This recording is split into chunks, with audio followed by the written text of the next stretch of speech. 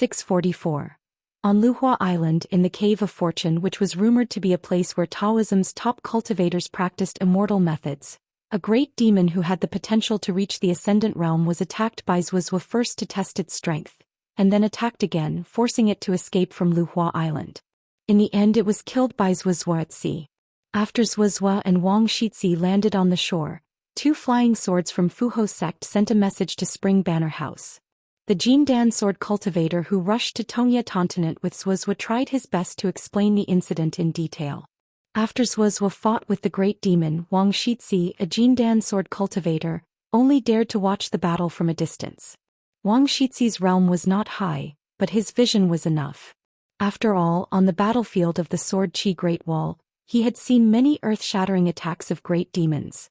He vaguely recognized that the great demon in the Cave of Fortune was definitely not an ordinary immortal realm. At that time Wang Shixi was nearly 300 miles away from the battlefield, but the waves under his feet were still monstrous, and the tides were shaking like thunder. He could still clearly feel the ripples of sword qi from Zhuozhuo. After Zhuozhuo put away his sword, he found Wang Shixi and just told him that it was over. Wang Shixi couldn't help but curiously ask the senior sword cultivator who had been silent all the way.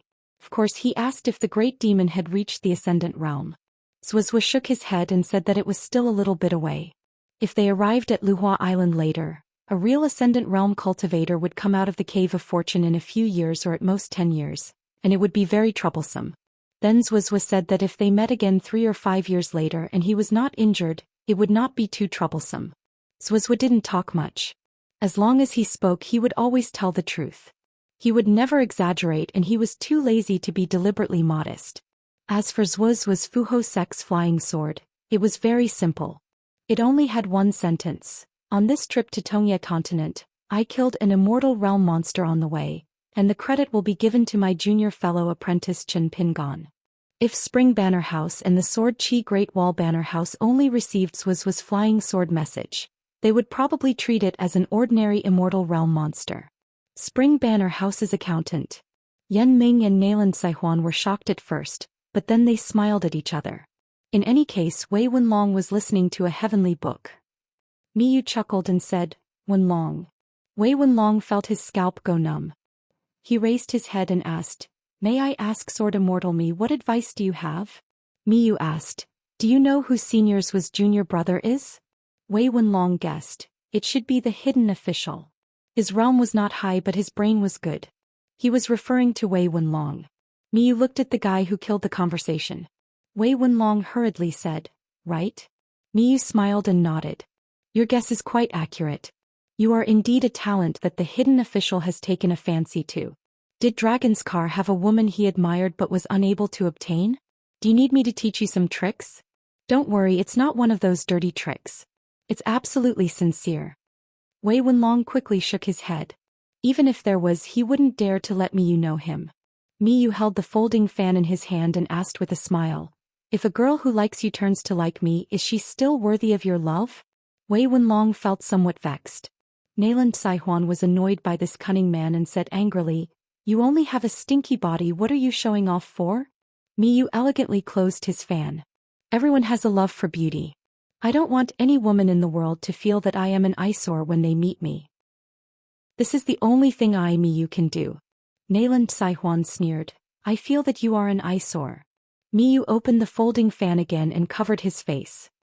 "I am willing to do more for Miss Nailan." Wei Wenlong's eyes were opened. On the Chuisheng mountain of the Fusho sect's ancestral mountain. Originally, sect master Ji Hai had rejected Zhong Kuei's proposal. After all, that exclusive secret technique was the foundation of Ji Hai's great Tao and would only be passed on to the successor of the sect master. What's more, Ji Hai had already chosen the next sect master of the Fusho sect. It was the young man who inadvertently exposed the hidden great demon. This child had a fate with the Fusho sect. When the child returned from studying at the Dafu Academy, Ji Hai planned to officially accept him as his last disciple. Previously, he did not worship at the ancestral hall, so he could not be considered Ji Hai's true last disciple. Zhong Kuei also knew that it was difficult for Ji Hai to make an exception with only the 2 secret letters from the Academy's teacher and the old Lord of Heaven of Taiping Mountain. Moreover, it was reasonable to not do so. If Zhong Kui had not been forced to complete this task by his teacher, Zhong Kui would not have forced him to do it. However, he could not disobey his teacher's order, so Zhong Kui refused to leave. Every now and then he would drink tea and chat with sect master Ji. Ji Hai was pestered to the point that he could only say that he was in seclusion. As a result, Zhong Kui placed a few tables and piled them with books at the entrance of the Fusho sect's immortal cave, saying that he would guard sect master Ji and read there every day. Ji Hai ignored him. Other things could be discussed except for this matter. Not to mention the words of Taiping Mountain and the Dafu Academy, even the old sect master of the Jade Gray sect, Sun Yuan, and the new sect master Jiang Shangzhen could not plead for mercy. Huang Ting was not as thick-skinned as Zhong Kui, so he went down the mountain alone. For some reason, Master Song Mao and the old Lord of Heaven, who had been anxious about her cultivation bottleneck, now told her not to rush to break through the bottleneck of the nascent soul realm. Cultivators were most particular about nature, so there was no need to rush. Especially the old Lord of Heaven, who gave a lot of reasons. In the end, he even said that it was difficult for a woman to find a man because her cultivation level was too high. While Zhong Kui and Ji Hai were competing in patience, Zhuozhua and Wang Shixi traveled all the way from the sea to the Fusho sect. Only then did Ji Hai have to come out of seclusion. Then Ji Hai heard the words of Wang Shixi, the golden core sword cultivator from this continent. When Zhuozhua killed a big demon at sea, she needed a flying sword to send a message to the inverted mountain. As the leader of a sect, Ji Hai originally had a very good impression of this person, who was the culprit who caused the Tongyi sect to be half dead. It could even be said that this person was Ji Hai's benefactor. Now, among the people who hated big demons the most in the Tongyi sect, Ji Hai was definitely one of them. This was because his Taoist partner was killed by a big demon back then, and that big demon fled crazily far away from the land. At that time, Ji Hai was seriously injured and could not travel far to chase after the big demon. There were 3 other people from the Tongyi sect who chased after the big demon. They were Song Mao, the head of the Taiping Mountain, the head of the Tongyi sect at that time, and Jiang Shangzhen of the Jade Gray sect. Coincidentally, that big demon met Zhuozhua at sea. According to Jiang Shangzhen, the big demon inexplicably felt that Zhuozhua was an eyesore and refused to take a detour. Therefore, it bumped into Zhuozhua and was inexplicably stabbed by Zhuozhua's sword and died. Now that Zhuozhua had come ashore, the first news was that another big demon at the bottleneck of the immortal realm was killed on Luhua Island. What's more, the sword cultivator Wang Shixi seemed to want to say something but did not dare to say too much. Zhuozhua obviously had experienced a lot in the Great Wall of Sword Qi all these years. How could Ji Hai not be happy? However, Zhuozhua did not pay much attention to this overly enthusiastic sect master. Zhuozhua had a slightly better impression of Tongya continent than Taiping Mountain. Therefore, before going down the mountain, Zhuozhua took the initiative to say something to Zhong Kui. The small snow cone that my junior brother lent you, are you trying to muddle your way through and not return it? Zhong Kui almost burst into tears on the spot. Whether or not he would return it could be put aside for the time being. The key was that this senior sword immortal was family. Qin Pingon, this kid was really something. He actually became this senior's junior brother. Then since I, Zhong Kui and Qin Pingon are good brothers, Zhuozhua is my senior brother. Is there anything more reasonable in the world than this? Zhong Kui felt aggrieved and did not stand on ceremony with his senior brother at all. On the way down the mountain, he began to talk to Zhuozhua about his miserable experience in Fuxiang sect. He was not liked by others, he was refused entry, and he was looked down upon by others. Fuxiang sect master Ji Hai was so angry that his face turned ashen. The bit of guilt in his heart disappeared without a trace. Zhuozhua thought about it for a moment and asked Zhong Kui and Ji Hai telepathically. Finally he said, Ji Hai, you can make Zhong Kui swear that the secret technique will not be taught to outsiders.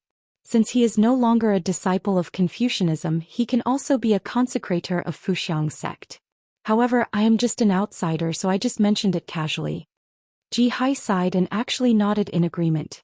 Zhong Kui had no objections. Ji Hai sent Zhuozhua all the way to the mountain gate. Zhong Kui thought about how he and Huang Ting had climbed the mountain. He really could not compare. Zhuozhua happened to be traveling with Zhong Kui to Taiping Mountain. Zhong Kui asked, Senior, how did you become Qin Pingon's senior brother? Zhuozhua smiled and said, Mr. forced it on me, so I reluctantly accept it. Zhong Kui was speechless. Even the kitchen knife next to the chopping board in the kitchen of the marketplace would become blunt over time after chopping too many vegetables and fish. The blunt knife needed to be sharpened. However, the continuous offensive of the wilderness not only used mountains of monster corpses to exchange for the flying swords and lives of the sword cultivators of the Great Wall of Sword Qi, but most importantly, it did not give the sword immortals any chance to sharpen their swords. If they wanted to sharpen their swords and withdraw from the battlefield for a moment, they would need to exchange the lives of sword cultivators and flying swords of the middle 5 realms. In the past, the sieges of the wilderness were not organized and were intermittent. There were many accidents, and the mobilization of troops on the battlefield, the arrival of reinforcements, and the departure of troops from the battlefield were often disconnected. This was why the sieges would often rest for a month or even half a year. After one side finished basking in the sun, it was time for the other side to enjoy the moonlight. When war broke out, the battlefield would be abnormally bitter. Flesh and blood flew everywhere and flying swords shattered. This was especially true when the great monsters and sword immortals suddenly erupted in a battle. It was even more dazzling. Victory, defeat, life, and death on both sides could even decide the direction of a battlefield or even the entire war. However, it was definitely not as oppressive and suffocating as this great battle. It seemed like no one could decide anything in the end. The great monsters used their magical powers and the sword immortals attacked fiercely. No one could make the final decision. Life and death, victory and defeat, were all drowned out by the battlefield. The biggest battle and the most soul-stirring battle was when the great monster Zhongguang moved the 5 mountains to the battlefield. The sovereign great monster Yangji presided over one of the mountains. Li Tumi and the other 2 sword immortals risked their lives to break out of the situation. Left and right entered the battlefield after them. The hidden great monsters from all sides appeared to surround and kill them. The old sword immortal Dong San left the city to reinforce left and right. Left and right were eventually severely injured by the hidden official Xiao Chuo with a sneak attack. The 60 military tents of the wilderness had an endless supply of troops. The sieges were closely linked and watertight.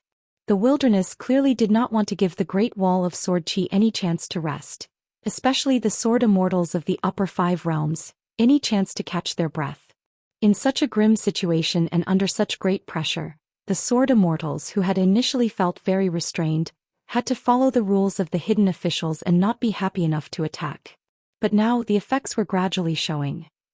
Before this, on the top of the city wall, the incomparably powerful individual killing power and the outstanding demeanor of the individual sword immortals, as a necessary price, had been imperceptibly diluted.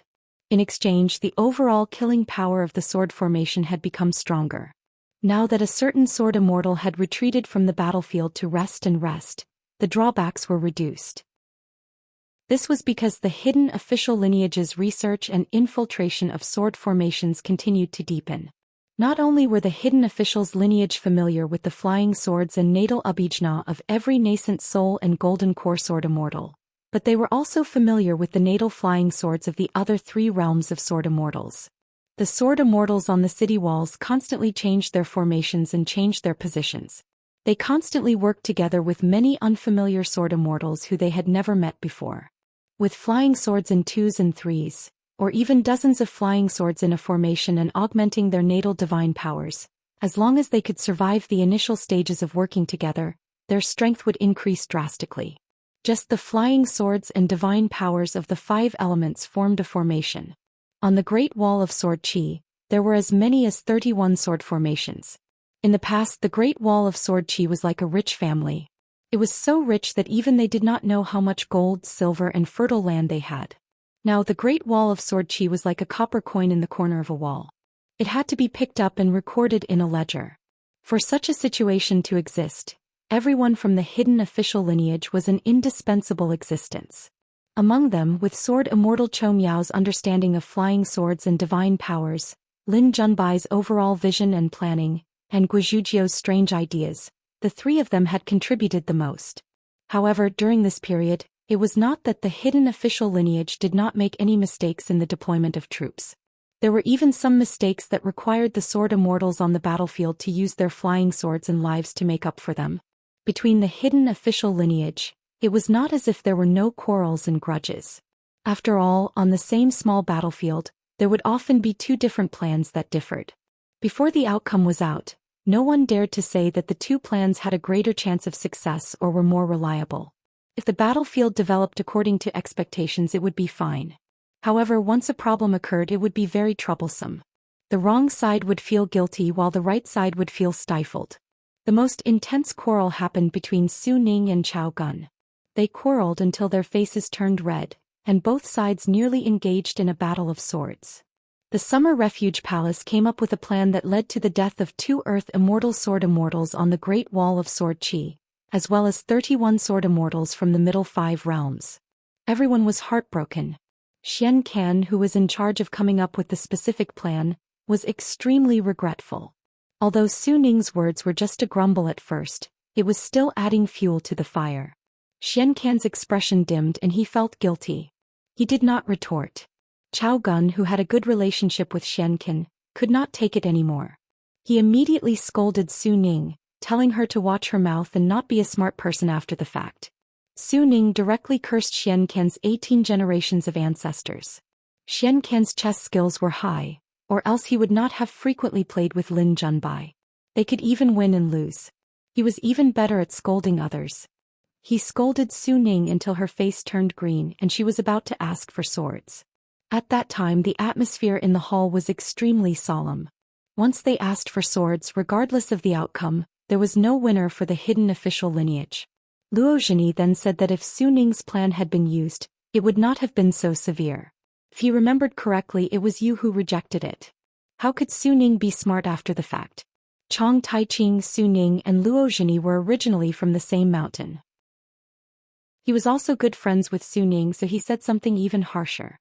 She was stupid before, but she did not admit her mistakes after the fact. That was even more stupid. Although the foreign sword immortal Song Gaoyuan was usually close to Luo Zhini in this matter, he was obviously on Chao Gun and Xianxia's side. He directly opposed Chong Taiqing and started arguing. Lin Junbai tried to mediate, but neither side was happy. Dong Bud could not scold Su Ning and Xianxia, but scolding Lin Junbai was not a burden. Guizhujiu had never seen such a situation and was at a loss for the first time. It was as if whatever she said or did was wrong. If not for Qin Pingon and Chou Miao's patience, the two secluded mountain peaks of the native and foreign sword immortals would have cracked. After Chou Miao and Qin Pingon looked at each other, sword immortal Chou Miao asked Su Ning to keep quiet. Then Qin Pingon asked if they wanted to be reasonable or to vent their emotions. If you want to talk about reason, there is no need to talk about it at all. With such heavy losses, it is the entire hidden official's fault. Everyone is to blame, and the hidden official's fault is the greatest. Because I was the one who set the rules, every decision was made according to the rules. It is not that I can't pursue responsibility after the fact, but it is necessary. However, it is definitely not targeted at a certain person. If I dare to do so, the hidden official's temple is too small and cannot afford to serve me, so forgive me for not paying tribute. If anyone was angry and wanted to vent their emotions through scolding, then there was nothing wrong with that. Even if it was a straightforward fight, Q-Sword was fine too.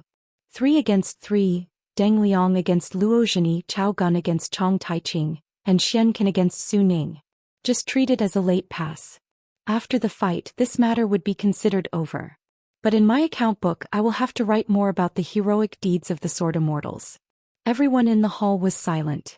Qin Pingon, Chou Miao, and Lin Junbai reviewed the plan and analyzed the pros and cons of Chao Gun's plan in detail.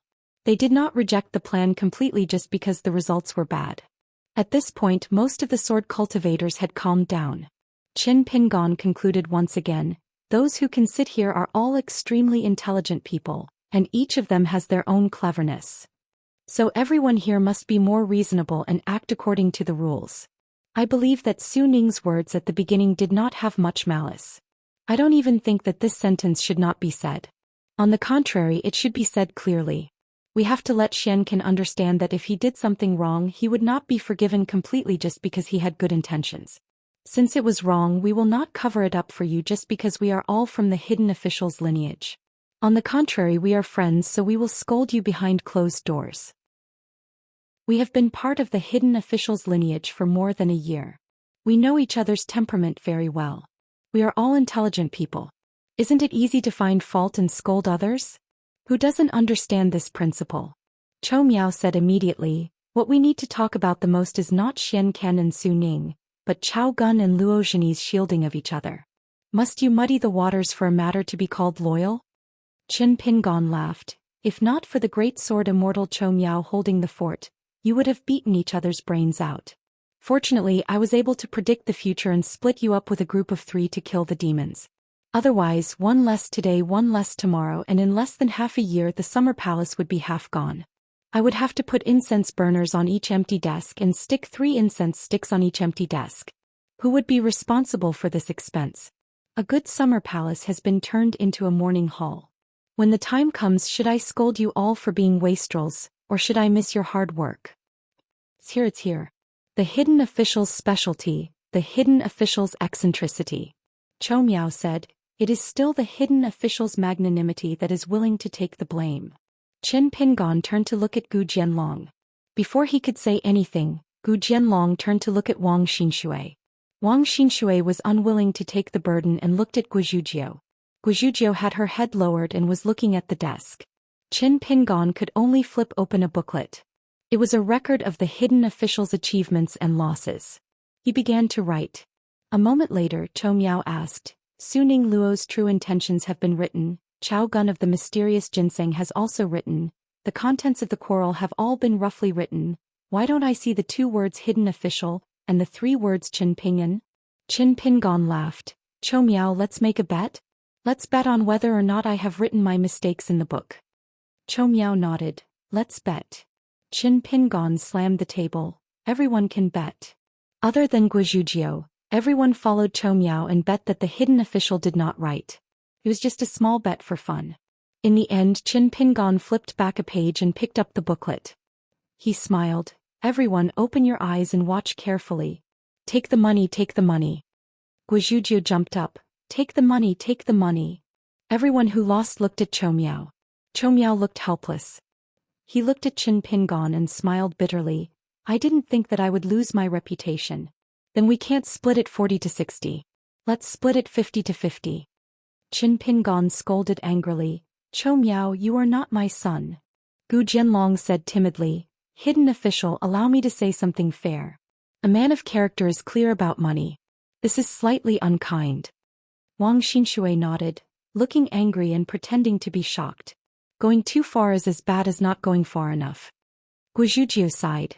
Master is really working hard to earn some money. Qin Pingon suddenly looked at the picture scroll on the ground. He said in a low voice, we need to prepare for the sword immortals to leave the city and help split the battlefield. Qin Pingon stood up. I've given you several chances to rush to the top of the city. You can count them as leftovers. So now I have about 20 days to leave the summer palace and go out of the city to kill demons. During this time, Chou Miao and Lin Junbai will be in charge of the overall situation. If there is something hard to decide, you can use the hidden official's flying sword to send a message to the sword immortal Wei Jin. He will inform me to return here temporarily to discuss matters. Luo Zhini hesitated. She was just about to persuade this young hidden official not to be impulsive. She had to admit that as the hidden official's sword cultivators became more and more cooperative, Qin Pingan's presence in the summer palace might not be able to change the overall situation. However, with or without Qin Pingan, it would still make a difference. At the very least, there would be fewer unnecessary quarrels. Unexpectedly, Chou Miao said telepathically to Luo Zhini, let him go. The ones who will feel the most depressed are not us. It is not easy for a person to not show any emotion from beginning to end for more than a year. Luo Zhini suddenly understood. If not for Chou Miao's reminder, she would not have cared about this matter. Qin Pingon stood up and walked out of the hall. In the courtyard, he put on the skin of an old man, carried a sword from the sword workshop and wore an extra robe. Gu Jianlong reminded him in a small voice, hidden official, actually wearing the other skin can cover your eyes and ears better. Qin Pingon smiled and turned his head. His body was already slightly hunched and his old appearance was natural. He said in a hoarse voice, you are so good at talking. Wait for me to come back and we can talk slowly. Without waiting for Gu Jianlong to say anything, Qin Pingan's long sword had already flown out of its scabbard. With a tap of his foot, he stepped on the long sword and flew away. In the hall, they looked at each other. He did not look like a sword shio in disguise. In the summer palace, except for the young hidden official, everyone was a sword xiao and they were all geniuses. They had this ability. Chou Miao smiled and said, "Come, let's bet on whether hidden official is a real sword xiao. I will be the banker this time." Then Chou Miao immediately said, "Guizhujiu, you are not allowed to bet. Otherwise, not to mention making money, they would definitely lose money and most likely lose everything." This girl did have a lot of money. Guizhujiu, who was about to bet all her money, stared and said, "Why?" In the end, not only Chao Gun's group, even Luo Zhini, Su Ning and Chong Taiqing bet that Qin Pingon was a sword xiao. Chou Miao waved her hand and said, "What are you betting for? You are all so young and your realms are so low. Hurry up and get to work." Guizhujiu put everything back in the bamboo box. Guizhujiu rolled her eyes. He did not even have a shill, yet he dared to be the banker. Master said that a gambling table including the banker had to have 8 shills for 10 people. After Guizhujiu put away all the items, she frowned and looked around. In the end, she reluctantly found sword immortal Chou Miao, who had the highest realm but an average brain. She asked, "Great sword immortal Chou Miao, will my master be okay?" Chou Miao smiled and said, "Don't worry." The other sword xiao all had strange expressions. Gu Jianlong said, "I don't know if hidden official is okay. I only know that he has been targeted by your master. Something must be wrong." Wang Xinshui nodded and said, "Brother Gu, I agree with you." Everyone quickly fell silent. Because on the scroll there was a big accident. On the battlefield, there would often be many big demons watching the battle casually. This time it was the big demon Bai Ying sitting on the white bone throne. She used a divine ability that was extremely rude and unreasonable. On the battlefield near the city wall, hundreds of thousands of puppet corpses stood up instantly and scattered in all directions, trying to help the army climb up the city wall. Although the corpses that had lost their intelligence and stood up on the battlefield in such a state, their battle strength was far inferior to when they were alive. However, when the two armies clashed on the frontline battlefield, there were hundreds of thousands more soldiers. For the sword xiao on the city wall, it was not easy. In the end, before these white bone puppets could get close to the city wall, sword immortal Wu Qingpei used his natal flying sword, Sweet Rain, for the first time. After Wu Qingpei's flying sword appeared on the ground, wherever there was blood on the battlefield, there would be rain rising from the ground and gathering towards the sky. The scene was like heaven and earth had been turned upside down. Only Wu Qingpei's sword intent rain was falling normally. After the torrential rain, the demon army along with the white bone puppets at the foot of the wall almost instantly died. After that, Wu Qingpei used his natal flying sword again and again, pushing it out from the base of the city wall. On the battlefield, after 5 consecutive heavy rains, less than 1 in 10 survived by luck. They were all demon cultivators with high cultivation realms, or demons that had not yet taken human form but were born with tough bodies. These existences became the target of the sword xiao on the city wall. As a result, the momentum of the wilderness army's attack on the city wall was slowed down. Wu Qingpei also put away his sword and quietly changed to another city wall to continue refining his sword. It was hard to imagine that this was the work of an unpolished jade sword immortal. An old sword cultivator sneakily climbed up to the top of the city wall and witnessed this scene with his own eyes at close range. Following that, sword immortals left the array and rushed to the battlefield. It was even more fascinating. Dong Senging, Chen Shi, Qi Tingji, the 3 old sword immortals who carved words on the city wall. Lu Ji, Nalan Xiaowei, Yu Qing, Yao Lianyun, Mi Hu and the other great sword immortals also left the city wall. In addition, the female sword immortal Zhou Qing, Yuan Qingshu, Tao Wen and the other sword immortals were no exception. The 3 Confucian, Buddhist and Taoist sages who guarded the Great Wall of Sword Qi began to use their magical powers to change the world.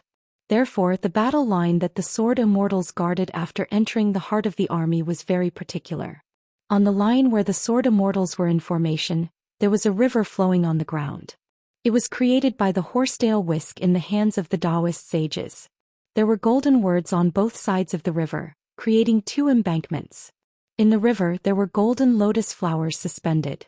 The old sword xiao followed the middle 5 realm sword immortals and left the city wall on their flying swords. After landing, the old sword xiao did not dare to rush to the front line. Holding his sword in hand, he summoned a flying sword and circled around. Seeing that the natal flying swords of the surrounding sword immortals were all advancing courageously, he seemed to feel bad. He rode his flying sword and followed the flying swords of the other sword immortals. He stabbed a half-dead demon that was hit by the other flying swords to death. A viewing sea realm sword immortal glared at him. The old sword Xiu cursed and rode his flying sword to stab other half-dead demons. On the battlefield, those below the earth immortal realm of the demon race could only gain battle merits by killing those who were killed. Although the demon race army was large in number, there were relatively fewer cultivators. Some of the slightly more valuable battle merits could not be snatched by others. The old sword Xiu would even grumble. As the old sword cultivator went back and forth, he still managed to pick up a few demon cultivators' battle merits. He immediately grinned from ear to ear.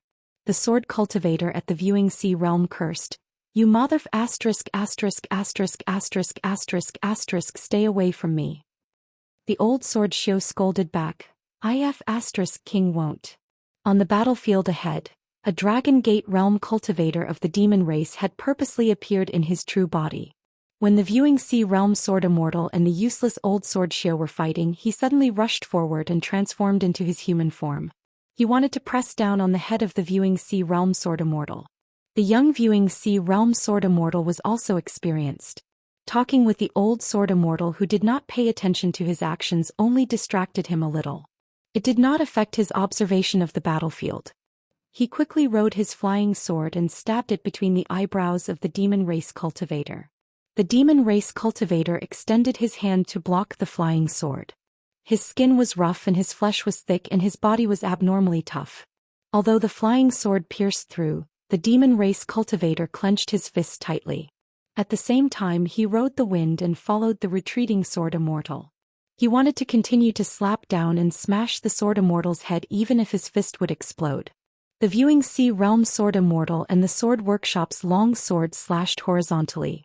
Unexpectedly, the menacing Dragon Gate realm demon cultivator suddenly moved and came to the side of the sword immortal at an even faster speed.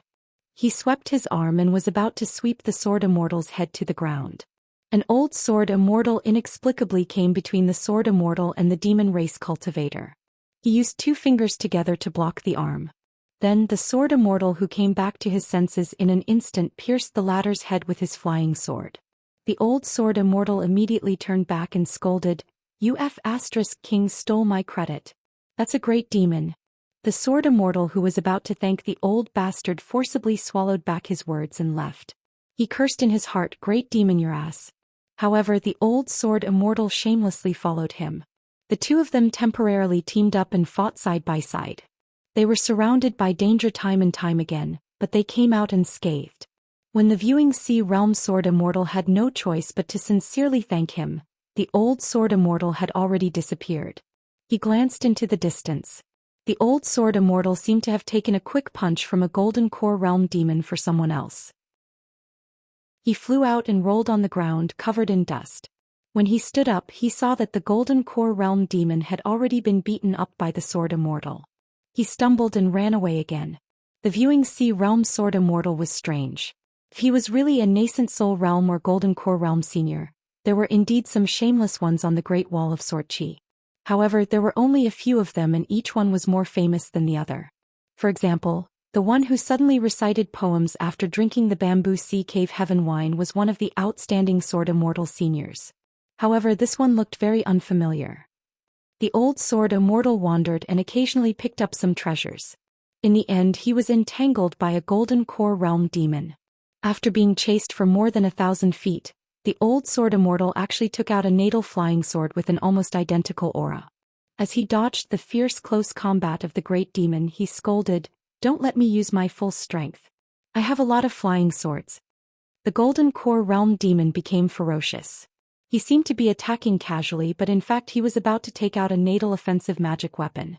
However, he was suddenly stunned. The old sword immortal actually spoke to him telepathically, "Quickly take away one of the flying swords and try to bring it back to the Jiazi camp alive."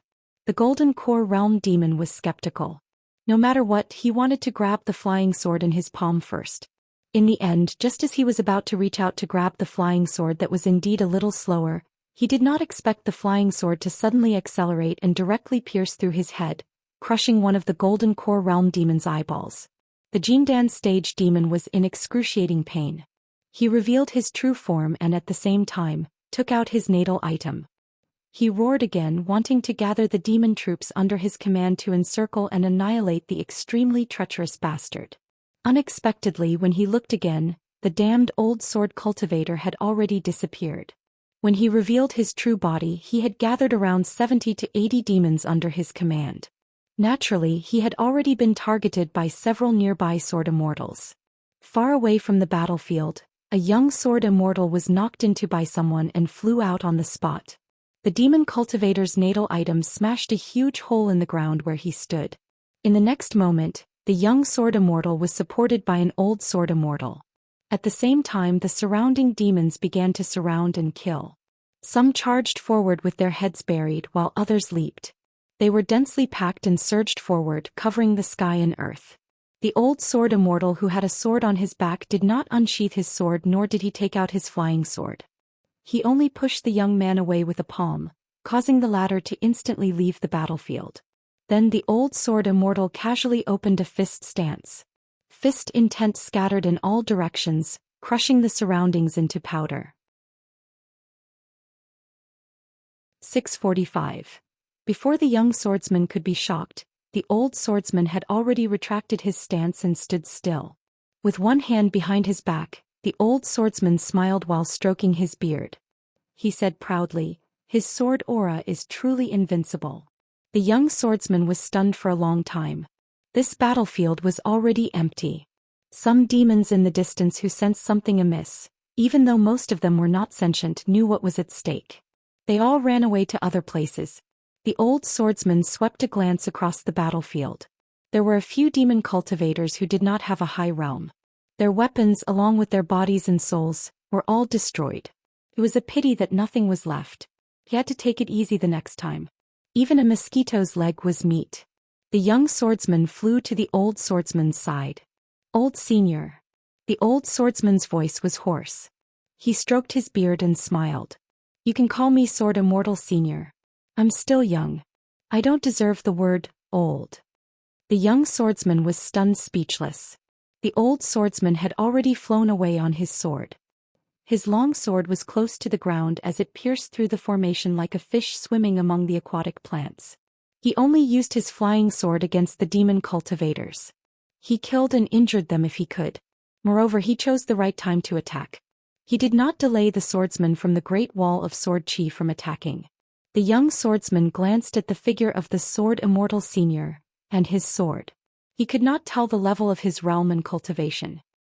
He suppressed his doubts and headed south with his sword, rushing to the next battlefield. This time the Great Wall of Sword Chi had more than 6,000 sword cultivators in the middle 5 realms. It sounded like a large number, but in reality, compared to the 1,000-mile battlefield, everyone would still be trapped in the perilous situation of the demon army. In addition, there were many abode of immortals and sea-viewing realm sword cultivators. Most of them were there to sharpen their swords and familiarize themselves with the battlefield. They had to take care of both killing demons and practicing their swords. According to the rules of the hidden officials, these 2 realms of sword cultivators sought to survive first, then to break through their realms and finally to kill more demons. As for the earth immortal sword cultivators who had the highest realm and the greatest killing power, killing demons was their priority. Protecting the abode of immortals and sea-viewing realm sword cultivators was their second priority. There were sword cultivators guarding the city walls. As long as the north and south lines did not collapse too much, there was no need to worry about the demons bypassing the sword cultivators and going to the city walls. The sword cultivators of Dragon Gate who were in between the 2 realms were the most relaxed and straightforward. They could use their swords to break formations and kill monsters alone, and it was fine for them to form groups with their friends who were in the same realm as them. They did not have too many rules and restrictions. During this period of time, there were also many sword cultivator teams. They were rather special. They were sword cultivators whose natural mystiques of their flying swords could be superimposed. This time they were going out of the city to meet the enemy. They were striving to familiarize themselves with the coordination of their flying swords on the battlefield.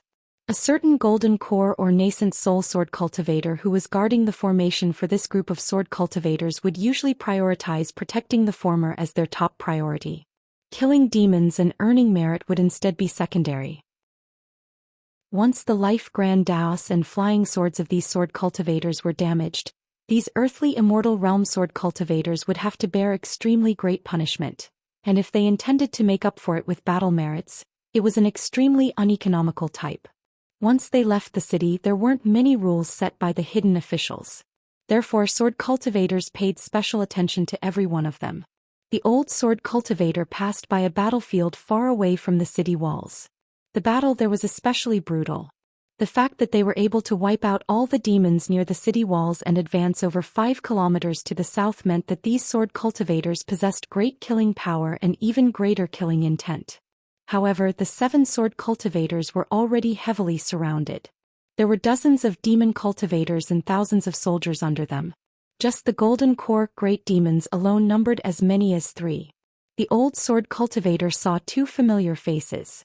They were the Dragon Gate Realm Sword Cultivator Rin Yi and the Golden Core Realm Sword Cultivator Pu Yu. They were the sword cultivators who had guarded the 3 gates on the street back then. The old sword cultivator glanced at Pu Yu and sighed. This fellow was still wearing that eye-catching outfit that had the word, asking for a beating written on his forehead. It was fortunate that this handsome young master was not one of them, or he would have long been berated by the old sword cultivator. It was fine if he was drinking in the city and sparring with others with his fluttering white robes, but it was inappropriate for him to reveal the demeanor of a banished immortal on the battlefield. The robes of the clothing workshop did not charge him a single cent, so what if he wore one? If it were not for the rule that only one robe could be given to a sword cultivator for free, the old sword cultivator would have worn 7 or 8 robes and carried 7 or 8 swords of the sword workshop before rushing to the battlefield. The old sword cultivator who made others address him as Senior Sword Immortal was naturally the infamous hidden official. After fair dealing second shopkeeper and punching Chen Pingon to the ground, he now had another nickname, True Hidden Official who did not save those in need. On the city wall, after the hidden official was killed by the traitorous sword Immortal Lai Halberd, the sword cultivators of the hidden official's lineage moved to the hidden official's lineage. The hidden official's position had been vacant for a long time. When the word hidden official was sent to the city wall via a flying sword, almost all the sword cultivators of the Great Wall of Sword Qi knew what was going on. After all, the demons had unleashed a torrent of magical treasures, and the sword cultivator Q-Sword of the Wildlands had engaged in 2 major battles. The sword energy waterfall on the city walls had changed many times, and had killed many nascent soul demon cultivators. After a series of events, the sword cultivators were able to figure out what had happened in the wine shop. If it wasn't for the fact that the peak great demon Yang Ji killed the sword immortal and the hidden official Fei Jian stopped the sword cultivator from saving him, the reputation of the young outsider who became the second shopkeeper and then the hidden official would have changed from extremely bad to extremely good in the Great Wall of Sword Qi. Qin Pingon was not in a hurry to make a move. As a golden core sword cultivator, Pu Yu should be the sword master who protected this group of young sword cultivators. As for Rin Yi, as a Dragon Gate cultivator who came and went freely on the battlefield, he should want to join forces with Pu Yu to break the formation. They could look after each other and also kill more demons.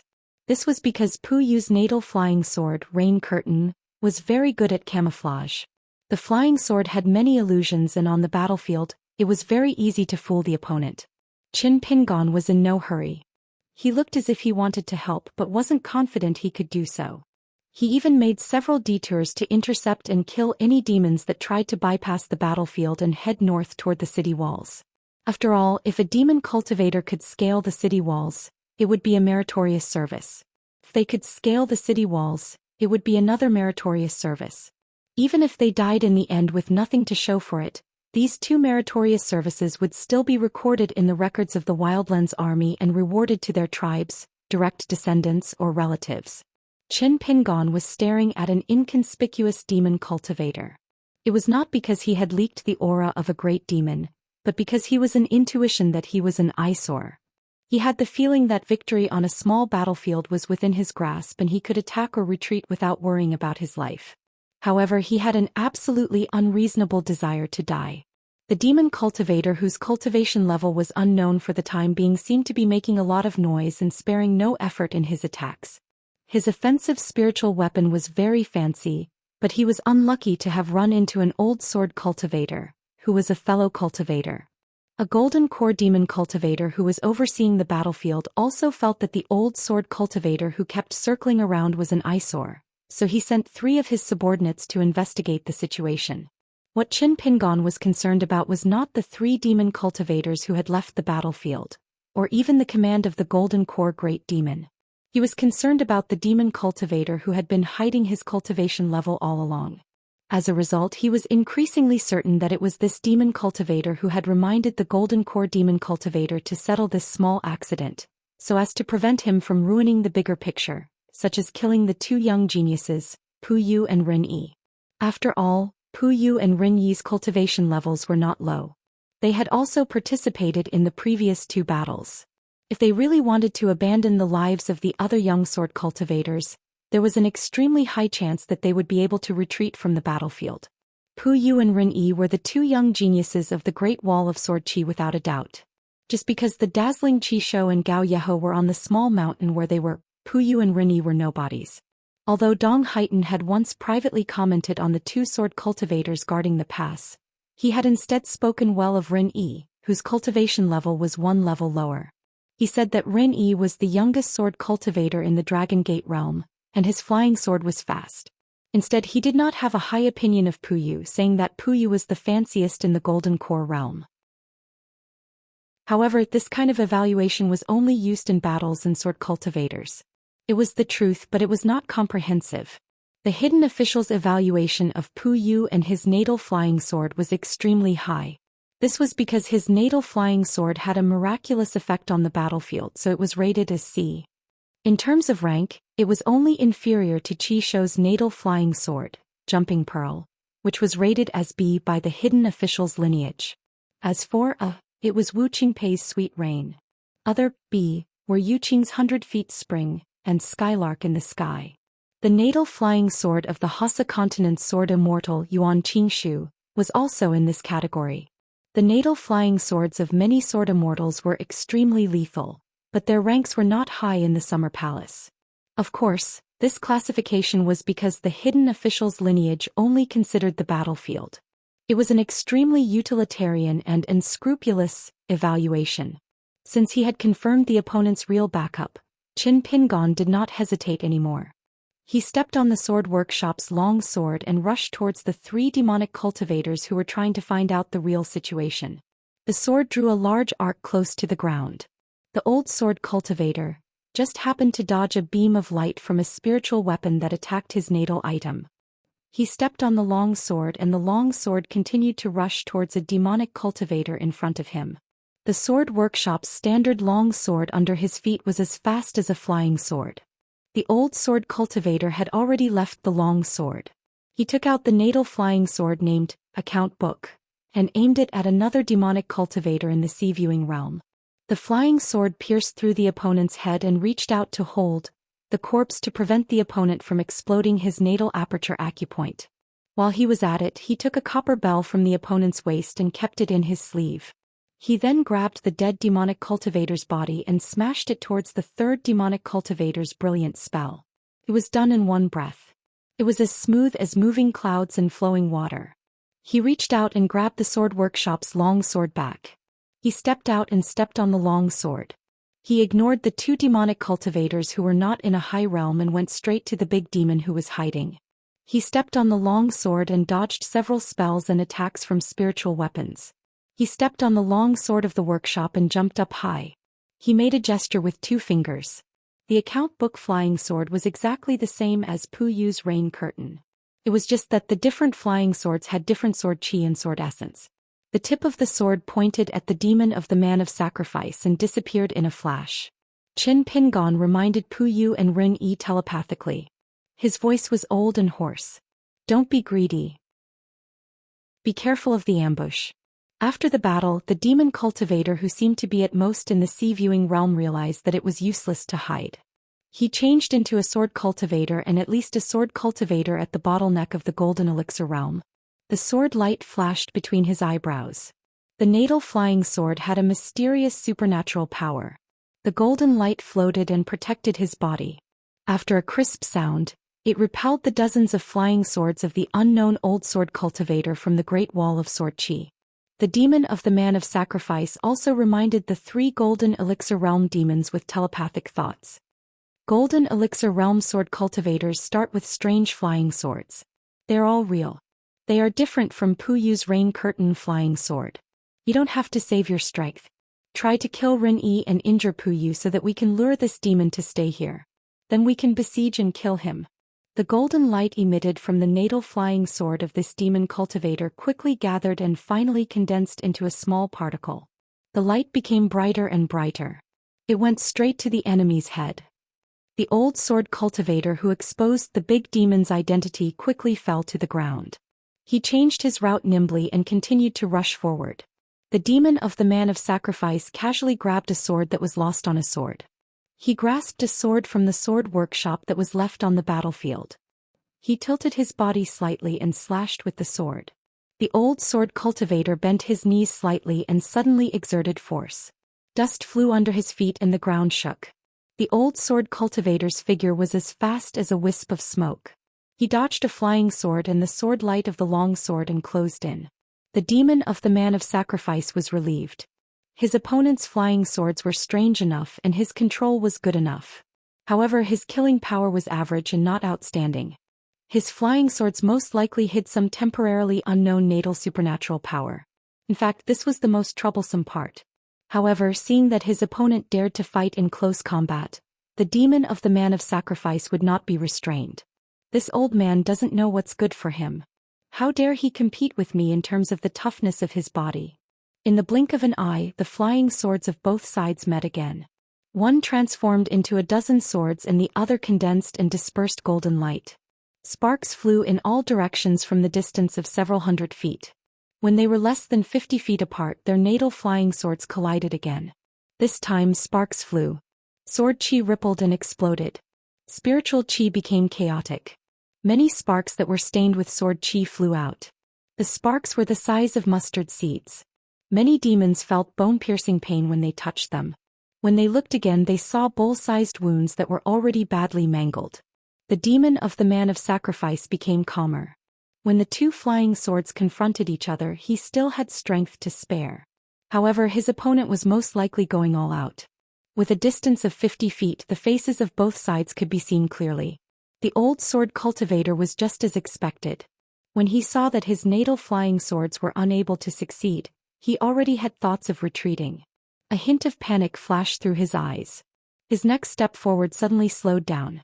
However, he still had to pretend to be calm. Then he stopped and flew back. At the same time, he tried his best to control his flying swords. He used all his trump cards because his flying swords were finally willing to use their natal supernatural power. They no longer hid anything. It was a sword formation that was connected to each other, blocking between the 2 sword cultivators. The demon of the man of sacrifice no longer had any misgivings. Although the old sword cultivator in front of him was not the person recorded in the book, killing another Jindan sword cultivator from the Great Wall of Sword Chi was a pleasant surprise. It was a great merit. After using his natal flying swords to break through the opponent's sword formation, the demon of the man of sacrifice did not give his opponent a chance to retreat. He rushed forward and caught up with the anxious old sword cultivator. He slashed down with his sword. If he dared to save someone, he would have to pay with his life. In his panic, the old sword cultivator could only tilt his head and stretch out a hand to block the sword. Otherwise, he would not be able to escape the fate of being split in half. A moment later, the sacrificial demon of the man of sacrifice looked down in a daze. His soul trembled and his heart twisted. The old sword cultivator who was close to him still had a look of fear and uneasiness on his face. However, his opponent's left hand was firmly holding onto his sword. Not only that, his right hand was like a chisel through the enemy's formation, piercing through his opponent's chest. However, it did not penetrate through his back. His fist was clenched and it just happened to grab onto an illusory Jindan. Before this, he had already used his explosive fist intent to destroy the chi dwelling near his natal aperture. It was as if he had completely isolated himself from the world. He did not give the sacrificial demon of the man of sacrifice the slightest chance to explode his Jindan. Before he died, the sacrificial demon of the man of sacrifice saw that the old sword cultivator was still in the mood to put on an act. He had a look of sincerity and fear in his heart. Then he smiled and said guiltily, "It was a small victory. I was just lucky." The attacking army of the wasteland world was split into two by the golden river created by the saints of the three sections. The sword immortals held their swords and guarded the river. The demons behind the sword immortals could only fight like trapped beasts. Without any reinforcements, they had to fight the sword immortals of the middle five realms who had left the city. However, it was not an easy task for the sword immortals of the Great Wall of Sword Qi to guard the river and cut the battle formation in half.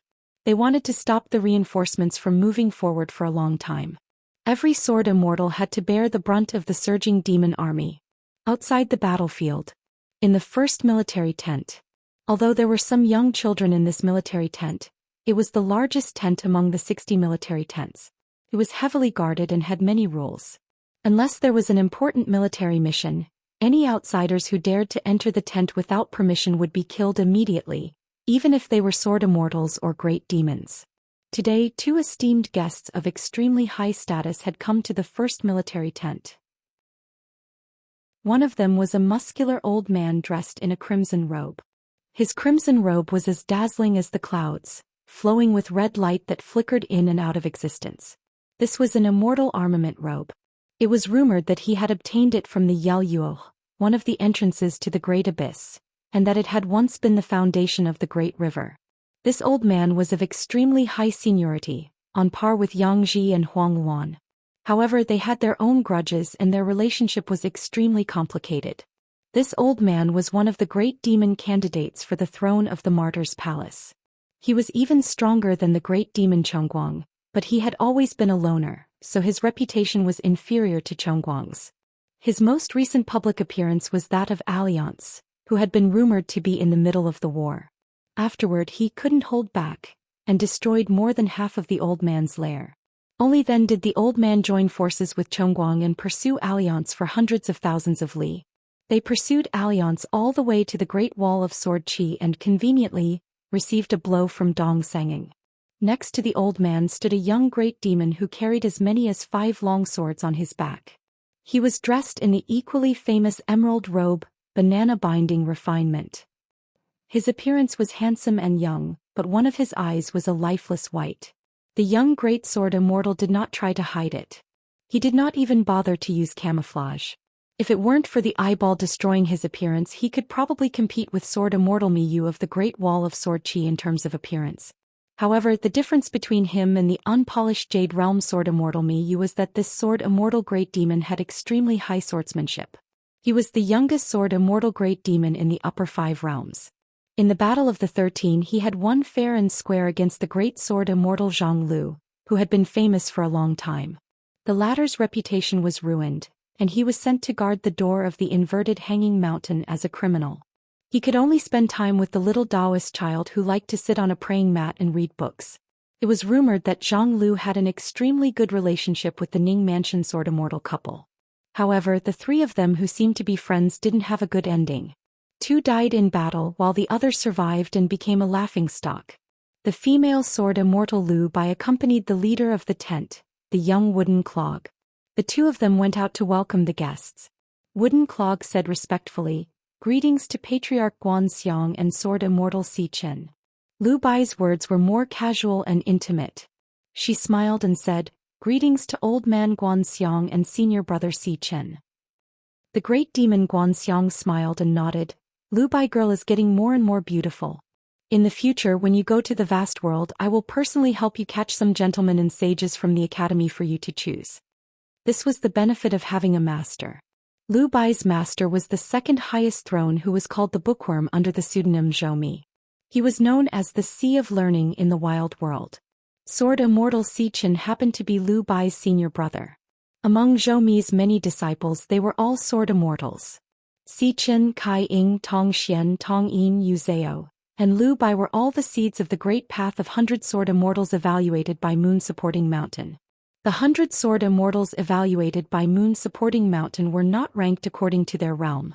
Lu Bai's senior brother Si Chen not only had a high realm, but his ranking was also extremely high. He was close to Lu Cha's direct disciple, Li Zhen, who was the last disciple of Moon Supporting Mountain. Lu Bai noticed Si Chen's abnormality and asked worriedly, Senior brother Xichen? He didn't understand why senior brother Xichen was seriously injured after not seeing him for a few years. The last time they parted, senior brother Xichen was said to have received his master's order to travel. Xichen pointed at his eyeball that was added back. A great demon's physique was tough, not to mention a great demon of the upper 5 realms. However, he didn't grow a new eyeball, nor did he refine the added eyeball. It was as if he deliberately let people find out that he was blind in one eye. He smiled and said, "That old blind man cut off one of my eyeballs and threw it to the watchdog to eat. It was extremely humiliating, but it was nothing more than that. If I don't take revenge, I won't feel at ease. However, if I want to take revenge, it won't be easy. I can only let outsiders see it as a reminder so that I won't forget it after a long time." Wooden Clog was shocked. Not to mention the old blind man who liked to drive the golden armored puppets to move 100,000 mountains. Just the watchdog alone was said to be an ascendant realm great demon who broke through the bottleneck to find trouble. In the end, it failed to find trouble, so it stayed there and became a veritable lackey. That year, the great demon Guanxiang brought the sword immortal Xichen to find the old blind man to talk about things, hoping that the old blind man could help and kill the world together. They didn't expect to part on bad terms. 12 against 13, the immortal realm confronting the ascendant realm. Even if they couldn't win and had no chance of winning, it was not impossible to escape. However, once the 12 and 13 realms confronted the next realm, it was really unreasonable. Of course, the ascendant realm sword immortal still had the power to fight. As long as the sword was fast enough, it could break the world that was manifested by the great Tao. The legendary 14 realms, wherever the person was, the world would be there. The suppression of the great Tao was everywhere. It was not as simple as a small world with a barrier. The ascendant realm chi cultivators who were not sword immortals were the most uncomfortable in it. Therefore, the immortal realm sword immortal Xichen suffered a great loss. It was really not that Xichen's sword Tao was bad, but it was because the old blind man was too strong. He was so strong that an outsider in the desolate world was also the god of the vast territory of the 100,000 mountains. Alliance once had a very interesting analogy. The old blind man was the second master of the desolate world. Unless the second master who had disappeared for 10,000 years was unhappy and personally suppressed it, all the spells and supernatural powers were just fleeting clouds and flowing water. The great demon Guanxiang smiled and said, "Let's talk about business first.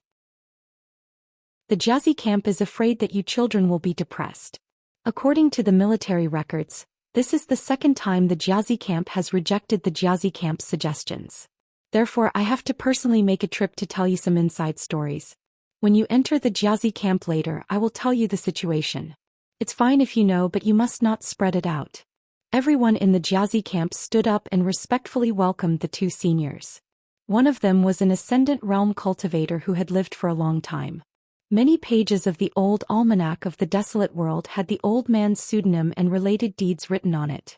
The other was young, had outstanding battle achievements, and was also a sword immortal. The old man smiled and nodded, indicating for everyone to take a seat.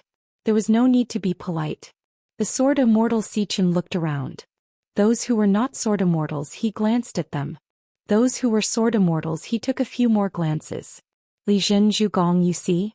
Tan, together with junior sister Lu Bai, the Jiazi camp had 5 sword immortal embryos of the desolate world. The great demon Guanxiang said, "According to your plan, including Chongguang and I, the ascendant realm and immortal realm cultivators, how many sword immortals' heads can you get at most?" Wooden Clog said, "According to our plan, we only kill the jade unpolished realm sword immortals of the Great Wall of Sword Qi first.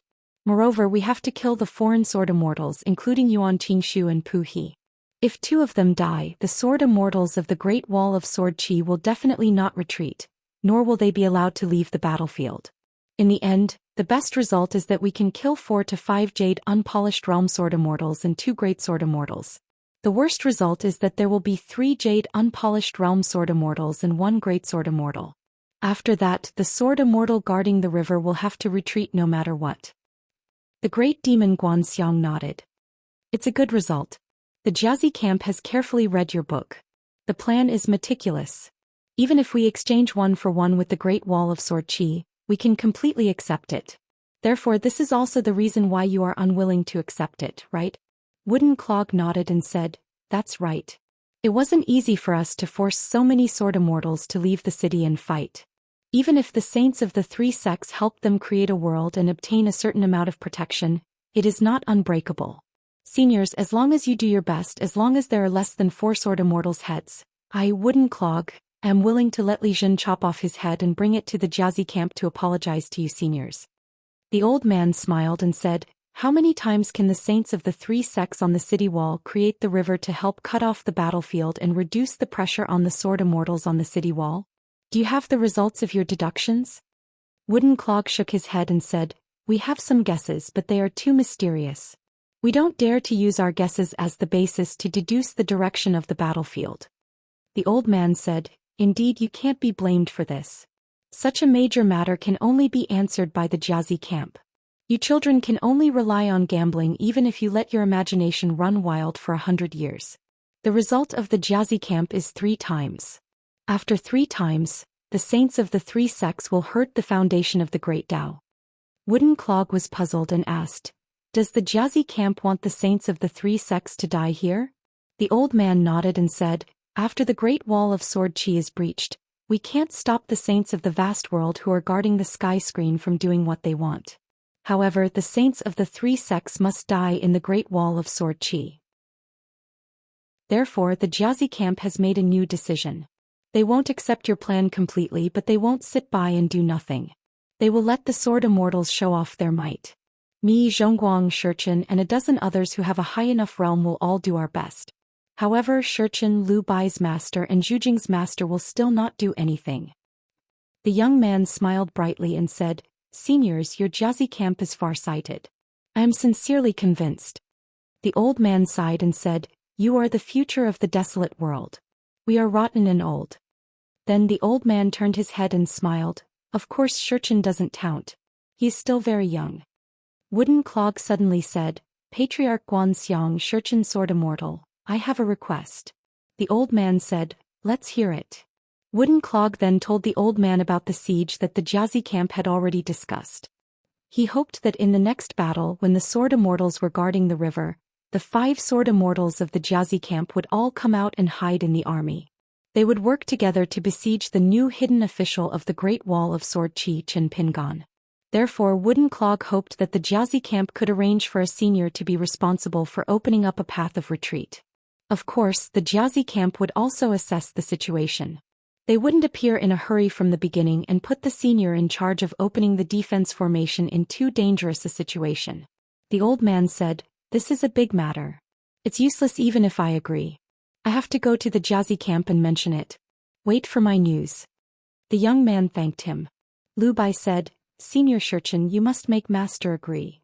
Shichen said helplessly, we have to see how effective your next 2 plans are. Otherwise, you know Master's temper very well. Other than the plan to deal with the sword immortals of Li City in the Golden River. In fact, there was also a competition between the younger generation of both sides. The undercurrent was already surging and waiting to be unleashed. With the Jiazi camp as the leader, several military camps worked together and carefully selected a large group of demon warriors. They were all Earth Immortal sword immortals who had been stuck at the bottleneck of Jindan or Yuanying for many years. These heroes who had become sword immortals but still ended up as warriors of sacrifice were each given a small booklet written by the Jiazi camp before they rushed to the battlefield. The booklet recorded all the information about the 50 genius sword immortals of the Great Wall of Sword Chi. Ning Yao was on the first page. Qi Shou, Gao Yeho Peng Yuanji Situ Weiran Luo Zhini Chen Sanqiu Dong Huafu Taizhang Yan Chia Suning Chong Taiqing Gu Jianlong Guizhujiu Gao Yuqing. There was a long list of names, realms, flying swords, natal supernatural powers, temperament, fighting style, and the names of their friends who would appear in the same battlefield. The booklet was filled with detailed records. Even if there was a difference between the records and the hidden officials of the Great Wall of Sword Chi, it wouldn't be too far off. However, when Peng Yuanji was recorded in the booklet, his name was crossed out and the words, cannot be killed, were written in red. During this period, an old golden core demon sword immortal who volunteered to be a warrior of sacrifice was suddenly found by the military camp's cultivators before he went to the battlefield and was killed on the spot. The demon sword immortal was only shocked and didn't think much about it. Those who were already dead would die early. Those who were still alive would not be treated as a joke and would die later. He was probably a traitor who wanted to leak information to the Great Wall of Sword Qi. This small story about the demon race and humans, sword immortals and life and death, wilderness and the Great Wall of Sword Qi disappeared forever in the river of time. It was like a piece of duckweed that floated for a long time and then disappeared without a trace. This generation of the Great Wall of Sword Qi produced many geniuses. It was known as the Second Great Wall of Sword Immortals in 10,000 years. What the wilderness needed to do next was to use the Great Wall of Sword Immortals as the price to grind down this opponent into a Great Wall of Sword Immortals. It seemed like it was a success, but it wasn't a gain. However, that was not the case. Reality had proven that the Great Wall of Sword Qi's pure sword will, the older the sword will, the more it would not reject the sword immortals of the wilderness. As long as the latter's sword heart was pure and clear, they would be able to gain the favor of the ancient sword will and seize the opportunity of the Great Tao. In terms of sword Tao providence, the Great Wall of Sword Qi was without a doubt the most majestic. Once the Great Wall of Sword Qi was breached and all the sword immortals died, the wilderness would be able to seize more of the Great Wall of Sword Immortals. The 100 sword immortals' seeds would be able to grow rapidly. On the battlefield, Puyu didn't stay idle. She summoned her natal flying sword, Rain Veil, with all her might. Even if she couldn't help much, she wanted to prevent the old sword immortal from falling into a trap just to save them. After all, when sword cultivators nurtured their flying swords, other than tempering their sword intent, they could also temper their physique. As for the Fey race, their physique was innately tough. Once they were sword cultivators, the toughness of their physique would reach an exaggerated level. Ren-Yi even cooperated with Puyu's flying sword mystique to assassinate the demon cultivators. However, there were golden core demon cultivators on the other side who purposely ignored Puyu and Ren-Yi. Unless their flying swords were close to them, they would specifically target the young sword immortals whose cultivation was not high. This made it difficult for the two genius sword immortals to use their flying swords to their heart's content. The other young sword immortals had already received Puyu and Ren-Yi's warning. For the time being, they only cared about supporting each other and controlling their flying swords to protect themselves. The old sword cultivator who had sneakily hidden a golden core in his sleeve seemed to have suffered a heavy blow as he was sent flying backward. After rolling to his feet, he vomited blood onto his palm and unleashed his flying sword to randomly stab the sword cultivator who had already died. Then he was sent flying again and slid on the ground for several meters before he staggered to his feet and wiped the blood on his face. The old sword immortal reached out and grabbed the sword immortal's sword on the ground. Another sharp sword light arrived in an instant. It was another golden core demon cultivator. The old sword immortal blocked the sword radiance with his sword. He slid backwards and plowed a deep trench in the ground. The sword immortal's sword was finally broken by the sword radiance. The old sword immortal pinched his fingers and controlled the broken sword to return to its sheath. He faced off against the golden core sword immortal who had come out alone. Not only were Puyu and the other young sword immortals of the Great Wall of Sword Qi shocked, but the golden core demon cultivators and their subordinates were also very confused. Since when did their side have two of the most valuable sword immortals in the wilderness? Qin Pingon had a rough idea of what was going on. The wilderness had been cut off from the battlefield this time, so they had already made arrangements. For example, Puyu and Ren-Yi had each summoned a golden core sword immortal. They were older and were likely to be sword immortals who had no hope of breaking through their bottlenecks. They were the most suitable sword immortals to serve as assassins. If this happened everywhere on the battlefield, it was a meticulous plan that the wilderness had long planned. It would be very troublesome for the young sword immortals of the Great Wall of Sword Qi. Therefore, Qin Pingon did not plan to stay for too long. After cleaning up the battlefield, he would first send a message to Wei Jin on the city wall and pass the news to the Summer Palace. After that, he would have to rush to the battlefield as soon as possible. After all, he was still Fan-Dash's guardian sword immortal. He had to fulfill his promise. Qin Pingon rolled up his sleeves, stomped on the ground and instantly disappeared. The golden core demon cultivator was clearly at a loss. He had already sent out his flying sword, but he could not find anyone. What was he to do? In an instant, the lethargic golden core sword cultivator was sent flying. His unusually tough body directly broke through the encirclement. The demon clan member who was hit was smashed into pieces and died on the spot. The old sword immortal with the sword workshop sword on his back and the clothing workshop robe on his back followed like a shadow. Before the golden core sword immortal's body landed on the ground, he sent out a second punch, shattering his body and golden core together. In the next moment, the old sword immortal landed on the ground and secretly sent a message to the city wall. A portion of the earth immortal sword immortals stationed on the city wall had to leave the city wall and conceal their aura. They would then try to kill the enemy sword immortals. The demon cultivators on the battlefield scattered like birds and beasts, frantically fleeing for their lives. A few golden core demon cultivators rode the wind and took out their defensive natal items. As long as they did not retreat too far to the south, changing the battlefield and continuing to fight was not a mistake. Moreover, the battlefield had been cut in half. The wilderness war supervisor really could not care less about the cowardice of the battlefield. Although the demon cultivators who went to the battlefield risked their lives to obtain merits, they were not courting death. Even touching the city wall a few times was good enough. In any case, it was still considered a merit. Puyi was a sword immortal. He was just chasing after the demon cultivators. Rin-Yi glanced at the old sword immortal flying away with a complicated expression. Puyi said helplessly, "There's no need to guess. It's that King's second shopkeeper." However, the two of them did not understand why the newly appointed hidden official seemed to be a completely different person after not seeing him for just a year. Especially the last punch with a heavy killing intent. Even the young people on the Great Wall of Sword Chi felt uncomfortable and suffocated.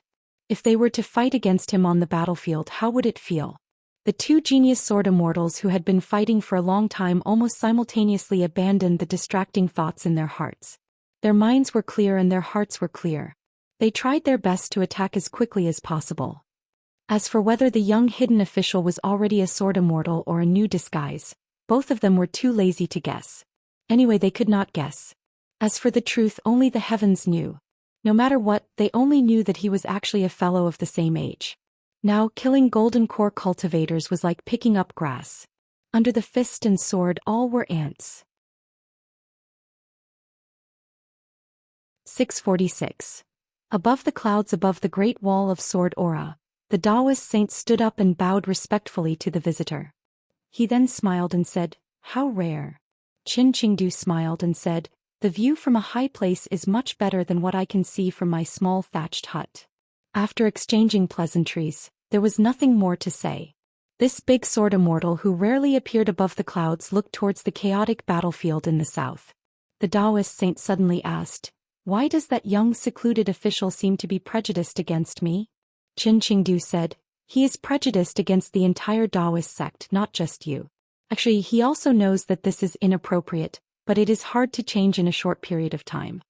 There were always some strange people who were able to let go of the things they said about themselves, but they were unable to let go of the things they said about the people around them. Big Sword Immortal had seen many such people. Not to mention those who were far away, there were those who were close to him, including Pang Yuanji. The Taoist saint lifted his sleeves and began to calculate. The Taoist was unwilling to do so in private, but since Big Sword Immortal had appeared, there was no need to hold back. He calculated with his fingers, and after a while, "I never thought that there would be such a huge grudge. No wonder." This Taoist saint was the person who was the furthest away from the mortal world in the entire Great Wall of Sword Aura. He had truly achieved a clean cultivation. Not to mention the matters of the Great Wall of Sword Aura, he did not even care about the ups and downs of his own sect. No one would come here to look for him, and he would not take the initiative to look for anyone. This Taoist saint who was in charge of guarding the Great Wall of Sword Aura was an expert from the lineage of the Taoist ancestors' eldest disciple. If he returned to the Baek-ok-kyung building, there were 5 cities and 12 buildings. One of the buildings was extremely high, and it was his immortal cave abode where he cultivated. Qin Qingdu said, "It has been so many years.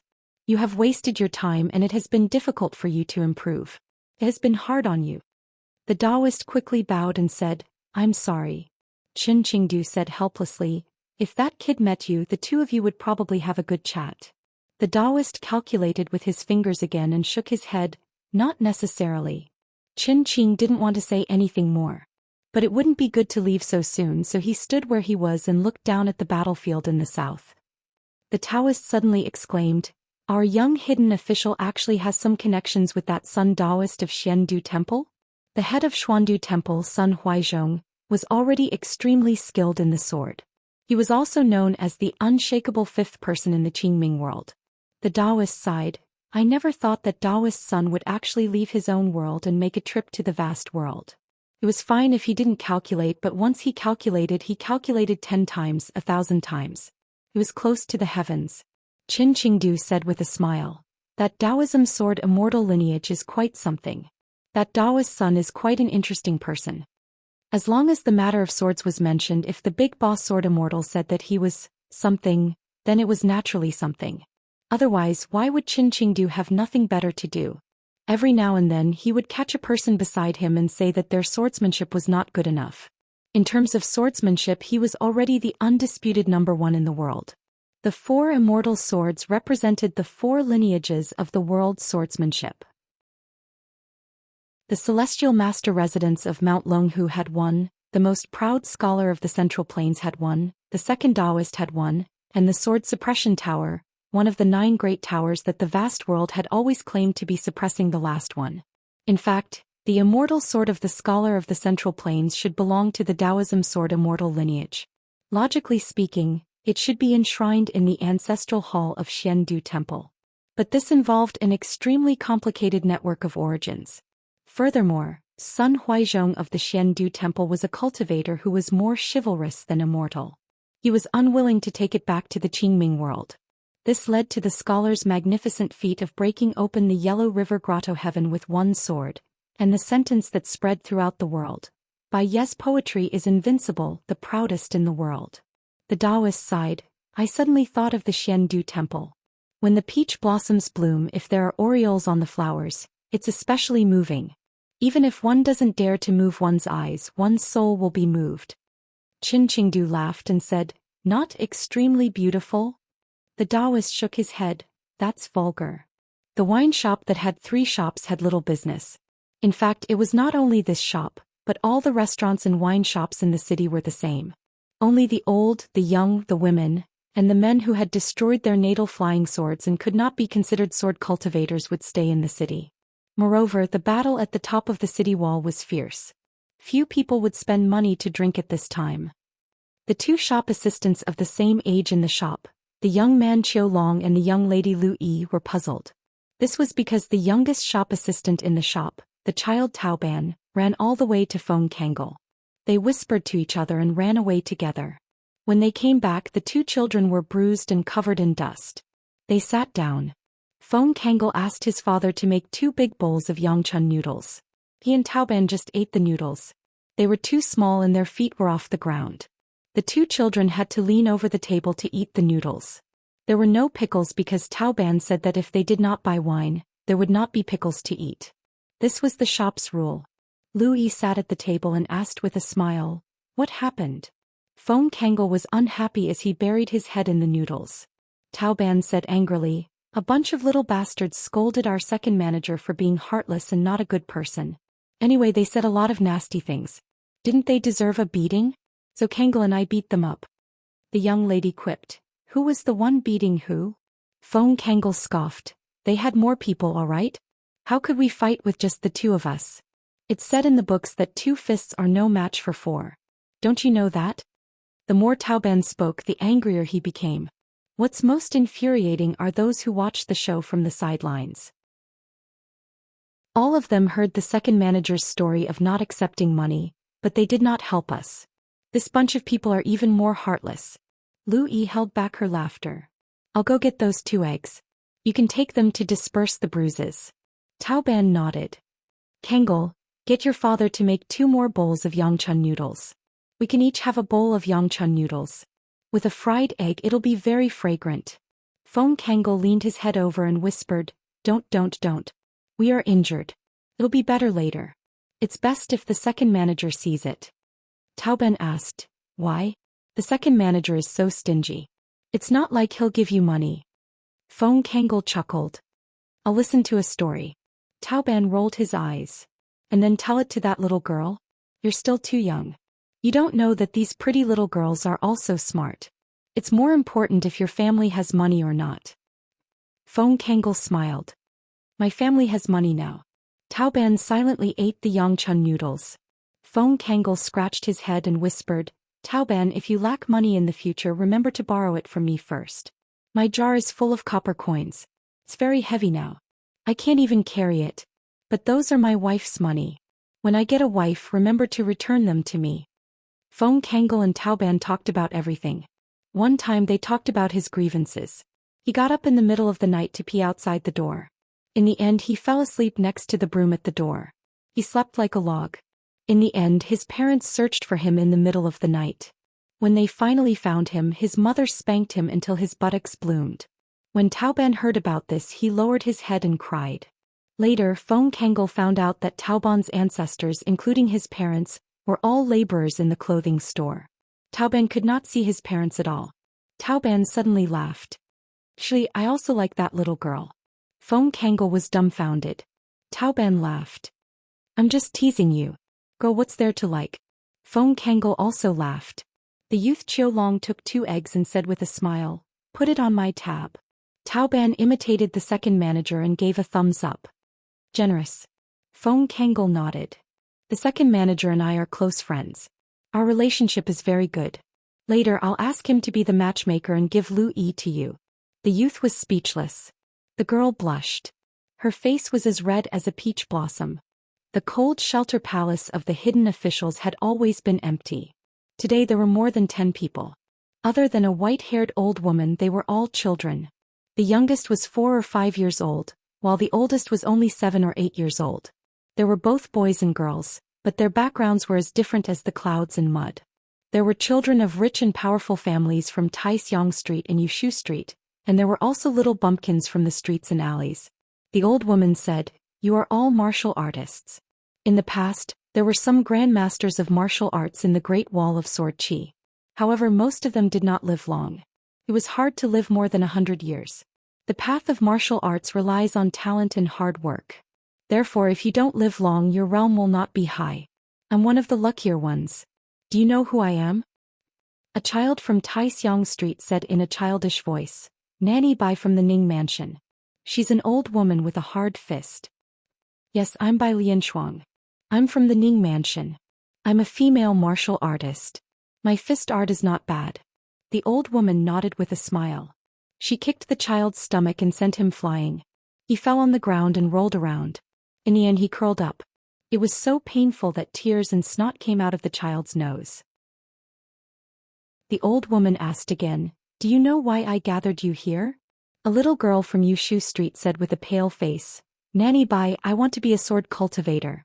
I don't want to learn martial arts. It's useless. The old woman rubbed the little girl's head and pressed her gently. The latter sat on the ground. The old woman glanced at the delicate child on the ground. She weighed her for a while and could only say that her foundation was not bad. She smiled and said, whether you want to be a sword cultivator and whether you can become one are 2 different things. I had the same idea as you when I was young. However, I couldn't become a sword cultivator. There's nothing I can do about it. It can't be forced. Just as the little girl was about to speak, the old woman smiled and said, don't worry. After a month, those who want to learn martial arts might not be able to stay. Those who don't might stay. The old woman turned to look at the group of children who looked cautious but had passionate eyes. The foundation of martial arts is not as important as learning the sword, but it's only relative. But whether you can do it or not, you'll only know after you've suffered a lot, right? The group of children nodded one after another. The old woman said, first learn 2 fist stances from me. Without a stance or a house without a pillar, you won't succeed. First I'll teach you 2 stances, one standing and one walking. It's easy to get started but not easy to master. Practice 1,000 moves and familiarity is the most important. After the old woman taught the 8 children how to stand and walk, she walked slowly. She looked at the children's awkward stances and said slowly, after 1,000 punches, your movements will be natural. Don't believe this statement even if you want to. If you believe it, you'll need to practice more. If you don't believe it, you'll be natural after 1,000 punches.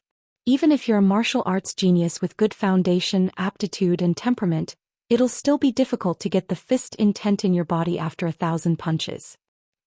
The child who was rolling on the ground sat on the ground. He was really a ghoul. He gritted his teeth and said, "That genius martial artist from the central divine continent Xianxia. Does he need to practice 1,000 punches for the same fist technique?" "Definitely not." The old woman was not angry. She looked at the child and said with a smile, "In the vast world, martial arts are great. Pure martial artists can be unreasonable with their fists, but they also pay attention to etiquette before they learn martial arts, and morality before they learn martial arts." The child crossed his arms and sneered, "I'm teaching you fist techniques and you're talking reason with me? Granny Bai, I don't think your fist technique is that good." The old woman's expression became more and more amiable. She bypassed the row of 8 children who were already swaying. "The heart is righteous, the fist is righteous, the heart is evil, the fist is evil. So, teaching fist techniques is teaching people." The child looked at the old woman who was smiling more and more. He knew something was wrong. He said loudly, "You're an old woman. Rather than learning fist techniques from you, I'd rather learn from the second shopkeeper. He's a master. I've seen him fight with my own eyes. Although he lost to Chao Ci 3 times earlier, didn't he also win against Yu Zhuanfu 3 times later?" The old woman laughed. "You're smart, kid. All right, get up. Do your stance with the others. If you do it well, you'll get hit less. The 6-step stance I taught you just now was taught by Mr. Chen." The child stood up and rubbed his stomach. He grimaced. "Really hurt?" The old woman smiled. The child's pain was real. It was only superficial and would be over soon. The child muttered, "I have some food at home. I don't need to do this." The old woman glanced at him. The child immediately wailed, I'll learn, okay?" The old woman felt helpless. When it came to dealing with children, her son-in-law was better. Actually, she was not even good at teaching fist techniques. Even though Bai Lianshuang was the only level 10 martial artist on the Great Wall of Sword Qi. Even when she was teaching her son-in-law at Ning Manor, the old woman felt bad about it. She could not bring herself to give him a heavy punch. However, her son-in-law had said that the martial artist seeds on the Great Wall of Sword Qi were insignificant on the Great Wall of Sword Qi. No one knew what would happen in the future. Even if she took a step back, it was still a good thing to have a skill to rely on. Qin Pingon found a secluded area and changed his face to that of a teenager. He secretly took out a long sword he borrowed from the sword workshop and put away the broken longsword on his back. He would have to return it to Pang Yuanji when the time came. He flew on the sword again. His aura changed from an old man past his prime to a young man full of vigor. His eyes were bright and clear. The great refined flying sword Day 1 and 15, the hateful sword mountain imitation sword Pine Needle and Cough Thunder. Unless it was an emergency, he would not use any of them. The immortal weapon Sword Saint and the Taoist robe Golden Wine had been given to Ning Yao. Therefore, Qin Pingon's sword Kinesis Flight, as well as the conjuring of 1 or 2 intrinsic flying swords from the account book, was the best disguise for him to enter the battlefield as a true sword cultivator. As for the skin on the faces made by Zhou Xian, that was secondary. After all, it was never a burden to have more skills. The more the better. Qin Pingon had a thought. He flew on the sword and looked at the situation on the battlefield. Soon he flew on the sword close to the ground again. On the battlefield, thousands of sword cultivators chiseled their way down south, forcing the demon army to the south. The fiercest battle was still at the line of the Golden River. The army of the demon clan further south was swarming towards the long river guarded by the sword immortal. Usually, the moment the sword immortal struck out with his sword, the army of the demon clan could instantly pile up a sloping hill. The invisible barrier that squeezed the small world of the long river was smashed by the waves of the Golden River, causing blood to splatter everywhere. The waves came and went, leaving behind countless piles of white bones.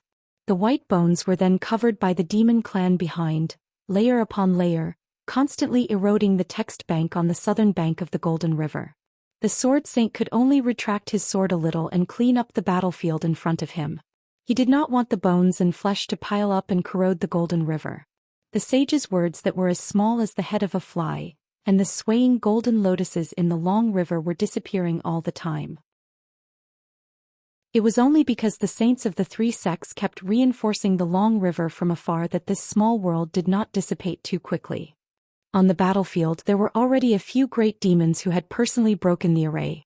There were also demon cultivators who had the innate supernatural powers of moving mountains and moving rivers. They kept smashing down mountains on the Golden River and the sword saints' heads, or pouring rain that was filled with energy and filth. Some of the great demons directly used spells to crack the ground and hollow out the ground. Some of them rode on huge demons to break through the ground and dig deep into the ground. With a loud rumble, they tore the ground apart and endured the Sword Saint's sword slash. They also tried to turn the indestructible Golden River into a floating river that had no soil to rely on. They could allow the demon army on the southern battlefield to quickly connect with the army on the northern battlefield.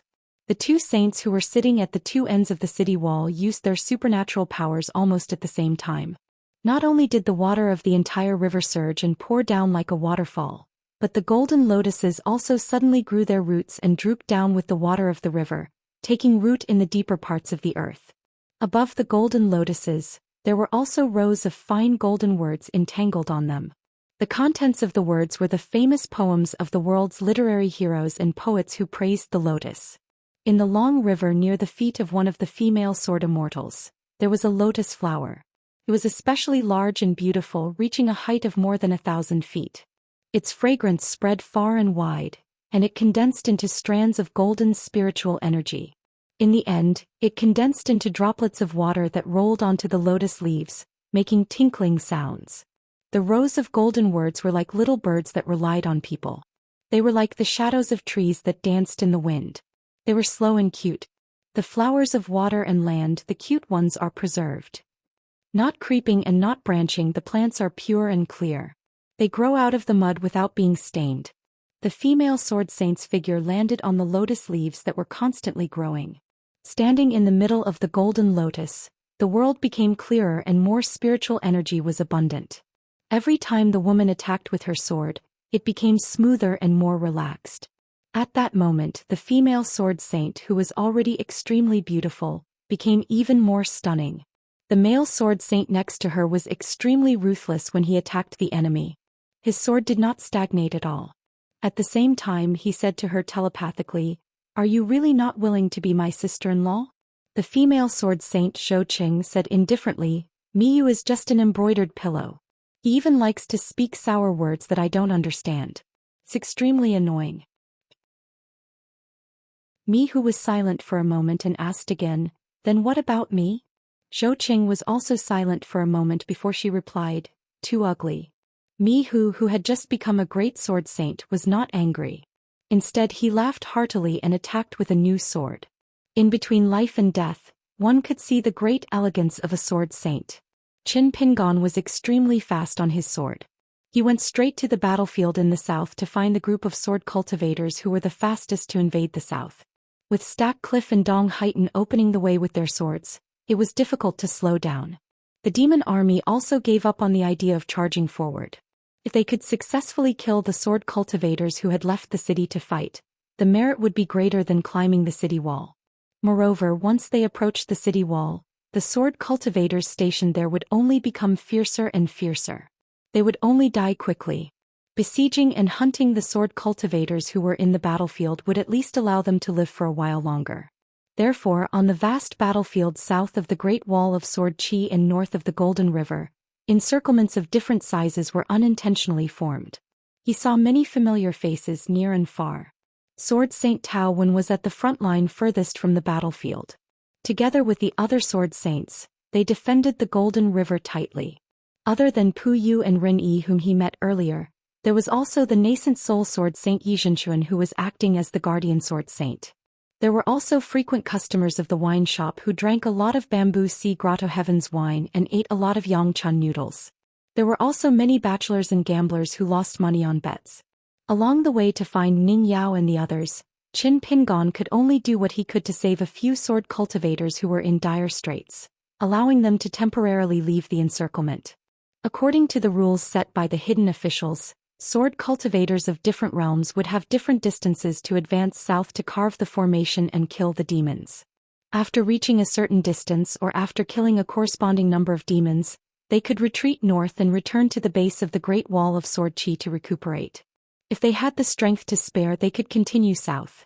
If they suffered heavy losses, they could directly ascend the city wall and replace them with a group of sword cultivators who had recuperated and rushed to the battlefield. They could not be greedy and advance prematurely, nor could they think of exchanging their lives with the demons.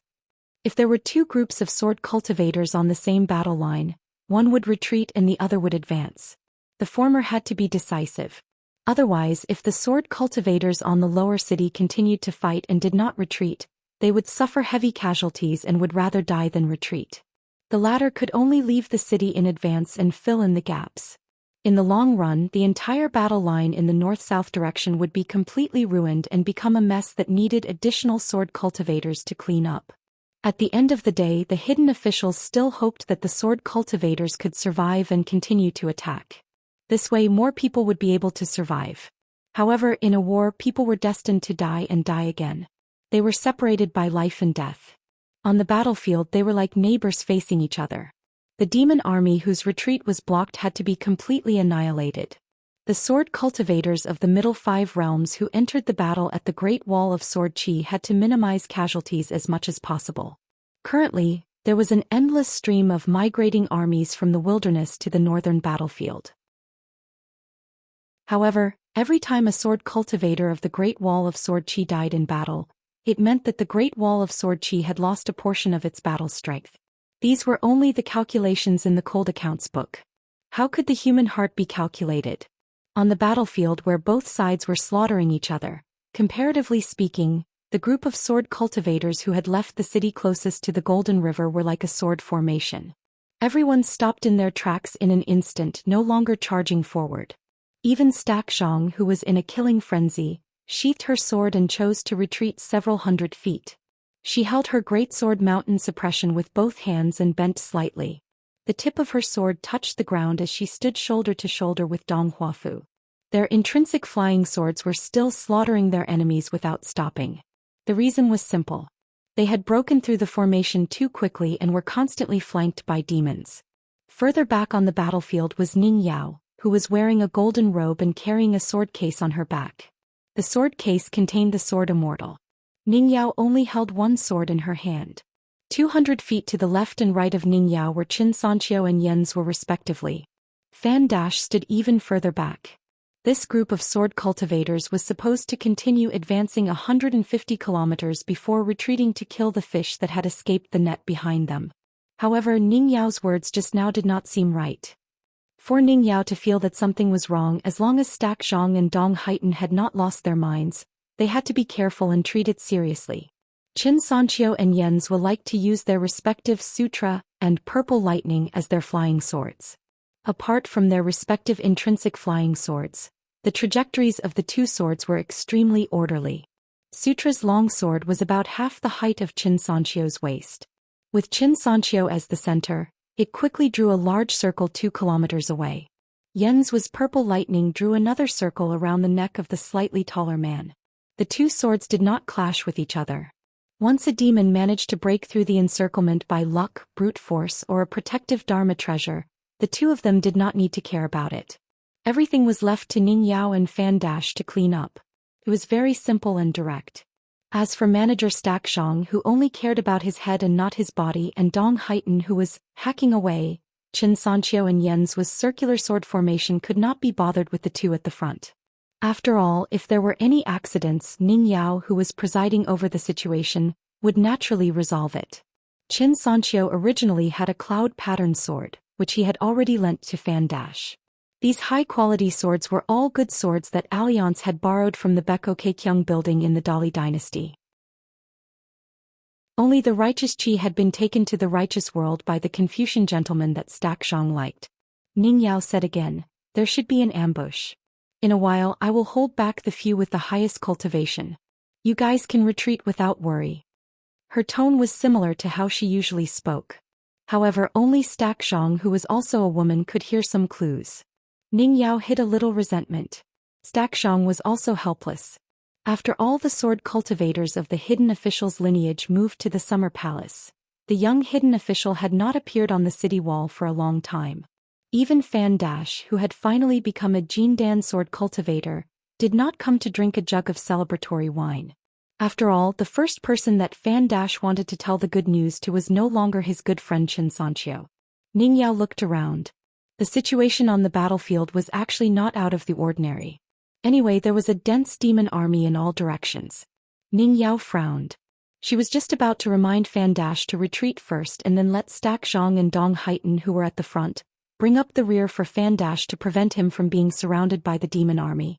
As for herself, she was relatively slower than Qin Sanqiu and Yenzhua. Qin Sanqiu had the sorcerer's robe and the life-saving talisman, while Yenzhua was naturally good at protecting himself. These two friends might not be able to kill as fast as Dai Zhang and Dong Haiten, but there was an excellent balance between killing and saving themselves. However, before Ning Yao could voice her thoughts, she was slightly surprised to find that Fan Dash had already flown up on his sword and retreated to the north without saying anything. Ning Yao was somewhat puzzled. Since when had Fan Dash become so smart?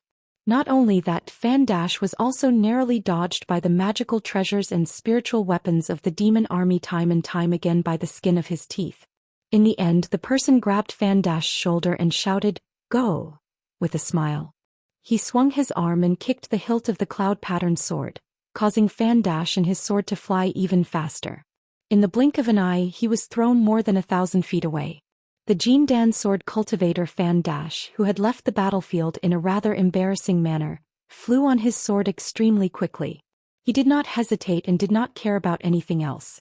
There were only two reasons for this. The dash, that he had not heard for a long time, and the person's concise words, "Why are you still not running? Do you want to be killed?"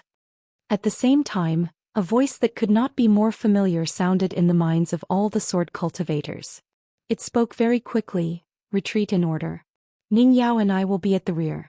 Qin Sanqiu and Yenzhua will be in the middle to provide support. Stack Zhang and Dong Haiten will be in charge of opening a path behind Fan Dash. Between the three of us, we only need to keep a distance of 1,000 feet. Cannot be too long or too short. The enemy has a lot of ambushes and I have only found 2 for now. Stack Zhang is in the northeast 300 feet away, and Fan Dash is in the southwest about 120 feet away. Be especially careful. The enemy sword cultivators have taken the initiative to attack Dash. You will be surrounded and attacked by reinforcements. Dash, please make the trajectory of your flying sword more enchanting. It will not stop until midwinter. Once the enemy's flying sword stops in midair, are you planning on crashing into it? Sanqiu Fatty Yen, be prepared to use your magic treasures at any time. The enemy is determined to kill you this time. The men of sacrifice are all sword cultivators of the demon clan. They will not let us retreat easily. Remember to protect Fan Dash at the same time. As usual, he was long-winded and fussy. Qin Pingon could only arrange his troops as quickly as possible. There was no need to say more about his guesses. There would definitely be 2 or 3 nascent soul sword cultivator deathsworn who would be hidden extremely well, waiting for an opportunity to strike. There might even be a demon sword cultivator at the Jade Unpolished Realm who would hide even deeper. He would copy the sword Immortal Lai Halberd and disregard his life to deliver a single strike. The reason could not be simpler. Among this batch of sword cultivators, apart from the newly ascended Jindan Fan Dash, everyone else was on the list of people who had to be killed in the wilderness. Qin Sanqiu Dong Huatu Stack Zhang Yenzhua. They were all outstanding figures in the Great Wall of Sword Qi. Ning Yao raised her eyebrows. She seemed to be annoyed by that person's incessant nagging. In fact, her most beautiful eyes in the world were filled with happiness, joy, and pride. It was like the ripples on a lake that were slightly ruffled by the spring breeze. Beside Ning Yao, a slender young man hovered on his flying sword. She and him were no longer just Ning Yao of Sword Qi Chongqing and Qin Pingon of the vast world. They were sword cultivators who appeared on the battlefield together. Everything was difficult at the beginning. This person beside her liked to think too much, so doing things was even more difficult than the beginning. But as long as she gave him a start, she did not need to worry about him anymore. For example, liking her. For example, practicing martial arts. For example, becoming a sword cultivator and then a great sword immortal. Ning Yao asked in her mind, "Life-bound flying sword?"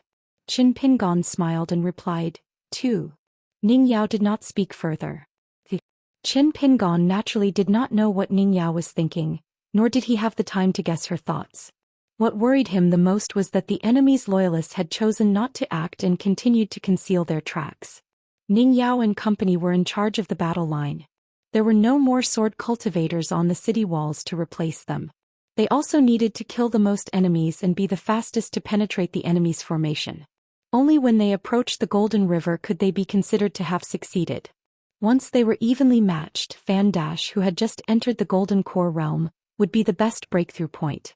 If they were to ask Fan Dash to leave the battlefield and watch from the sidelines, it would be unreasonable.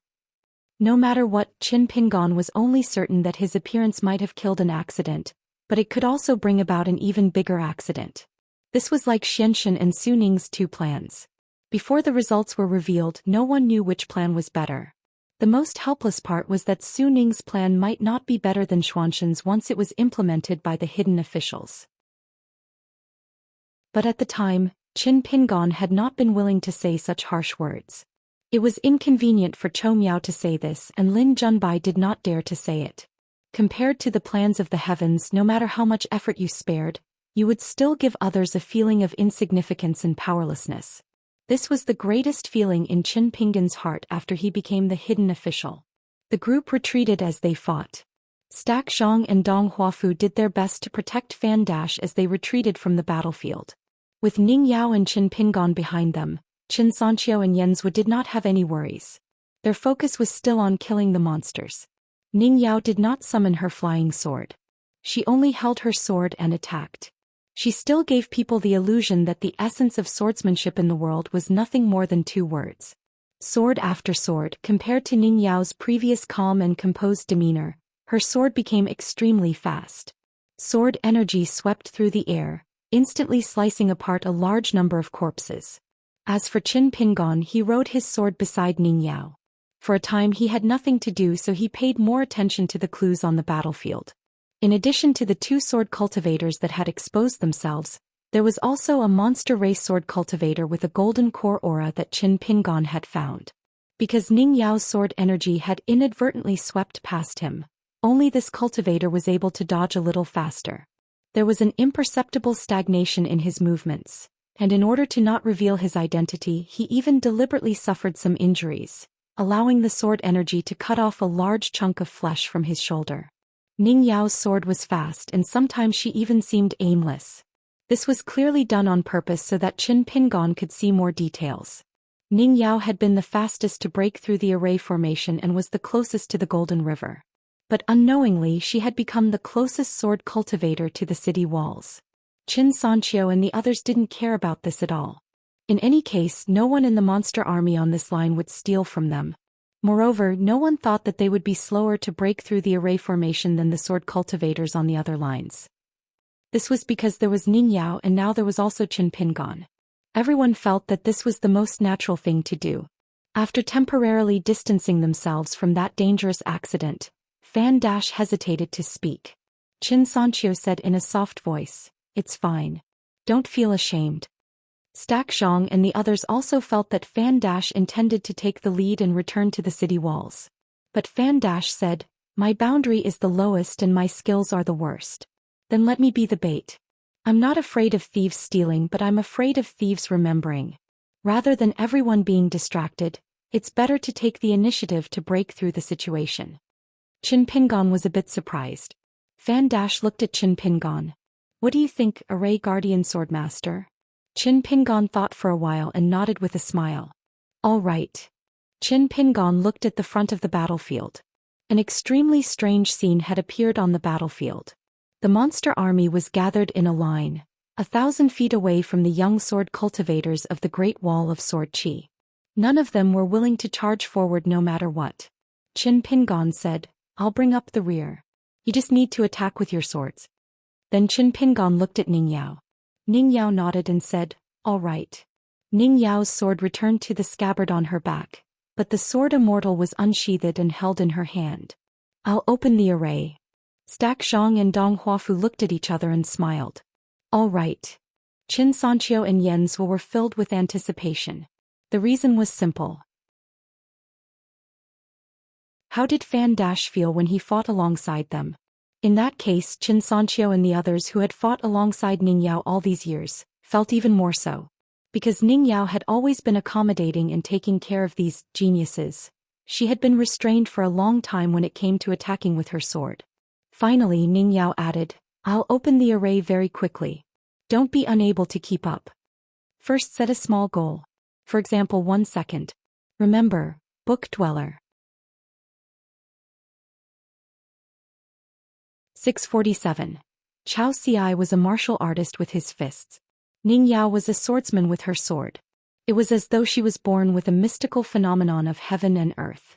This was different from Qin Pinggan's first intrinsic flying sword, Sparrow in the Cage, and Qi Jinglong's rules, which he claimed to have read from books. Both of them could use their flying swords' intrinsic mystical powers to create a small world of their own. It was completely different from the first two. Therefore, when Ning Yao took the lead and walked out of the group with the sword immortal in hand, she was about to break the array. The demon army, which had already been stuck in a stalemate, began to retreat involuntarily. This resulted in the front line of the army becoming denser and more bloated. Perhaps this was how all living things reacted to the changes in heaven and earth by instinct.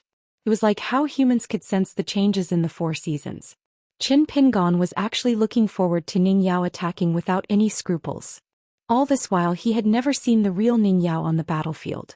As for the sword immortal that Qin Pinggan had spent a lot of effort to tame, when it was in his hands, its temper was as bad as a big boss. However, when it landed in Ning Yao's hands, it became as obedient as a little girl. Qin Pinggan didn't mind at all. Ning Yao walked forward slowly and was not in a hurry to deliver the first strike. The sword immortal in her hand swirled with golden light. Together with the golden Taoist robe that was already eye-catching on the battlefield, Ning Yao looked like a supreme god on the battlefield. Using this opportunity, Qin Pinggan asked Xianxia and Xianxia about the details of the battle in which they had broken the array. For example, the approximate number of Dragon Gate Realm and Golden Core Realm demon cultivators who were not seriously injured and had a high cultivation realm, their appearances, dermic powers and intrinsic items. During the retreat, Qin Pinggan had spent most of his time searching for the hidden sword cultivator loyalists. It was inevitable that he would miss out on a large number of details. If he were to ask about the stacked mountain seal or Dong's Wufu, it would be a waste of time. They had killed their way through and their flying swords had collided with each other. It was likely that these two would not even be able to remember the rough merits. Qin Pinggan quickly reminded everyone with his words, "You don't have to think too much about breaking the formation. Kill the enemy on the spot. Fan Dash and I will add a few more strikes. You don't have to think too much about anything except for Ning Yao to activate the formation. Sancho, the four of you, the most important thing for you to do is to force the group of men of sacrifice to reveal themselves by accidentally injuring them on a large scale. I will point out their identities and positions one by one. If the time is right, you can take care of them by yourselves. If you really can't handle it, then listen to my reminder. Act according to the time and place and try to work together to kill it." Fan Dash was actually a little nervous. In the end, he was still worried that he would become a burden to these friends. At this moment, after listening to Qin Pinggan's detailed arrangement of troops, he felt a little more at ease. "Qin Pinggan only said to Fan Dash, how is it not heroic to pretend to be a hero in the heat of the moment?" Fan Dash took a deep breath and smiled. "That's true. Right now, Dong's Wufu's appearance was between that of a teenager and a young man. Only his parents had given him the wrong name, but not his friends in the Jiang who had given him the wrong nickname. Dong Haitan was indeed a little dark. He would probably never be able to get rid of this nickname in his life. Dong Haitan, who spent money recklessly, never gave credit to Dong's Wufu. He had chosen the Hongzhuang with the most feminine name and the most graceful style. The blade of the sword was as slender as a willow branch. Stacked mountain seal held Jinyu. The one-armed female head shopkeeper was actually a graceful woman with delicate features. Her sword was a broadsword with a wide blade. Dong's Wufu and Stacked Mountain Seal, who had the heaviest killing intent, would follow closely behind Ning Yao, one on the left and one on the right. They would do their best to help Ning Yao, who was leading the charge, and tear a larger hole in the army of demons. If Ning Yao's attack would determine the speed at which the group of sword cultivators could break the formation, then Stacked Mountain Seal and Dong's Wufu's responsibilities would not be light either. If the overall killing power of the 7-person sword formation was not great enough, even if they succeeded in breaking through the formation, they would still be able to reach the Golden River guarded by the Sword Immortal at their fastest speed. In reality, it would not be of much significance to the overall situation of the battlefield. Xianxia and Xianxia, who were roughly behind Dong's Wufu and Stacked Mountain Seal, were responsible for helping the two in front to stabilize the battle line and slay even more demons on the battlefield. The formation was about to be opened. Qin Pingon also restrained his expression. He was immersed in his thoughts and kept his sword a few feet above the ground. His identity might not be able to fool some of the sword cultivators, but it had a hidden use. Once those sword cultivators, in order to stabilize the situation on the battlefield, used their thoughts to inform some of the important demon cultivators other than the sword cultivators, then as long as one or two of their eyes accidentally glanced at the young sword cultivator, Qin Pingon would be able to use the opportunity to find one or two more key enemies. In order to make a big deal, one had to haggle over the smallest details. As the 6 sword cultivators moved forward separately, Qin Pingon, who was in charge of bringing up the rear, had unknowingly arrived at the very back of the battlefield. He suddenly laughed. As expected, the golden robe Ningyao wore was the most beautiful.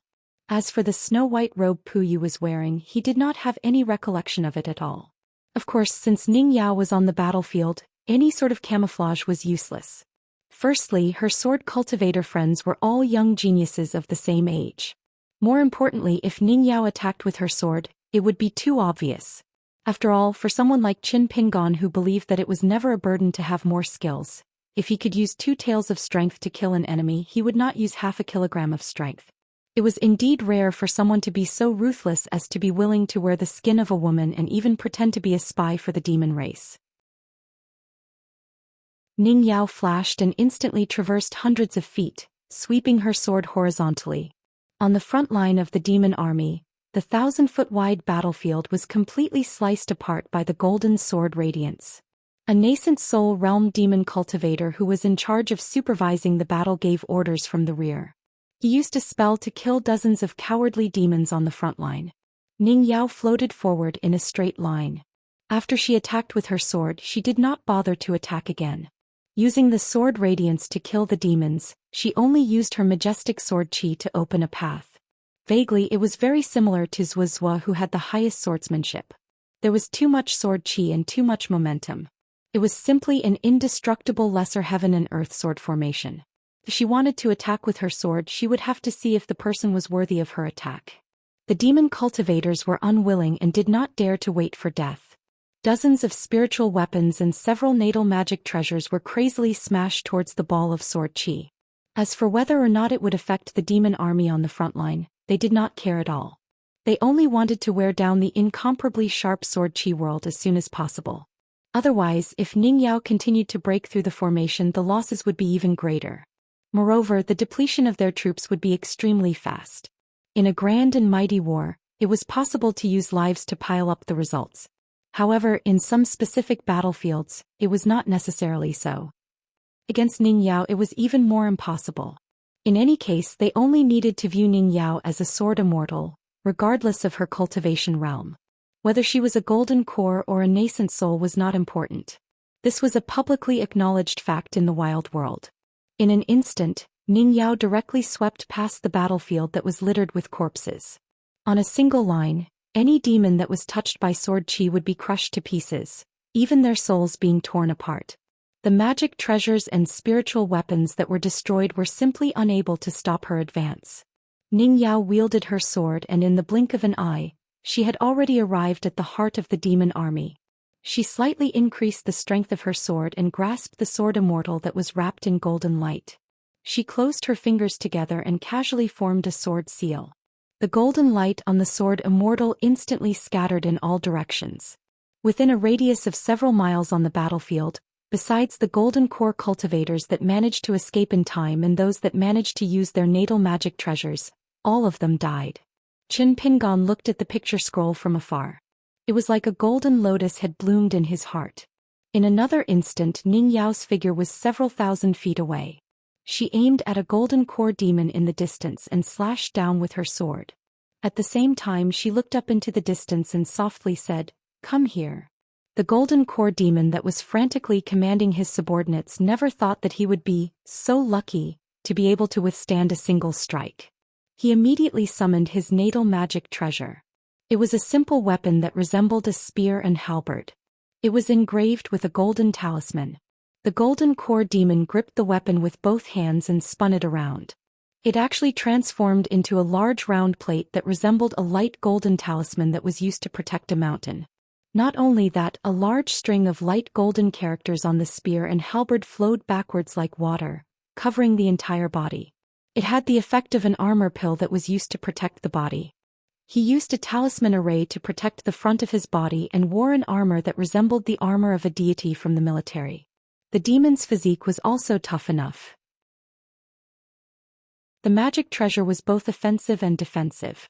It was definitely an extremely high-quality immortal treasure. In the vast world, even a nascent soul cultivator would be envious if they saw it. Unfortunately, after a long golden line fell down, the talisman array, the armor, and the golden core demon were all split in half. On the ground, an extremely long ravine was carved out by the shockingly long golden line. Breaking the talisman array, the armor, and the body was only a casual strike from Ning Yao's sword. When Ning Yao stopped and appeared on the battlefield, the demon army around her had already retreated frantically. It was only when she casually said, "Come here," that a strange phenomenon occurred. Around Ning Yao, in each of the 4 directions, there was an ancient pure sword intent that wandered between the heavens and the earth. As if they had received an edict, they all fell straight to the ground. The strands of sword intent seemed to have gained sentience. Not only did they appear for the first time under the command of a sword cultivator of the later generation, they were also able to absorb the abundant sword chi between the heavens and the earth. The 4 pure sword intents that reached the sea of clouds and the depths of the earth constantly expanded like pillars. In the end, 4 pillars of sword intent that connected the heavens and the earth were erected in the 4 directions. Then in an instant they split into countless extremely fine sword intents that crisscrossed and covered the entire heavens and earth. This time, there was not a single person around Ning Yao who survived on the battlefield. Moreover, the bodies and souls of the demon army, along with the life-bound items and weapons of the cultivators, were all smashed together. Ning Yao's figure flashed forward once more, pulling a large distance away from the sword cultivators behind her. The 4 strands of sword intent converged into a line once more, following Ning Yao like a shadow and lingering around her. As a result, Ning Yao had sword intent outside of the sword chi formation. The golden sword in her hand was indeed not very useful. Even though Fan Dash was on her side, after seeing this scene from afar he felt his scalp go numb. If Lin Junbai had the chance to see this scene, he would probably tell himself that even though he had lost, it was still an honorable defeat. He would definitely not feel the slightest bit of sadness or loss. Instead, he would be rather happy.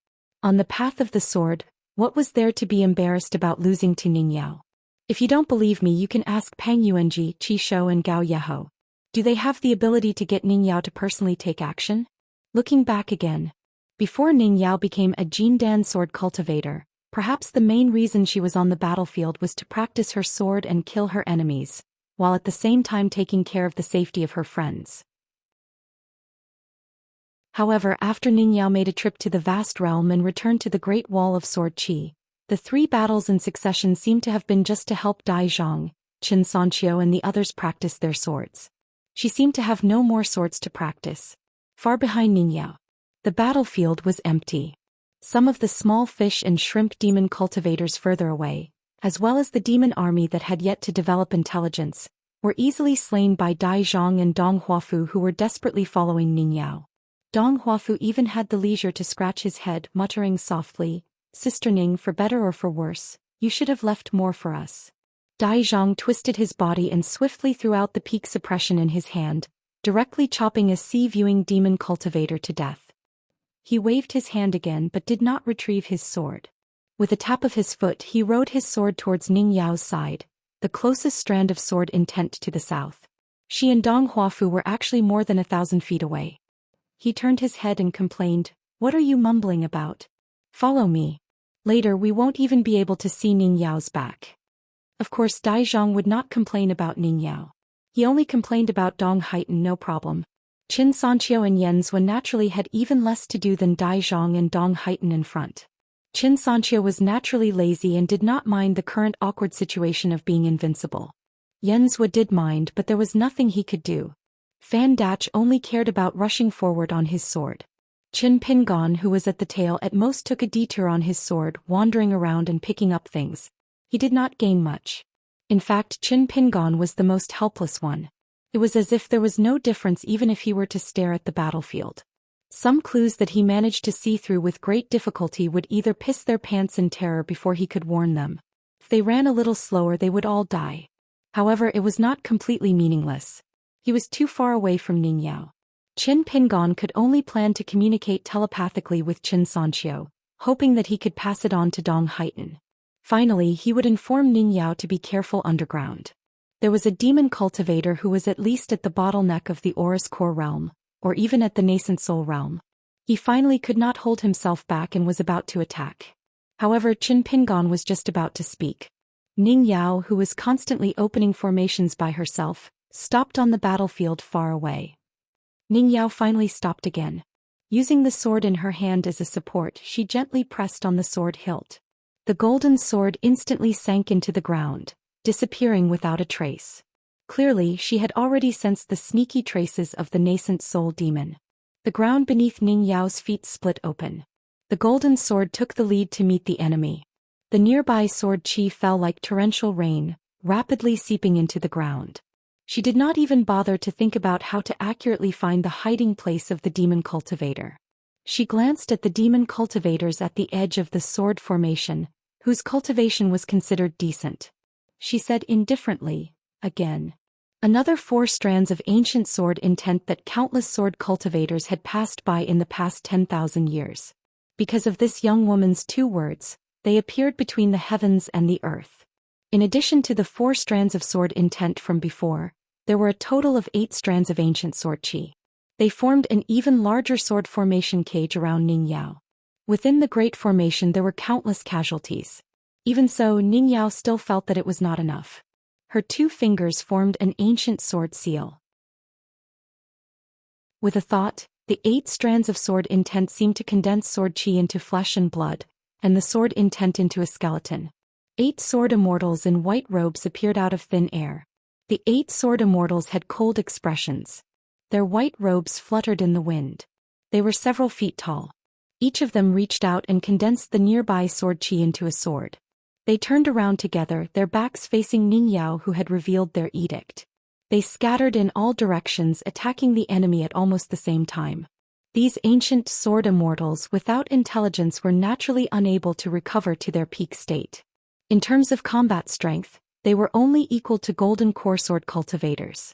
Of course, they did not have their life-flying swords. They did not have supernatural powers. But with the combat strength of 8 golden core sword cultivators, even if their bodies were shattered by the demon army of the wild world, they could only condense the battlefield's sword chi once more. They would grow and multiply endlessly. They did not know fatigue or life or death. They did not need to worry about accumulating spiritual energy. Wasn't it easy for them to kill on the battlefield? As long as Ning Yao did not consume too much of her mental energy, and with the 8 pure sword auras that were the foundation of Tao, the connection with Ning Yao's mind would not be interrupted by the enemy's nascent soul stage cultivators or the sword deities of the upper 5 levels.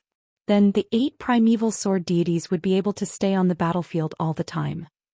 Ning Yao's swordsmanship, sword intent, and sword Tao as long as she is given time, and it won't take too long. This was what the eldest sword immortal Qin Qingdu said personally. Why was it that no one in the Great Wall of Sword Qi called Ning Yao a genius? Because if she was a genius, then Qi Shou, Pang Yuanji, and the other young sword cultivators would all be 1 level lower. They could not even be considered geniuses. Ning Yao. She had always been unique. Since the first day Ning Yao started practicing swordsmanship when she was young, no one of the same age or even the so-called geniuses of a generation higher was willing to practice swordsmanship with her. There was no need. The ground beneath Ning Yao's feet had already shattered, collapsing and collapsing. Ning Yao hovered in the air.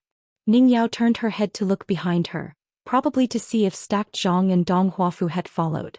In just a few blinks of an eye, when the golden sword found the nascent soul cultivator, Ning Yao's figure fell rapidly and disappeared without a trace.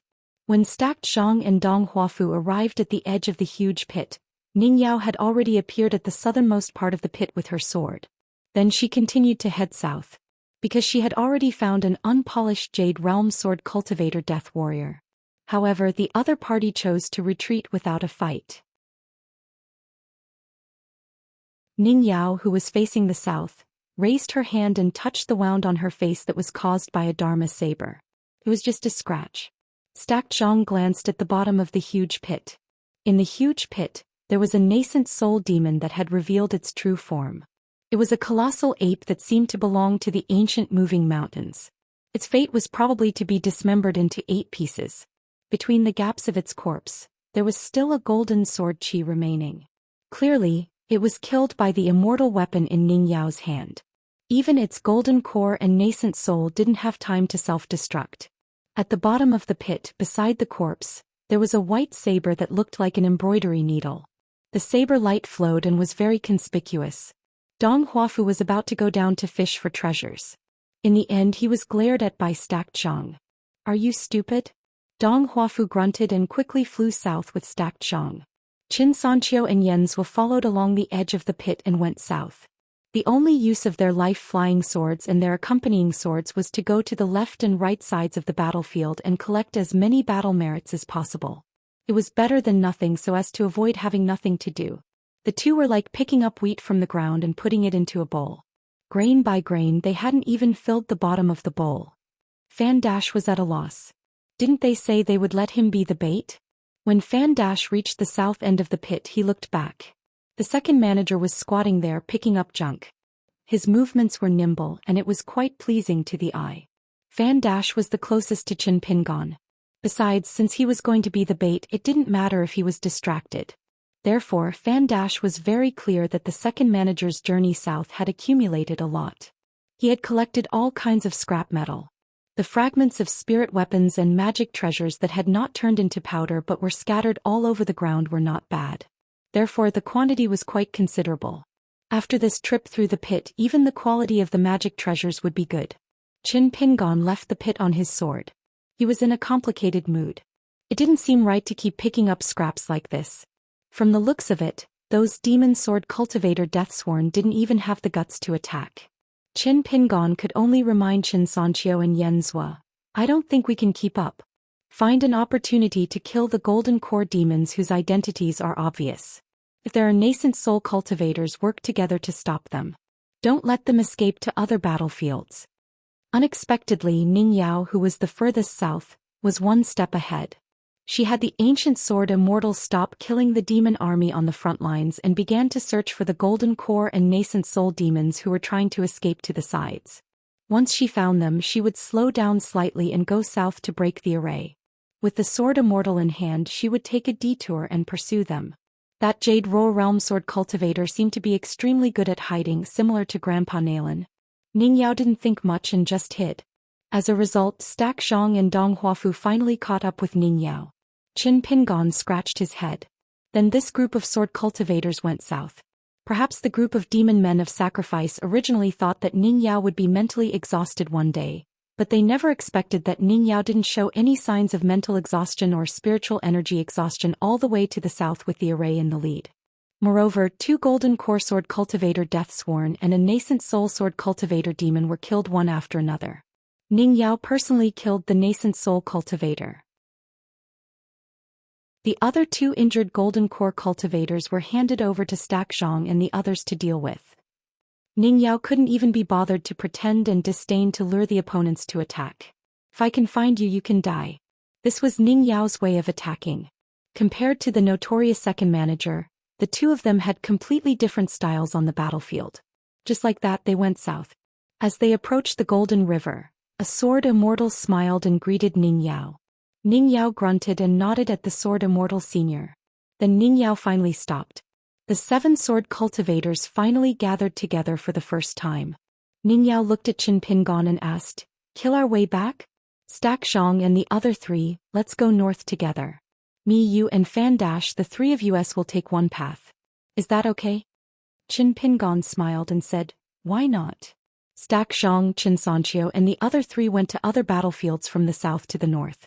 They turned around and returned to the Great Wall of Sword Chi. Along the way, no one had to use their swords. It was awkward to have no swords to use. Ning Yao accompanied Qin Pingon and Fan Dash. The 3 of them returned north to the Great Wall of Sword Chi. Fan Dash felt that he was becoming more and more redundant. Qin Pingon no longer rode on his sword. He put away the sword workshop's sword on his back and shook his sleeves. Fan Dash took the lead and rode his sword north. However, he didn't dare to put too much distance between himself and the two behind him. After Fan Dash tactfully left, Ning Yao suddenly asked, "Is it tiring to be a reclusive official?" Qin Pingon smiled and said, "I'm not tired now." Ning Yao hesitated for a moment. She felt a little awkward but still said softly, "Anyway, you can think less when you're with me." Then Ning Yao raised her brows. That was the truth. What was there for her to be embarrassed about? Qin Pingon turned around and raised his hand. He used his thumb to gently wipe the wound on her face. Then he pinched her cheek and said with a gentle smile, "Isn't that so?"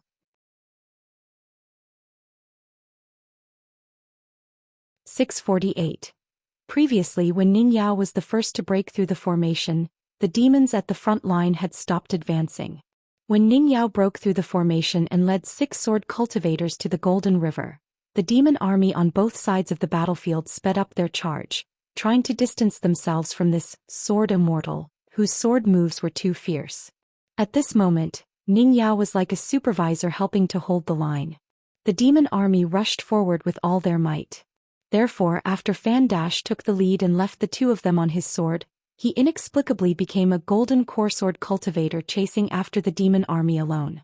Fan Dash felt that just because of this he should drink a pot of the most expensive wine in Azure Immortal Mountain. With enough battle merits, he finally didn't need to borrow money from Xianxia to buy wine. Qin Pingon looked at the front of the battlefield. The demon army's formation at the back was getting thicker and tighter. They were moving forward at an extremely fast speed. The higher the realm of the demon cultivator, the further away they were from the three of them. Of course, in reality it was just to stay away from Ning Yao, him and Fan Dash. He said, "The sword cultivators on both sides will be under a lot of pressure because of us." Ning Yao said, "Then let's try to meet the sword cultivators at the front as soon as possible." "What are the specifics?" Qin Pingon stepped on the sword workshop's long sword. He was getting more and more used to riding the sword close to the ground. He quickly rolled up his sleeves. "This time I'll open the formation. You take the rear. Once the golden core and nascent soul demons appear, I'll leave them to you." Ning Yao asked, "You're not going to use your flying sword?" "I'll only use my fist. It's just nice to polish the bottleneck of the martial path." Qin Pingon said, "Don't worry. The speed of opening the formation is definitely not comparable to yours. But compared to other battlefields it won't be slow." Ning Yao nodded. "Then just use your fist." Qin Pingon took a deep breath and rode his sword like a rainbow. After catching up to Fan Dash, he said telepathically, "Dash, you attack from the middle. I'll open the formation in front. No matter what happens during this period, don't be calculative. Just ride your sword forward. I may not be able to take care of you, but with Ning Yao taking the rear, it shouldn't be a big problem." Fan Dash said in a deep voice, "Okay." In fact, when the second shopkeeper didn't say, "Dash," Fan Dash knew that he had to be more careful. In an instant, Qin Pingon, who was wearing 2 sets of robes, suddenly sped up on his sword. He flew in a straight line, whistling through the air. Along the way, Qin Pingon drew his fist when he was still 1,000 feet away from the demon army. With a stomp of his foot, the long sword under his feet tilted and fell. Unable to bear the weight, the sword actually flew close to the ground. In Fan Dash's eyes, Qin Pingon's figure disappeared in an instant. He obviously did not use the mind talisman, but he already had the effect of the mind talisman. Could it be that he had broken through the bottleneck and become a grandmaster of the distant travel state after just over a year after entering the Golden Body Realm? Ning Yao chose to ride on her sword this time. She explained to Fan Dash, "He's only at the Golden Body Realm now and hasn't reached the far roaming realm yet." He wore 3 robes. Now it was no longer to protect his life, but to suppress his fist intent. Coupled with the sword chi to a certain extent, the 3 robes could be considered as a form of training. It's similar to those martial artists who tie sandbags to their feet all day long. Ning Yao was willing to say so much. Of course he was related to Qin Pingon. Fan Dash was her and Qin Pingon's mutual friend. Qin Pingon took care of Fan Dash. It wasn't just because Fan Dash's level was not high enough. Qin Pingon seemed to see a lot of his own shadow in Fan Dash. Pieced together, it was natural to feel close to him. It was just that Ning Yao didn't understand the specific reason behind this. She believed that when Qin Pingon was free in the future, or when the hidden official finally managed to find some free time in his busy schedule. Naturally, he would tell her about it. Ning Yao said, when he first started learning martial arts in his hometown, he tied a bag full of gravel to his leg. The first time he went out, he used half a caddy of talismans and 8 tails of talismans. He has long been used to this. He doesn't even know what will happen if he punches with all his strength. Since he doesn't know how heavy or fast his punches are, then his opponent won't know either. As she spoke, Ning Yao slashed out with her sword. On another battlefield, a golden core monster cultivator glanced at her from afar. Ning Yao sensed something in her heart. With a slash of her sword, she cut through the monster cultivator like a knife cutting through tofu. In particular, the monster cultivator she targeted had his body split in half. His golden core exploded, bringing disaster to countless bystanders. Ning Yao suddenly thought of a small matter. She remembered that when Qin Pingon was still young, he carried a locust wood sword case with 2 swords. The first time he came to the Great Wall of Sword Qi to find her, the 2 of them were alone. He liked to find things to talk about. He talked about many things in the countryside. For example, the carpenter's ink line. The carpenter's exquisite skills were very accurate. It was rare for Ning Yao to look at the battlefield after her sword strike. It was quite realistic. Fan Dach simply didn't know how to respond. In truth, standing beside Ning Yao gave him an unimaginably great pressure. His good friend Xianxia had once said to Fan Dach in private that if he and his friends were a level lower than Ning Yao's cultivation, it would be fine. But once they were at the same cultivation level, they would begin to doubt their lives. Am I really a sword cultivator? My cultivation level isn't fake, right? It was just that when Fan Dach saw Xianxia leisurely drinking wine and grumbling, Xianxia's face was full of smiles. The vice manager had once said that wine was the best fishing rod in the world. It could hook a drunkard's innermost thoughts back to their lips. In particular, his Sea of Bamboo Paradise wine was even more amazing. To be able to become friends with Ning Yao, even a proud son of heaven like Xianxia would feel a bit of pressure. But at the same time, it was also worth drinking happily. Fan Dach carefully observed the surroundings of the battlefield. The truth was that it was empty and there didn't seem to be any danger. But Fan Dach was still worried that there might be some sneaky monster cultivators hiding underground. They might stab him with a sword or throw a magic weapon at him. On the battlefield there were many such things. Fan Dach had once witnessed a sword cultivator of the same age with his own eyes. But, in a moment of carelessness, a mountain razor monster cultivator hiding underground had already calculated the trajectory of his sword.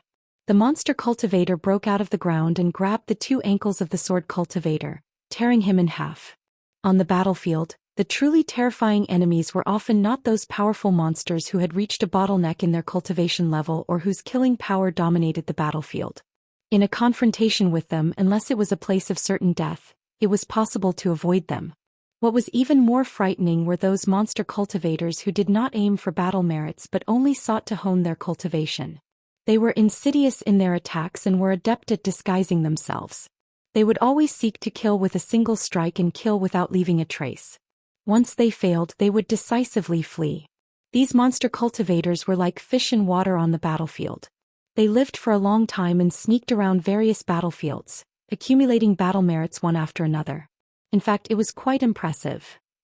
It was said that the youngest sword immortal of the upper 5 realms in the desolate world, a great demon named Xichen, had relied on this insidious method to rise up step by step. What was even more terrifying was that even though Xichen had become an upper 5 realm sword immortal, he still liked to act sneakily. He hid his great demon aura and deliberately suppressed his sword immortal aura. He had always been a golden core demon cultivator and entered the battlefield, waiting for an opportunity to strike. It was because of this that Alliance personally searched for Xichen's movements in a battle back then. Eventually, Xichen was found by Alliance and struck him with his sword from afar. However, Xichen was a sword immortal and had used a protective talisman from his teacher to escape the battlefield. Fan Dach was suddenly taken aback. Wasn't his second shopkeeper the same? Furthermore, he could be considered a grandmaster in this line of work. It was a pity that he had become a hidden official of the Great Wall of Sword Qi. Otherwise, even if the second shopkeeper did not act as Fan Dach's array guardian swordmaster and allowed Qin Pingon to freely appear in various battlefields, coupled with the fact that he was a sword immortal and was a pure martial artist, coupled with Qin Pingan's ability to control the minute details of the battlefield, as well as his precise calculation of the combat strength of his enemies on the battlefield, Fan Dash believed that regardless of the accumulation of battle merits or the speed of his growth, he would not be inferior to Si Qin. Ning Yao's sword immortal bearing was naturally soul-stirring and fascinating. However, no matter how much one revered or admired her, Ning Yao was still Ning Yao. No one of her peers in the Great Wall of Sword Qi could imitate her. However, the second shopkeeper's fighting style was something that even Fan Dash could learn. As long as he had the heart, witnessed it with his own eyes, listened to it and memorized it, he would be able to use it for himself. As long as he refined his cultivation, as long as he had a slight chance of winning on the battlefield, he would often be able to help a sword immortal kill an accident. On the battlefield ahead, after Qin Pingan no longer used sword kinesis flight, he took the initiative to fall into a heavy encirclement formed by the demon race. He opened his fist and his majestic fist intent flowed out like a river. It was similar to Ning Yao's sword Qi that had previously formed a small heaven and earth formation. Those who are careless or dare to approach me will be my fist intense enemy first. A demon race member whose body was as large as a pavilion had already enlightened his apertures and become a cultivator. His two natal items were specially used to superimpose defensive supernatural powers. He relied on his naturally strong physique to rampage on the battlefield. In the end, Qin Pingan opened up a path with his fist. His entire body was like a long sword, slicing him into two halves on the spot. The surging blood was then dispersed by the fist intent. A single stab was better than 1,000 hits. Qin Pingan only used one punch to fight against his enemies. When he was alone, he would be surrounded by enemies from all directions. He would still strive to kill his enemies with a single punch, injuring their foundations and shattering their souls. Every punch seemed to be conserving his strength, but in fact, every punch was extremely powerful and unstoppable. The fist intent was so pure that it could actually make the surrounding sword Qi actively avoid it. A demon clan cultivator who couldn't dodge in time raised his hammer and smashed it down. He had a tall and sturdy build and was about 20 feet tall. Facing the legendary Ning Yao, he might just be waiting for death. However, facing this young man, who didn't have a flying sword and only had an extremely powerful fist technique, he didn't lack the will to fight. Qin Pingan stretched out his hand and blocked the huge hammer that was smashing down on his head. His entire body was shrouded in shadow. Qin Pingan's ankle shifted slightly, diverting the huge force to the ground. Even so, his knees were still smashed into the ground. He could have dodged, but he didn't. He took the heavy hammer head-on and deliberately stagnated his body a little in order to let the hidden demon race cultivators feel that there was an opportunity to take advantage of. A demon race military cultivator wearing refined iron talisman armor approached Qin Pingan with a saber in both hands. His aura was like a rainbow as he slashed at him. There was also a golden core cultivator who extended his sleeve and tossed out two golden talisman diagrams depicting the true shape of the 5 mountains and the meandering rivers. He then extended a palm and lifted it up heavily. The ground beneath Qin Pingan's feet was first frozen by the golden core cultivator's technique, sealing off an area of several hundred feet around him. The golden talisman of mountains manifested 5 fist-sized mountains of different colors. 4 of them hovered around the young warrior, while only the middle peak of the talisman smashed towards his opponent's head. Holding the huge hammer with one hand, Qin Pingan raised his left hand and directly grasped the pitch-black saber that was as thick as ink. The pure fist intent in his palm rubbed against the black saber, causing sparks to fly everywhere. With a twist of his wrist, he dragged the demon race military cultivator who was unwilling to let go of the saber to his front and slammed him against the miniature mountain formed from the golden talisman. Having completed his task of luring the enemy, the hammer-smashing demonic cultivator could no longer bring his huge hammer down. He temporarily withdrew his weapon and raised his arm high, wanting to attack again. The demon race military cultivator saw that the situation was not good. He did not want to be hit by the middle peak, nor did he want to be hit by the hammer that followed. He decisively abandoned his saber and retreated, kicking the young man's chest and borrowing the momentum to retreat. In the next moment, Qin Pingan, who had been using the monkey fist stance taught by Zhou Xian, suddenly changed to Zhongqiu's peak fist stance. The slender young man, whose shoulders were slightly slumped and whose back was hunched, immediately returned to his normal posture. His fist intent changed and became even more vigorous. He directly shattered the spell seal around him and smashed his fist onto the miniature mountain. When the fist made contact with the small mountain, a frenzied ripple of fist intent surged in all directions, shattering the mountain into splashes of golden light. Qin Pingon, who was still holding onto the tip of the saber in his left hand, slid backwards and dodged the second heavy hammer strike from the burly demonic cultivator. He retracted the saber in his left hand slightly and loosened his right fist into the shape of a saber. He chopped down with the saber, chopping the saber into two. This caused the demon race military cultivator, who had wanted to take the initiative to destroy his natal item, to end up losing the rice used to lure it. Instead, he spat out a mouthful of blood essence from his heart. He glanced at the young man who was still trapped in the formation of the four mountains. This demon race military cultivator actually directly rode the wind and left the battlefield. Although the four mountains formed from the golden talisman were small, they hovered in the air at this moment. They still gave off an extraordinary aura of mountains towering over the earth. The black-clothed young man and the hammer were trapped in the formation. The only thing lacking was that central mountain, which was slightly lacking. Fortunately, the other golden talisman had already transformed into a water serpent that was several zhang long. In the end, the formation of mountains and flowing water was still formed. The burly demonic cultivator, who had been implicated and could only fight for his life with the young man, no longer cherished his life. On the battlefield, death was inevitable, but there were also those who feared death and would die even more. The burly demonic cultivator wielded a large hammer and unleashed his ferocious nature. Within the formation cage of the four mountains where a water serpent was pouncing, he charged straight for the young man whose fists were unreasonably heavy. If he could exchange lives with the young man, he would. In the end, his chest was smashed apart by the young man's fist. Before this, the talisman's water serpent had already worn down the burly demonic cultivator's flesh and bones. Perhaps even the golden core demonic cultivator had not expected this outcome. It had actually become a mutually destructive battle where one fellow Taoist would rather die first than live. This was because after the young man punched the burly demonic cultivator to death, he leaped high into the air with the tip of his foot. He pressed the burly demonic cultivator's head down and crashed into the water serpent. The burly demonic cultivator, who had chosen to self-destruct his golden core, was reduced to ashes along with the water serpent. The golden core cultivator took a closer look and saw that the young man had torn off his tattered robe. He was still wearing a robe underneath.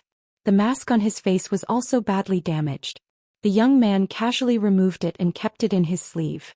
Even the large hammer on the ground disappeared and was kept in an item close to him. Without hesitation, the golden core cultivator no longer cared about the talisman of the four mountains. He cast a unique spell and turned into several wisps of green smoke, burrowing into the ground in different directions. Qin Pingon did not deliberately pursue the golden core cultivator. Without the restriction of the robe on his fist, the fist aura became more abundant. He pushed the four tottering pocket-sized mountains away. As he ran forward, he threw out 4 punches from afar. 4 rays of golden light burst open. In the blink of an eye, nearly 100 demonic cultivators were killed or injured on the battlefield. Without the mask, someone in the demonic army took the lead to shout out the 2 words "hidden official." The army that was originally still trying to form a formation to fight the enemy under the supervision of the battle suddenly scattered. The path that Qin Pingon took after that was no longer a straightforward charge. Instead, he chose to draw a large circle on the battlefield and then slightly shift forward. The faster he ran, the more he punched first. A pure-blooded martial artist's pure vital qi punched non-stop. When he was about to exhaust his vital qi, he would find an opportunity to take a breather. If the situation was dangerous, he would force himself to hold on. On the battlefield, no matter how many enemies there were, how could it compare to the feeding punches of a 10th realm martial artist? Dealing with the latter was truly a matter of life and death. Wouldn't the so-called toughness of the body be like paper under the punches of a 9th realm martial artist who was easily at the peak of the 9th realm? He could only guess, gamble, rely on instinct, and rely on someone who was close to divine connection and had telepathy to follow the punches. To Qin Pingon, as long as there was no nascent soul sword cultivator hiding nearby, he would be able to break through. The so-called one man breaking through the enemy lines was not a battlefield at all. It had always been a one-on-one fight. Li Er once said that in the one-on-one battle where he almost accidentally killed Song Jianqiang, the Dali King's aptitude was of course good, but his fist was still too light at that time. However, the reason why Song Jianqiang was able to hold on for so long at that time was that Song Jianqiang was not only a martial artist, but also a martial artist who fought on the battlefield. After honing his fist skills on the battlefield for a long time, he naturally had a kind of, the battlefield is the enemy of 10,000 people, atmosphere. Then he practiced it thoroughly and returned to the original state.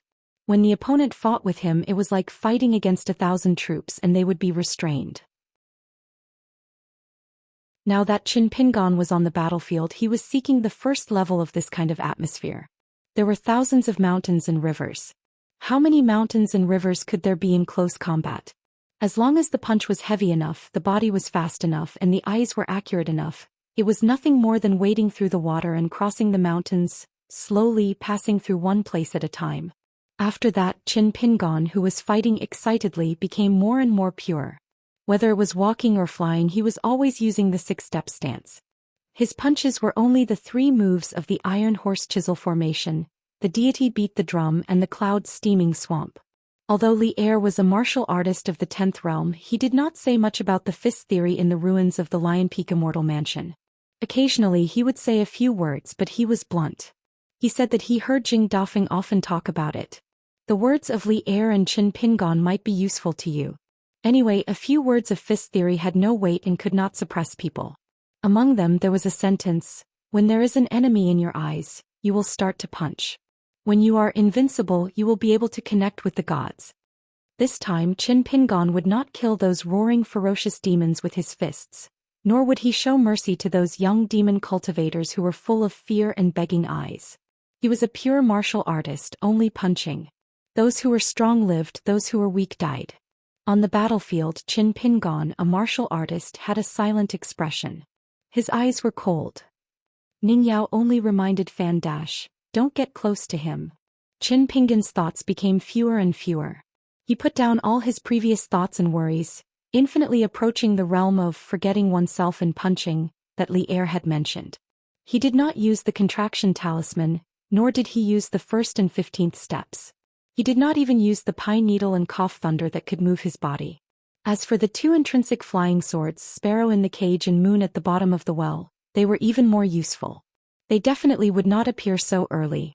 At this moment Qin Pingan had even completely forgotten that he was a sword cultivator, had 4 flying swords and even had 2 intrinsic flying swords. At the thickest part of the demon race army's formation, the fist intent had already arrived before the person. Ning Yao was still looking for those golden core and nascent soul demons with high realms. Fan Dash still had nothing important to do. Fortunately, compared to when Qin Pingan opened the formation previously, the group only followed the sword kinesis flight. This time, Fan Dash had more opportunities to use his sword when Qin Pingan opened the formation with his fist. Previously, Ning Yao had opened the formation too quickly with only her sword. On the left and right flanks, the 2 groups of sword cultivators who were fighting in the lower city were still very far from the Golden River. They had not even reached half of the distance. Furthermore, the further they went, the slower their speed of breaking the formation and killing the enemy. It was even very likely that they would need to withdraw from the Great Wall of Sword Qi before they reached half of the distance. They would then have to take turns with the second group of sword cultivators on the city wall to deal with the tug-of-war that was full of corpses. On the vast battlefield between the Golden River and the city wall, the fastest group of sword cultivators who were digging the formation south had only reached half of the distance. That was because the nascent soul sword cultivator Qishou was leading the way. Stack Zhang and the other 3 returned north. Together with a dozen or so sword cultivators who were heading south, they slaughtered the demon race army from the front and back. The 4 young genius sword cultivators stood in a row with a distance of 70 to 80 feet between each other. They no longer pursued the speed and depth of the formation and began to kill as many demon race soldiers as possible. Therefore, the 4 sword cultivators began to step on their long swords. Zhenyu, Hongzhuang, Sutra, and Zidian were in a sword kinesis flight posture. They summoned their life-bound flying swords and killed their way back to the Great Wall of Sword Qi. Qin Sanchio's life-bound flying sword was called White Deer. One of the flying sword's life-bound abijna was the scene of the white deer holding a ganoderma. On the battlefield, a white deer as large as a house would appear. The ganoderma in its mouth was Xianxia's life-bound flying sword. The white deer was naturally covered in sword light and its surroundings were like snow. It was also able to gather spiritual energy on its own. It was very magical. On the battlefield, the white deer with its snow-like sword light rampaged about recklessly. Its killing power was great. It was said that before Xianxia nurtured his life-bound flying sword, he had an afternoon dream when he was young. The white deer swam forward, knelt on all fours and took the initiative to acknowledge him as its master. Therefore, Xianxia was known as a playboy among the Sword Qi Great Wall's younger generation. He definitely had the capital to back it up. He had a good family background, a good temper, good looks, good relationships and a good aptitude. Apart from the Qin family's young master's slightly poor alcohol tolerance, there was almost no fault to be found. As for a divine item like the white deer, it was often related to illusory literary luck. Therefore, Xianxia obtained the dolly imitation of the Baek Okekyung building's ancient sword, Book of Sutras, which complemented each other. This was because Xianxia's life-bound flying sword was one of the few rare existences that possessed two life-bound abijna. Other than conjuring the flying sword and causing the white deer to appear, it could also increase Xianxia's literary luck. Therefore, Xianxia was actually a connate sword embryo and also a natural scholar. After all, in the vast world, there were only 2 scholarly sages in the 3 great academies and 72 academies who had reached the sword immortal realm. Unfortunately, Xianxia was born in the Sword Qi Great Wall where scholars were few and far between. Most importantly, Xianxia's surname was Qin. He was unable to go to the foreign land that was filled with schools and books. Every sword cultivator who could obtain the title of genius in the Sword Qi Great Wall had their own stories. As long as they were sword cultivators who liked to drink, they could get drunk. Even if they were drunk to death, they would have a reason. Ning Yao had been following Qin Pingon at a distance that was neither too far nor too close to him. Boss, why did you deliberately suppress Ning Yao's breakthrough? Qin Qingdu smiled. There's no hurry. There's no need to deliberately fight for those empty titles. Is there a need to become the first sword immortal under the age of 30 in history? Wei Jin, who became a sword immortal at the age of 40, still did not understand. Ning Yao did not spoil things through excessive enthusiasm. He just went with the flow. Boss, why did you use the sword Dao of the entire Great Wall of Sword Qi to suppress Ning Yao at the bottleneck of the nascent soul realm? Qin Qingdu chuckled. I'm Wei Jin. Wei Jin was speechless. He missed the time when Seniors was on the city wall. Did sword immortal boss mean that he was Qin Qingdu? Qin Qingdu continued, suppressing her with the sword Dao? Then you underestimate Ning Yao too much. No matter how fierce the battle was, the gray-robed elder in the wilderness world did not care about it. He just closed his eyes and rested. At this moment, the elder opened his eyes and said to Qin Qingdu with a smile, "That's breaking the rules." Qin Qingdu answered, "You're not convinced? Let's fight on the city wall?"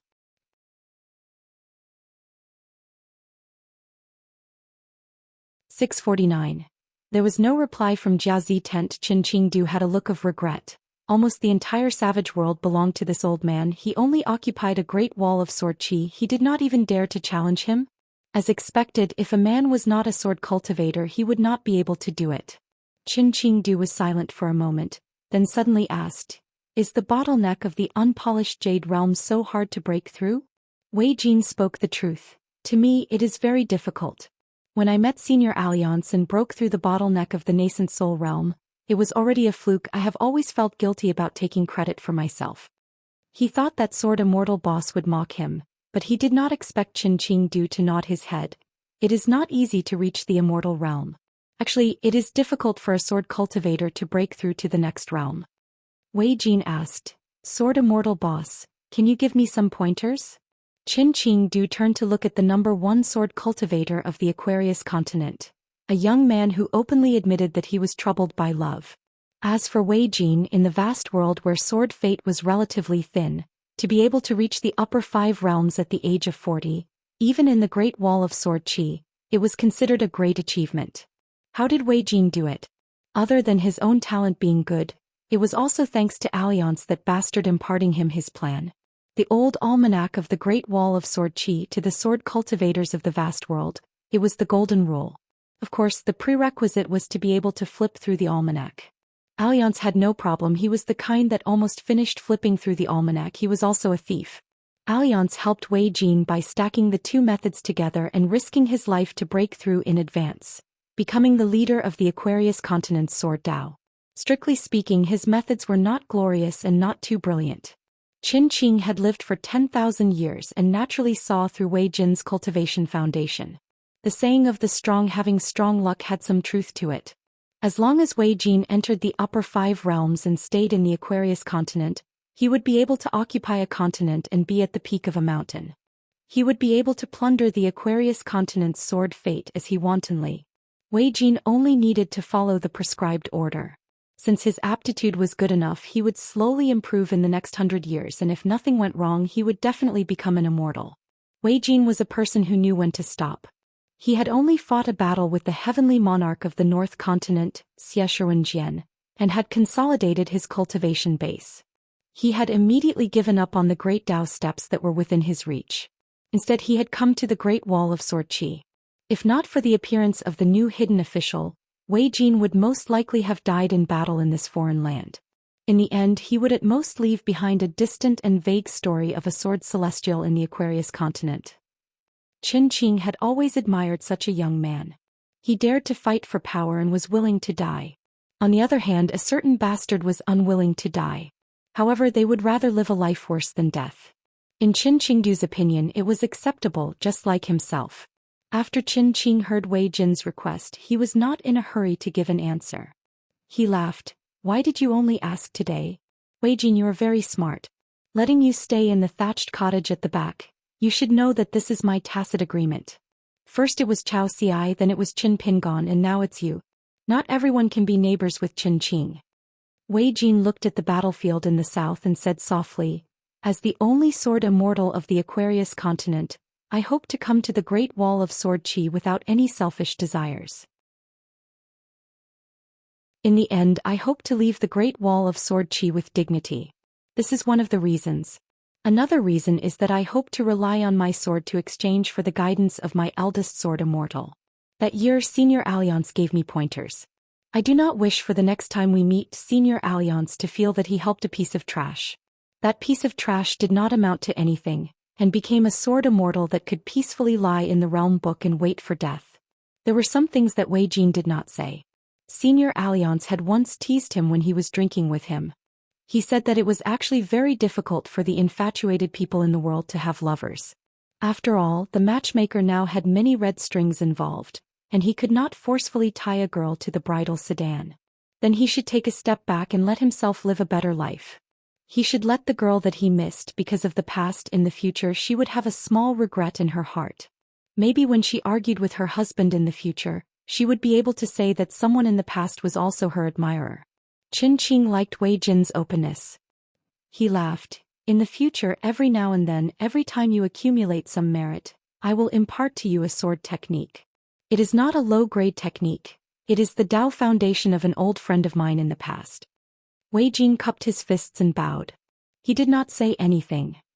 In Wei Jin's view, the heart of a sword cultivator, and the words that he wanted to say were all about the sword. Qin Qing shook his head. "Not very good." The old man rubbed his chin and clicked his tongue. "First, there was that Alliance who nagged at you for 100 years. Once he left, there was the second shopkeeper. It seems that it is really difficult to go from extravagance to frugality." Wei Jin said helplessly, "I can't learn." The old man laughed. "There is no need to learn. Besides, you can't learn it." Wei Jin asked, "Will Senior Alliance return to the Great Wall of Sword Qi?" Qin Qing asked, "Have you ever thought about why Alliance taught you the method to break out of seclusion?" Wei Jin answered, "I have thought about it, but I don't understand. Alliance did not meet you by chance. He purposely found you and taught you swordsmanship.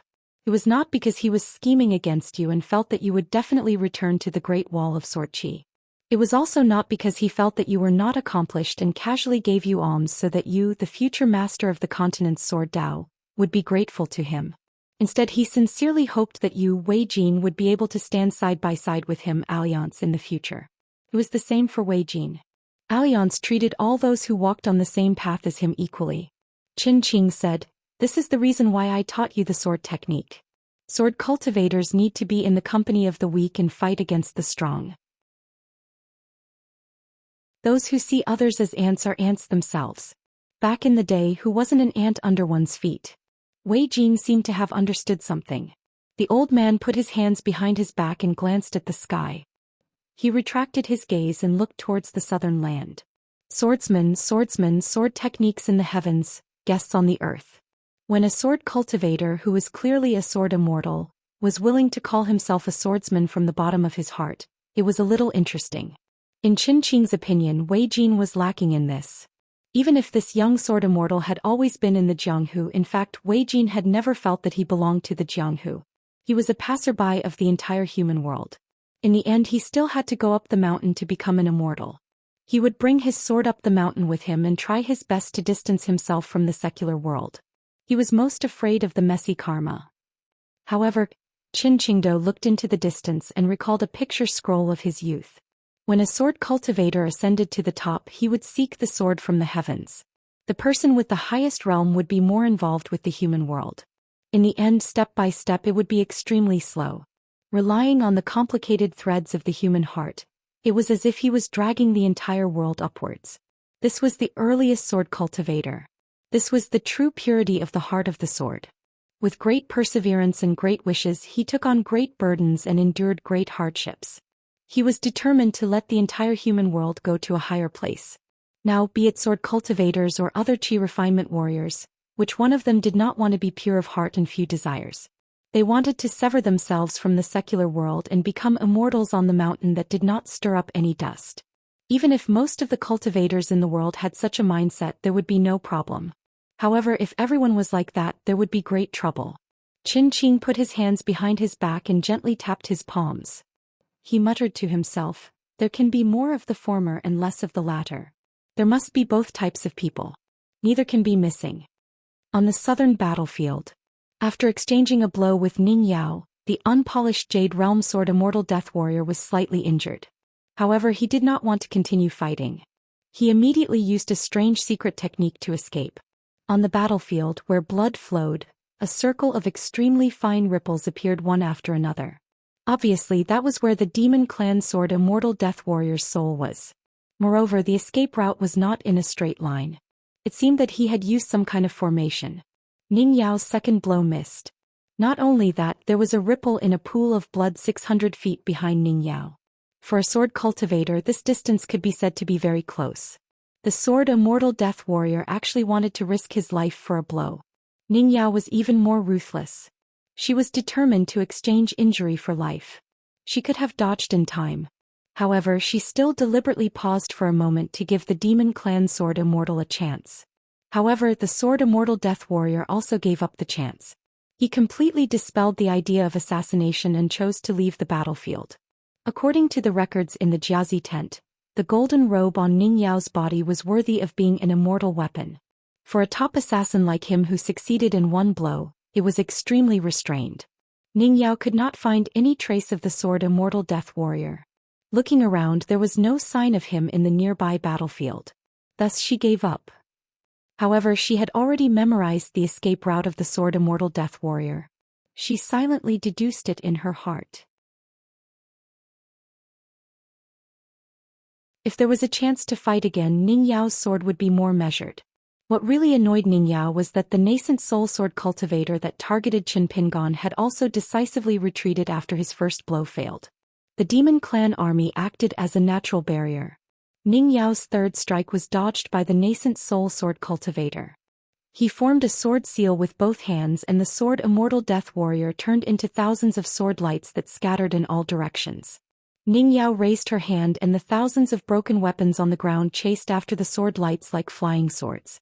It was as if the sky above the battlefield was covered with a torrential downpour of flying swords. At the same time, Ning Yao swept out dozens of feet and bypassed Chen Pingon in the distance. She slashed her sword forward. However, the nascent soul sword cultivator's flying sword failed to kill Chen Pingon. The so-called failure was that it did not kill Chen Pingon. Chen Pingon was trapped in the formation. When a nascent soul sword cultivator suddenly attacked, there was nowhere for him to hide. The only thing he could do was to avoid being fatally injured. Thus, his entire shoulder was pierced by the flying sword and most of it was blown off. When a sword immortal death warrior attacked with his flying sword, it was not only because of its sharpness, but also because of the sword chi left behind. It used the injured person's small world as a battlefield. The fine and complicated sword chi and wisps of sword intent were like countless dragons crossing the river. The sword chi was like a flood breaking through a dam, crashing into the acupoints and chi residents. It was a recognized fact that it was the hardest to recover from being injured by a sword immortal death warrior's flying sword. The sword immortal death warrior was worthy of being ranked first among the 4 troublesome ghosts on the mountain. On the battlefield, Fan Dash could no longer see Qin Pingan's figure. The mighty demon race army swarmed over from all directions, blotting out the sky and covering the earth. It was obvious that they wanted to surround and kill the young man. The demon race cultivators were the first to recognize the young hidden official's face. After his identity was revealed, the army retreated out of a survival instinct. It was because the young hidden official had not only defeated Li Zhen, a disciple of the moon-bearing mountain who was in seclusion, but he had also defeated Li Zhen, a top genius of the wasteland world, to the point that his soul was scattered. This matter had long been spread throughout the demon race army. This news was destined to slowly spread to the south, becoming a hot topic of discussion in the wasteland world. Year after year it was like the grass on the plains, withering and thriving everywhere. Even after 100 years, it might still be talked about by those who remembered it. It was also because the hidden official of the Great Wall of Sword Chi had been the same as the ponytailed little girl, named Xiao Chua, for far too many years. When the demon race army remembered that this hidden official was not the hidden official, coupled with the fact that Qin Pingan was alone and that Ning Yao did not seem to have any intention of assisting the new hidden official, some of the demon race cultivators who had their best friends killed by the young martial artist were already determined to take revenge. They were willing to exchange their lives for the young man's injuries. Some of them felt that the young man was only one person while their army was in formation. They took the opportunity to secretly throw out a spell or a natal item which was absolutely safe. There were also Golden Core demon race cultivators and sword immortal death warriors who had their own thoughts. Their attacks were extremely precise and ruthless. They did not expect to kill in one blow, but only wanted to cut the flesh with a blunt knife. Killing on the battlefield had a huge influence. When individuals were involved in it, they would often follow the general trend. They would be defeated, mutinies, and forget about death. They were all like this. Finally, there was the nascent soul sword immortal death warrior who injured the young hidden official. Killing intent was everywhere, covering the sky and the earth. In the distance, Fan Dash murmured, "They shouldn't have opened the formation like this. It's too dangerous. In this kind of battlefield, how could there not be accidents? It's not the martial arts fist after all."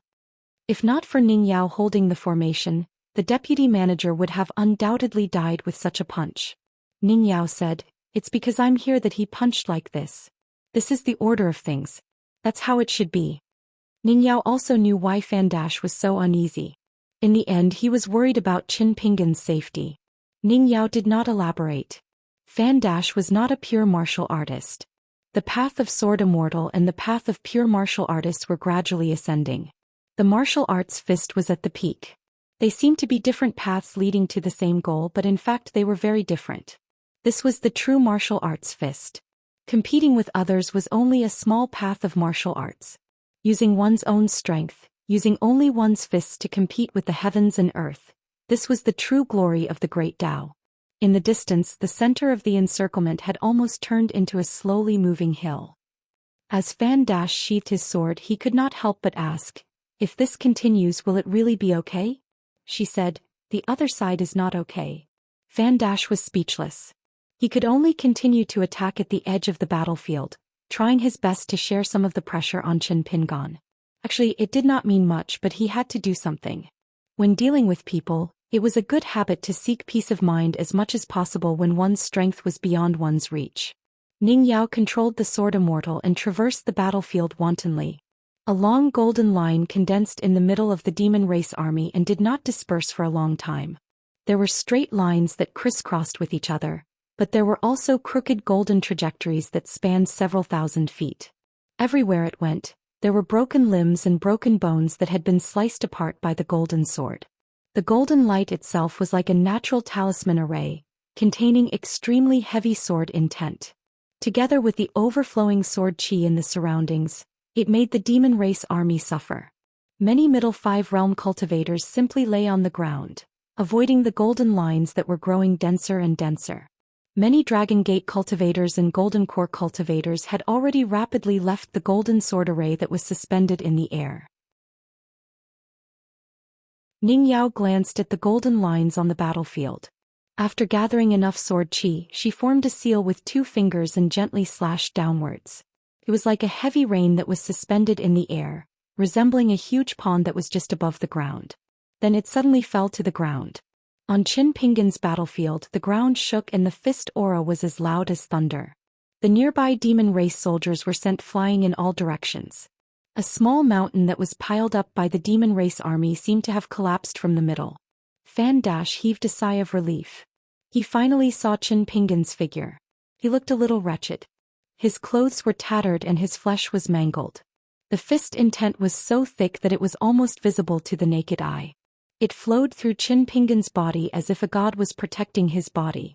This was probably the world's most worthy golden body realm martial artist. Although Fan Dash was a sword cultivator and dreamed of becoming a sword immortal, after witnessing this scene he could not help but admit that the golden body of a martial artist was unbreakable. It was truly tyrannical. Qin Pingan was hit in the back by a dazzling spell technique. He only staggered a step before he took advantage of the momentum to charge forward. He moved straight for more than 100 feet and opened a path with his fist. A military demon race cultivator swept a large halberd across his waist and sent Qin Pingan flying for more than 100 feet. At the same time, dozens of spells and divine abilities and dozens of natal items followed him like shadows. In the blink of an eye, Qin Pingan had just landed on the ground. A small mountain was formed on the battlefield and he disappeared without a trace. One good thing about Fan Dash was that he did not do unnecessary things. However, Fan Dash became more and more frightened. Were those demon race cultivators crazy? Why were they so reckless with their lives? Ning Yao still left the front line to the injured Qin Pingan alone. At most she would help to attack and hold back the 2 sides of the battlefield. She used the sword immortal to shave off some horizontal thickness of the demon race army. As an immortal weapon, the sword immortal had already gained some sentience. It was like an ignorant child who was learning to speak. It was clearly very carefree at the moment. In the past it was indeed somewhat sullen in Qin Pingan's hands. It was fine that its master, who was not even a sword cultivator, could order it around at will. The key was that every time the sword immortal appeared, it was far from satisfying. Although Ning Yao was calm and composed, her sword heart was calm, and her attacks were always accurate. It did not mean that she was not worried about Qin Pingan's situation at all.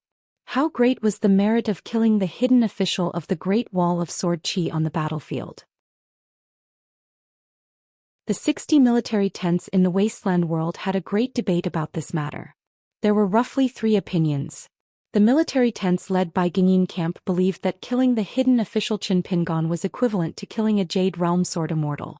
The reason was that although Qin Pingan was the new hidden official and held a high position in the Great Wall of Sword Chi, and he was in charge of the hidden official's line of command and had caused great losses to the wasteland world, Qin Pingan was not a sword cultivator.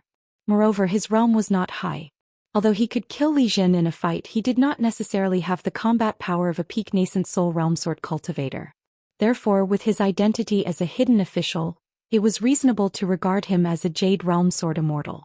Led by Ding Mao's tent, another large group of tents supported by the 2 sovereign stage great demons, Yang Ji and Huang Wan, all believed that this young hidden official, regardless of whether it was a real threat or a symbolic significance to the Great Wall of Sword Chi, killing Qin Pingan would be equivalent to a sword cultivator in the immortal realm. It was not excessive to regard him as a great sword immortal. Apart from this, there was another lone armored commander's tent that raised an even more shocking opinion. As long as they could kill Qin Pingan, their battle merits should be at least between killing Dong Sangying, Qin Shi, Qi Tingji, Lu Ji, Old Def and Nalan Xiaowei, these 2 groups of sword immortals. Even if their battle merits were equivalent to that of an ascendant realm sword cultivator, it wouldn't be impossible. The debate was endless. The military tenants gathered their opinions and finally decided that the merit should be based on killing a great sword immortal. However, the merit should be between Nalan Xiaowei and Yu Qing. Could not be regarded as an ordinary great sword immortal. Fan Dash's heart trembled. On the battlefield far away, Qin Pingon, who was in charge of opening the formation, was punched in the direction of Fan Dash for the first time by a demon cultivator. Qin Pingon twisted his body in the air, dodging the entanglement of some key spells and magic weapons.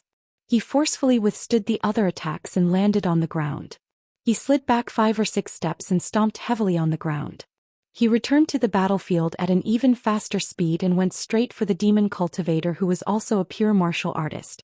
The latter was not only the leader of a demon army, he was also a cultivator. Furthermore, he was in the far travel realm. After transforming into a human, he was tall and sturdy. He did not have any weapons on him, but his muscles were firm and imposing. On the front line, the two pure martial artists charged at each other. Both of them punched each other. The fist aura shook violently, and the surrounding demon army was immediately pushed back by the majestic fist intent that surged out. The demon cultivator in the far travel realm and Qin Pingon each took a punch, but neither of them retreated a step. They exchanged punches and both of them were punched in the face. Their heads swayed backward for a moment. On the battlefield, dull sounds like the beating of drums could be heard. The demon cultivator in the far travel realm roared. He wanted the nearby Golden Core and Dragon Gate cultivators to throw all their magic weapons and spells at him without caring about their own lives. In the blink of an eye, Qin Pingon had exchanged punches and punched 16 times consecutively. Since the other party dared to stay where they were, he would not move either. Regardless of their identities or factions, there was no better way to exchange punches than to exchange punches on the spot. It was straightforward and open. As long as the fist technique was good enough and the punches were heavy enough, the other party would fall to the ground obediently. It was as if they were acknowledging their ancestors on the path of fist techniques. Among the sword cultivators of the hidden officials, Deng Liang was the most stable. He was a sword cultivator born in the mountains and was later taken in by the sect as an immortal master of records. He knew the taste of the mud of the mortal world the most. He was also influenced by the ethereal immortal qi of the cave abode in the mountains. Naturally, he was not impatient. Almost everyone's calmness had been honed bit by bit. However, for some reason, Deng Liang suddenly flipped the writing table today. Then Deng Liang instantly quietened down and apologized. After sitting in a daze for a moment, he got up and quietly set up the writing table. Sword Immortal Chou Miao shook his head gently, indicating that there was no need for anyone to say anything. With Chou Miao expressing his stance, the other sword cultivators could only turn a blind eye. Even Xian Ken and Chao Gun, who were also outsiders like Deng Liang, maintained their silence. Dong Bujue glared at Guizhujie, who was winking at him. What the hell? Deng Liang liking Dong Bujue was not a reason for Dong Bujue to like him. Deng Liang had a gloomy expression. He took out a wine flask and drank silently. In the process of the Sword Qi Great Wall in the wilderness, 3 young geniuses from the Sword Qi Great Wall had their intrinsic flying swords destroyed. The 3 potential sword immortals who could be considered outstanding in the Sword Qi Great Wall had their great Dao severed. There was no doubt about it, and there was no what if. Then in the chaotic battle, another 4 people were killed by the demon suicide squad. As for the young sword cultivators who were not on the list, there were even more. This was the result of the Sword Qi Great Wall having 2 sword immortals and more than 40 earth immortal sword cultivators who came down to provide support and lay in ambush. The spiritual energy of the Sword Qi Great Wall decreased rapidly. The daily consumption of resources was a huge expenditure that no sect in the world could imagine. Once it was converted to divine money, it was enough to make the Dao hearts of the cultivators who were in charge of the income and expenditure of money become unstable just by looking at the numbers in the account books. The transformation of the heaven and earth between the 2 sides had been subtly accelerated by the wilderness. According to the heavenly secrets revealed by the hidden official, it was not easy for the saints of the 3 sects to attack previously. After they worked together to create the long golden river that separated the battlefield, it was more like a resolute choice. There was no turning back, or it could be said that they did not want to take the original path. The situation was fierce. No matter how the hidden officials' lineage racked their brains, No matter how the sword cultivators on the city wall forgot about life and death, they could only delay the situation for a moment. It seemed that they could not change the direction of the situation. Deng Liang was born as a wild cultivator. It was not that he could not accept failure, but Deng Liang had never felt so aggrieved, cowardly and resentful. In the end, it turned into a kind of dejection and he could only drown his sorrows in alcohol. The more he was in the summer palace, the more he could come into contact with first-hand information and observe the overall situation. When Deng Liang saw through the battles and the points gained and lost by both sides, the more deeply Deng Liang felt about the direction of the entire war, the more powerless he felt. Lin Junbai was only busy with the matters at hand. Chou Miao looked at Lin Junbai and the young sword immortal nodded subtly. Lin Junbai was the pride of the central divine continent, and the great Tao was more lofty. Lin Junbai did not know that Chou Miao had such a high opinion of him. After arriving at the Great Wall of Sword Qi, the first thing Lin Junbai learned was to lower his own status even more. In reality, although Lin Junbai gave people the feeling that he was scheming, quick-witted and intelligent, and was outstanding in all aspects, the feeling he gave people was that he was not as trustworthy as Chou Miao. He was like a natural unpolished jade that had been carved extremely well. But precisely because of this, of course, this was comparing Lin Junbai to Chou Miao. In the main hall of the Summer Palace, the other sword cultivators all acknowledged Lin Junbai's three-handed seat and sat firmly. Chou Miao and Lin Junbai were the exact opposite, simple and reserved. This young sword immortal, with a basket of legendary deeds, became a sword cultivator of the hidden official's lineage. But he was not the new hidden official and was slightly inferior. He had not said any words that would cause people to slap the table in praise, and had not done anything that would cause people to be shocked. But he was able to convince the masses and make people trust him. Everyone in the hidden official's lineage had probably thought that if something really happened to that young hidden official, who would become the next hidden official? It would definitely be Chou Miao and not Lin Junbai. Lin Junbai did not have much resentment towards this. He had to admit that his skills were inferior. Lin Junbai had never been afraid of interacting with experts. He learned everything very quickly. As long as it was not a life-and-death situation, the improvement of his chess skills after the spar was all capital that entered his pocket. Lin Junbai was very clear that sword immortal Chou Miao's ability to convince the masses was not as simple as Chou Miao's high cultivation level. There were many things about Chou Miao that were worth him studying and learning. For example, no one would think that sword immortal Chou Miao was a brilliant and intelligent person who took every conceivable possibility into account. No one's first impression would be like this. If one said that Chou Miao's sword skills were high, but he had a gentle personality and did not have a sharp edge, the impression that the young hidden official gave people was that his cultivation level was not high, but he could fight very well. He was shrewd and scheming, but he was actually a good person. In addition, the hidden official's lineage had many sword cultivators that each had their own strengths. Lin Junbai would benefit greatly from his training here every day, so why would he leave?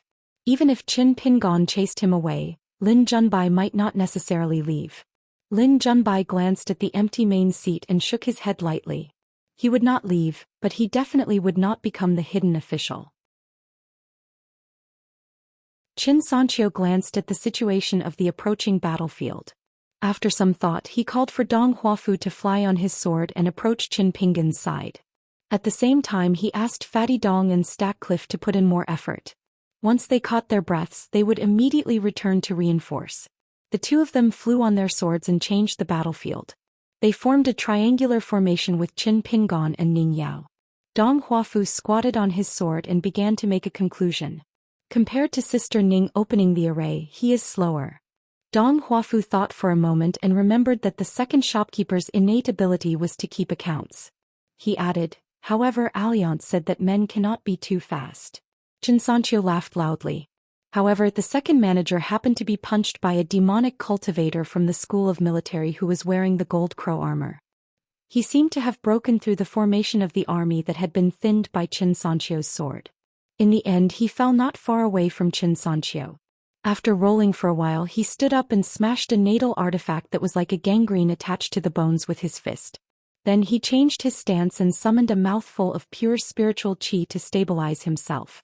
The robes he had borrowed from the hidden official's lineage were almost used up. The last robe he wore had long been torn to shreds. His upper body was almost naked and covered in wounds. His bones were exposed everywhere.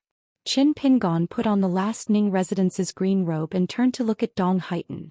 Qin Pingon smiled. Ning Yao also smiled in the distance. Dong Huafu responded with a silly smile. Qin Pingon leaned back and narrowly dodged a sword light that came from behind. Before he fell to the ground, he slapped the ground with his palm and flipped his body. He took a step forward and finally used the land withdrawal talisman for the first time. In the blink of an eye, he came to the side of the demon cultivator who had sneakily attacked with his sword. He swept his arm and decapitated the demon cultivator.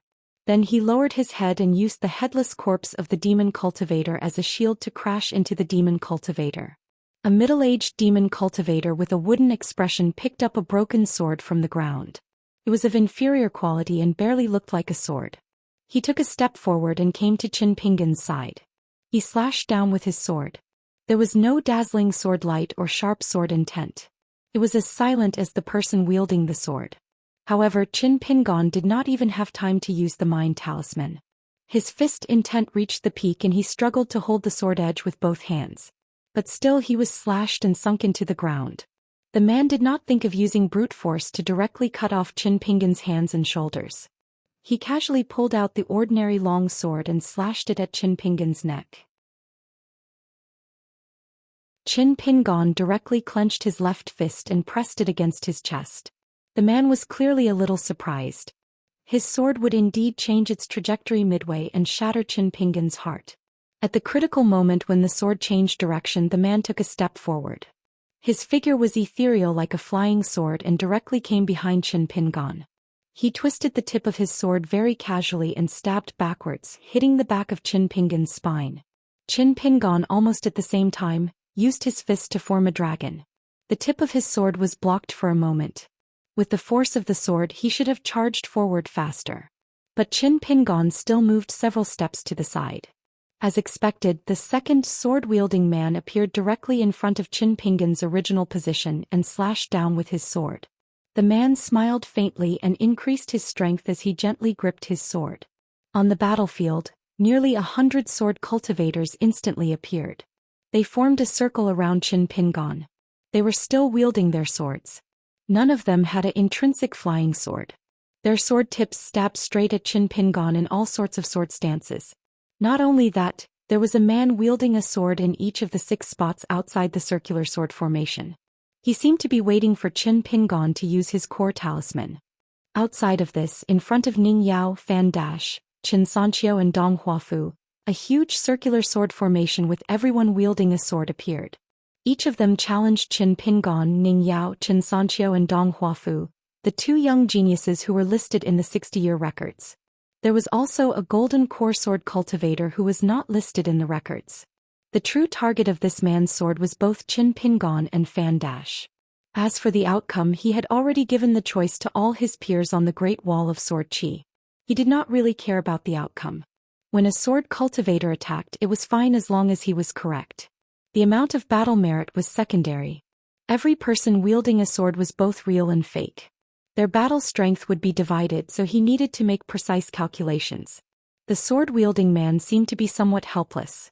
Somewhere, his figure, which was already faintly discernible, suddenly dispersed. The other sword-wielders were all targeted by at least 2 or 3 flying swords, and at most 5 or 6 flying swords. As for the young hidden official, he did not move. The man who had also covered his face and concealed his aura looked at Qin Pingon one last time. He smiled knowingly and said in a mellow and elegant voice, "A kindred spirit." No one knew where this strange sword cultivator who had appeared out of nowhere and disappeared like a ghost had gone. Qin Pingon withdrew all his flying swords and returned them to the moon at the bottom of the well. This flying sword's innate ability was the moon illuminating the deep well. As long as a ripple appeared in the lake of his heart, every time he attacked and withdrew his sword, it would be a scene of a broken moon and then a full moon. Everything depended on the sword cultivator's thoughts. He had nurtured 2 innate flying swords with great difficulty, but in the end, the moon at the bottom of the well had to appear prematurely. Qin Pingon cursed inwardly, "A kindred spirit."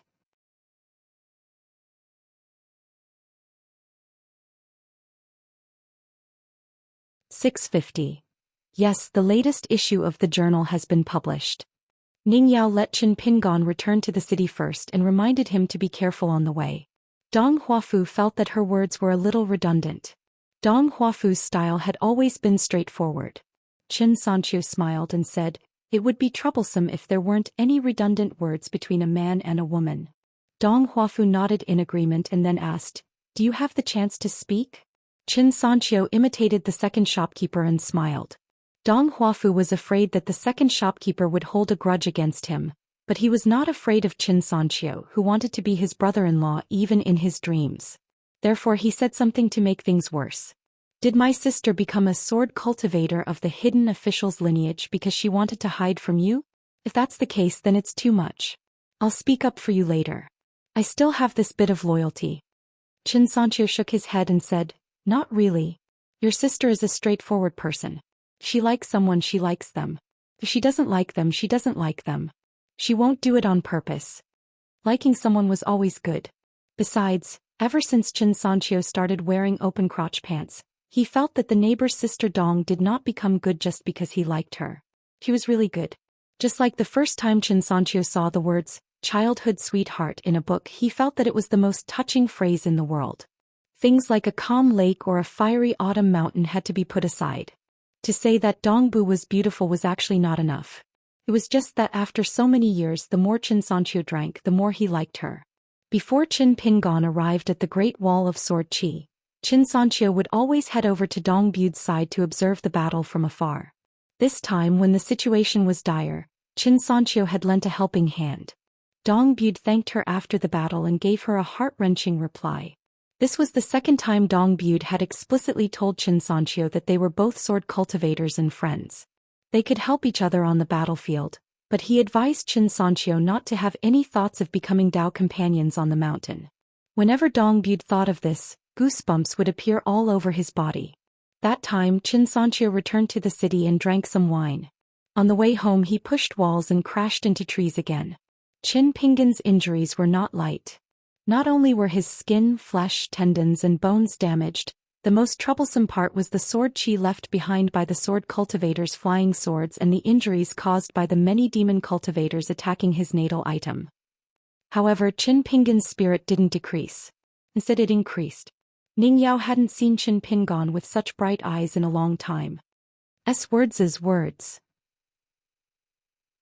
He picked up a damaged sword of unknown origin. The sword itself was not too mysterious, but it was heavy. It was probably made of good materials and was worth some money. In the Jianghu of the vassal states of the Aquarius continent, this was a real divine weapon. Even the gods of the mountains and rivers of those places were afraid of it. Qin Pingon took the lead to fly north on his sword. He chose a place where the demon army's battle formation was weak. He punched a little along the way. He did not go directly to the top of the city wall. Instead, he rode his sword to the highest point of the word Meng on the city wall. He sat cross-legged and took out the blade's strengthening gourd. He drank a few mouthfuls of osmanthus wine and observed the battlefield closely. While he meditated and recuperated, he skillfully bandaged his wounds. Every big word carved on the wall, every horizontal stroke, was an excellent place for cultivation. But when it came to the stage of the battle, these natural sword cultivators' training grounds were often places of death. Therefore, the old sword cultivators who could cultivate here for hundreds of years must have great killing power and were very good at preserving their lives. Not far from Qin Pingon, there was an old sword cultivator who was meditating with his eyes closed. He did not stand up to greet him, so Qin Pingon did not disturb him. Looking at the old man's appearance, he should be the nascent soul sword cultivator Yin Qin on the 6th page of the 3rd book. He was old, but the bottleneck was hard to break. He had always been stuck in the nascent soul realm. He had an arrogant personality and was a loner with no family. The sword cultivators of the Great Wall of Sword Qi almost always had close friends. They were either alive or dead. But Yin Qin never had any. As long as he entered the battlefield, his killing intent would be huge. Once he used his sword, he would not differentiate between friend and foe. Therefore he killed many demons, but the battle achievements he accumulated were not much. He was not as good as many young Jindan sword cultivators, because many of his battle achievements were erased. The old sword cultivator Yin Chen's reputation was even worse. After all, no one was willing to get close to a monster who would even kill their own sword cultivators. Every page of the first and third book had different annotations from the hidden official sword cultivators. If there were too many sword cultivators in the Summer Palace, they would add in a few extra pages. Yin Chen, who was ranked very high in the third book, had very few opinions. Only Chou Miao and Lin Junbai had written a few words. Their opinions were completely different from the common view of the Great Wall of Sword Qi.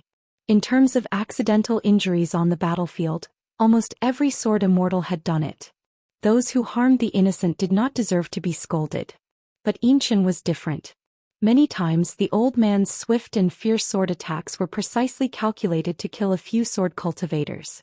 According to the division of responsibilities of the hidden official's lineage, the old sword cultivator Yin Chen only needed to guard the place.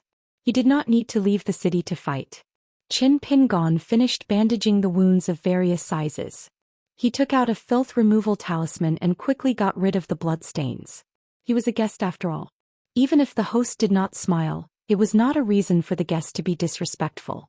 The old man opened his eyes and said hoarsely, "Kid, you are really interesting. I have seen a few pure martial artists of the Great Wall of Sword Qi. When others use their fists, they are restrained by flying swords and magic treasures.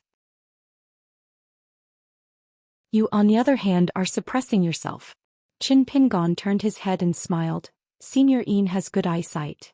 The old man asked, "Don't you have a knot in your heart because I didn't call you Lord Hidden Official?" Qin Pingon said, "No." Yin Chen looked at the front line of the battlefield. To the north of the Golden River there was Ning Yao who helped.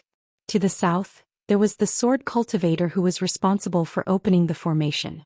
Yin Chen sneered, "Every time I see these so-called young geniuses, I can't help but feel depressed. How can you compare yourself to others?" Qin Pingon smiled. "More sword cultivators will be the same when they see Senior Yin." In fact, Yin Chen was also one of the young geniuses. He was extremely outstanding. His glory at the Great Wall of Sword Qi back then was roughly equivalent to the present Lord Gao Yi and Situ Weiran. Practicing the sword was extremely smooth. He broke through the realms with irresistible force. He only stopped when he reached the nascent soul realm. He did not expect that this pause would lead to hundreds of years of wasted time. Yin Chen sneered, "Other than looking up at people and secretly drooling, what else can trash do? Take me for example. I have been sitting here all year long. I went from a young trash to an old trash. A person who would even scold himself when he was ruthless was basically invincible when it came to quarreling." Qin Pingon asked, "Senior Yin, did you see through the background of the man who held the sword?" Yin Chen sneered, "The reclusive officials are getting worse with each generation. You are just an outsider whose realm is not high anymore. You relied on your connections to take over Senior Xiaochua's summer palace. There are countless secret records in the archives. In the end, you don't even know this little bit of information? Even if you can't recognize him, can't you guess?" Qin Pingon did not mind these words. "You scolded you, I asked my questions." He continued probing. "Is it the Heaven's Pride who is ranked at the top of the moon supporting Mountain's 100 sword deities? Is his ranking similar to Zhu Gong and Li Zhen? Yin Chen, on the other hand, asked your questions and scolded me.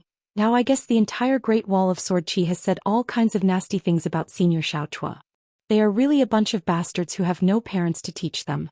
If I were Senior Xiaochua, I would break through the Great Wall of Sword Qi and find out all the sword cultivators who scolded me before. If they dare to scold me, they can live. If they don't, they can die. That's how satisfying it is. Alright, previously when the great demon Yangji killed that south-wandering sword deity, you were also scolded for the sake of the big picture. How did it feel? If you were to do it again, would you just let those sword cultivators who are courting death be?" Qin Pingon said, "Alliance once told me that if a person can survive, he must not die. If I can save many people by being scolded, is there a better deal than this? I don't think so." Yin Chen immediately shut his mouth. It was not about how right the young man's reasoning was. It was not the case at all. This young reclusive official was a reclusive disciple of the literary sage's lineage. He was his junior brother and even had a good relationship with the great sword deity. Yin Chen did not care about him at all. Only when he was related to Alliance did Yin Chen have a headache. Indeed, Yin Chen had been screwed over by that son of AB*TSH in the last 100 years. He had really caught a fat sheep and was plucking it. After plucking the fat sheep, he would replace it with a skinny sheep. When the skinny sheep was gone, the fat sheep would probably recover some of its wealth. Very well, then he would pluck another one. If a Liang only had such means, Yin would have just ignored him. However, that fellow had really squatted beside him and mumbled to himself for several hours just so that he could say something to old immortal Yin. Only then would this trip to the Great Wall of Sword Chi be worth it. Yin couldn't help but curse at a Liang. In the end, a Liang immediately turned hostile and was pinned to the ground, giving him a good beating. When Alliance left, he was very refreshed. He did his signature action of running his hands through his hair and saying, "Awesome, awesome. Quarreling and fighting, big and small, over 800 fights, and I still won all of them." Yin was lying on the ground and was stunned for a long time. After that, Alliance often came to find old immortal Yin. He called it a chat and increased his winning percentage once or twice. Remembering Liang, Yin was not entirely resentful. After all, the two of them had never actually sparred with Q-sword. It was more of that man bragging about how he was liked by good girls in the vast world. It was just that from the beginning to the end he had never mentioned a girl's name to Yin. However, Alliance occasionally said a few serious words, and they were all aimed at Yin's nascent soul bottleneck. No matter how bad Yin's temper was, he still had to remember this favor. Yin might not know how to be a person, but he was still very clear about good and bad people. Sometimes, perhaps because he was too clear, he was too lazy to know how to be a person. The two of them did not know each other and their temperaments were too different. In fact, there was nothing to talk about. Moreover, Yin did not like to drink. Otherwise, Qin Pingon would have given him a bottle of bamboo sea paradise wine. Yin suddenly said, "Do all the pure martial artists in the world practice martial arts like this?" Qin Pingon shook his head and said, "The way of practicing martial arts is actually very similar. You can't escape the fact that you have to be beaten before you learn martial arts. The only difference is the strength." Yin asked again. He said, "You picked up so much trash in front of Ningyao. Aren't you embarrassed?" Now there was something to talk about. Qin Pingon smiled and said, "I have a lot of bad habits. Fortunately, Ningyao doesn't mind." Yin asked, "I think you look ordinary. You're just passable. How did you hook up with her?" "I only heard that Ningyao went to the world once, but I didn't expect that she would be so vicious. In my opinion, you're far inferior to that Zhou Xian. I specially went to the city wall to take a look at that guy. Whether it's his appearance or his martial arts, you can't compare at all." It was great to chat like this. The old senior was praising him. Qin Pingon hurriedly got up and sat down close to old immortal Yin. He drank a mouthful of wine and said with a smile, "I can't compare to you in martial arts. I admit it. If we're talking about appearance, the difference isn't big." Unexpectedly, Yin suddenly turned hostile.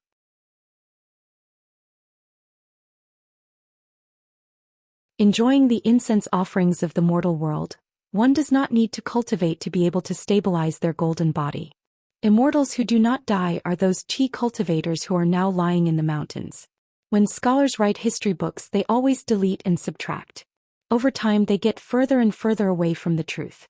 If you have the chance in the future, you can go to the 3 great academies and become the reclusive disciple of that old scholar. You can flip through a few worthless old books. You still have the face to do that. Qin Pingon only listened and remembered these sayings. They were not significant for the time being. If he were to be more pragmatic, it could be said that they were meaningless. However, the following statement made Qin Pingon's ears perk up obediently, afraid that he would miss a single word. "First you travel far away, then you reach the peak, then you reach the 10th realm of martial arts. It is divided into 3 levels: vigor, purity, and godly arrival." "What is godly arrival?" "I remember there is a saying in your hometown. What is it called?" "Arrival." Qin Pingon blurted out. If a person's skills are good enough, whether it is farming or making porcelain, others like to praise him as arrival. Qin Qingdu nodded. "Arrival, arrival, arrival. How do you walk? Who will guard the door?" "The answer is in your hometown. What is it again?" Qin Pingon said, "Me." Qin Qingdu smiled and nodded. He then explained in detail the 3rd level of the 10th realm. But for the first time, the old man had a nostalgic expression. In the Aquarius continent, he had an old friend. He had also drawn a circle on the ground and imprisoned himself for 10,000 years. So Qin Qingdu said something off topic. Embroidered tiger Cui Dong is really powerful. Qin Pingon said, that year in the first round of the Truth Heart game because Mr. Qi was there I passed it safely. When Mr. Qi was not there I could not pass the second round no matter what. And that was because Cui Dong did not put all his effort into the game. Qin Qingdu said, all the sufferings that are difficult to endure are like a hole in the heart. The bigger the hole, the more it can hold in the future. Qin Pingon nodded. But it was also possible to make up for that hole for the rest of one's life. For example, the more the world owes a person's childhood, the more that person will make up for it when they grow up. Leaving the city, Qin Pingon flew on his sword to the private residence of the Summer Palace. He began to recuperate in peace. After a short 2 days, Qin Pingon made a trip to the Summer Palace. He came and went as he pleased. He held the jade token in his hand and did not need to use a contraction talisman. Qin Pingon chose a secluded place and watched Grandma Bai teach the children martial arts. She was talking about what the whole body is a fist meant, how to learn and how to practice. Qin Pingon was familiar with one of the children. It was the tomboy called Yuan Zhaohua. He gave her 2 folding fans. She was the only girl in the Great Wall of Sword Qi who could use her real ability to cheat the second shopkeeper of his money. As for the other children, Qin Pingon was familiar with them. This was because they were the martial arts seeds that he and the hidden official had carefully selected. One of the children had already been brought to the central divine continent by Yu Zhuanfu. The others who were not too late to learn martial arts were all here. The Great Wall of Sword Qi had many sword cultivators, but there were very few pure martial artists. If the Great Wall of Sword Qi was breached and the world changed, it would be reduced to a piece of land in the wilderness. Would the fortune of martial artists be left for the wilderness? Of course not. However, Qin Pingon also knew that there was little hope for this group of children to compete for the title of strongest, if they were to make a last-minute effort. Moreover, there was a natural pressure in the Great Wall of Sword Qi. The Great Tao clashed violently. He did not understand before, but after being pointed out by the eldest sword immortal on the city wall, he understood.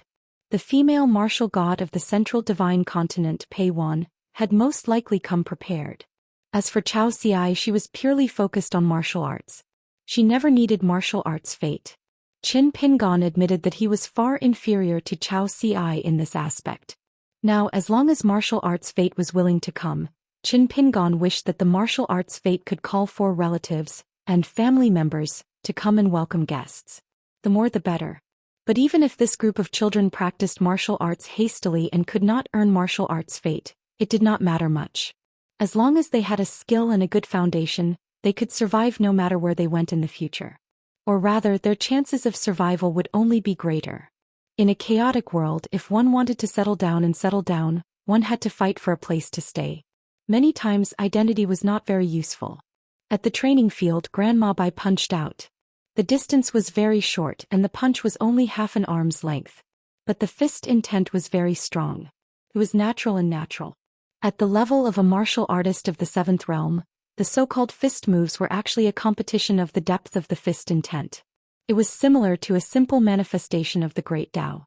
Grandma Bai's punch landed without warning on a strong-looking boy beside her. The latter stood in place without moving, his expression saying, "Kill me if you can." It was Jiang Yun who came from a noble family on Taisheng Street. His talent was very outstanding.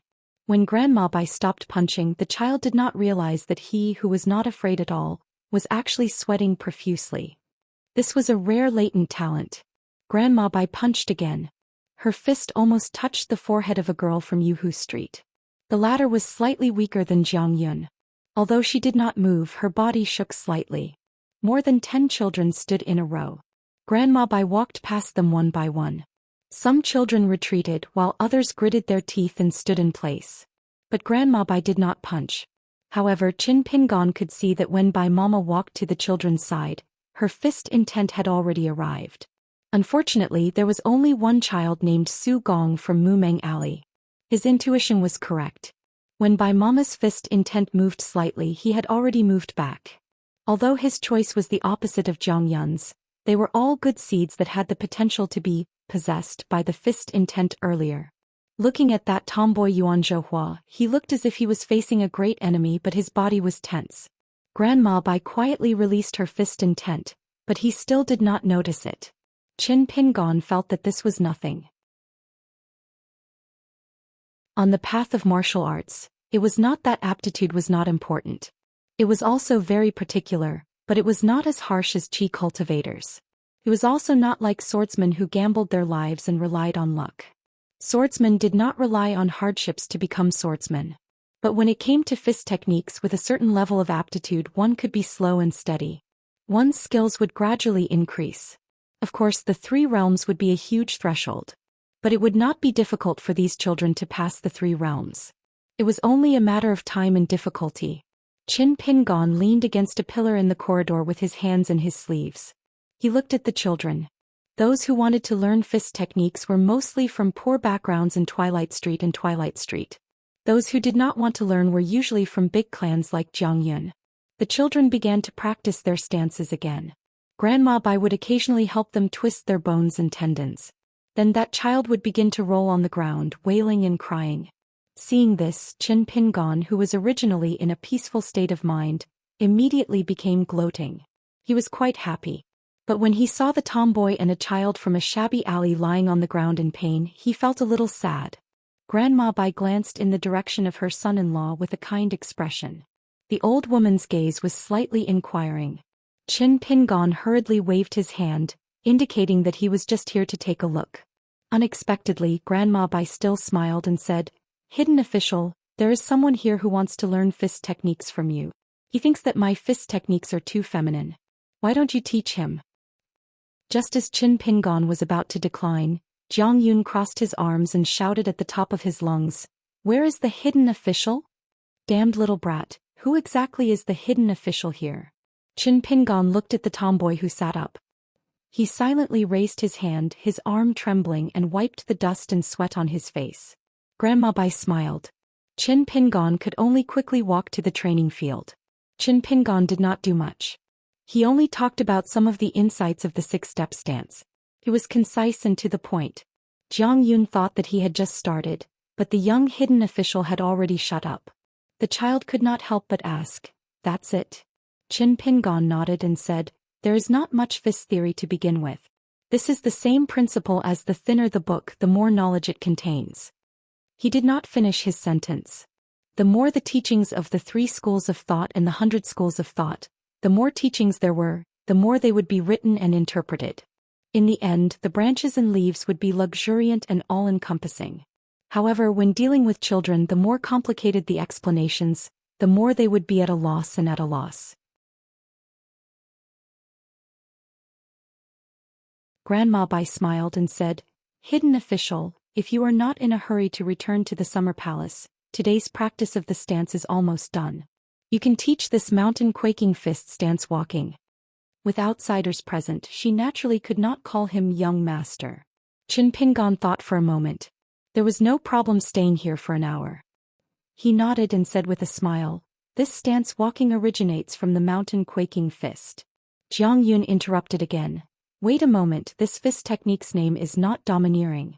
Mountain quaking? Our great wall of sword qi, which sword cultivator does not flatten the mountain with one strike." Qin Pingon smiled and said, "Then you will teach me fist techniques?" Jiang Yun frowned and said, "Speak properly, be reasonable." Qin Pingon smiled knowingly and continued, "The name of the fist technique's name is probably not very good. Then I will say a few more words." He talked about the general situation of martial artists in the vast world. He said that the martial artists in the marketplace who did not come from prestigious families had a variety of fist techniques. As long as they could break bricks and break rocks with their fists, it was already considered a very good martial art style. Therefore, the weight of the 2 words mountain quaking was not light at all.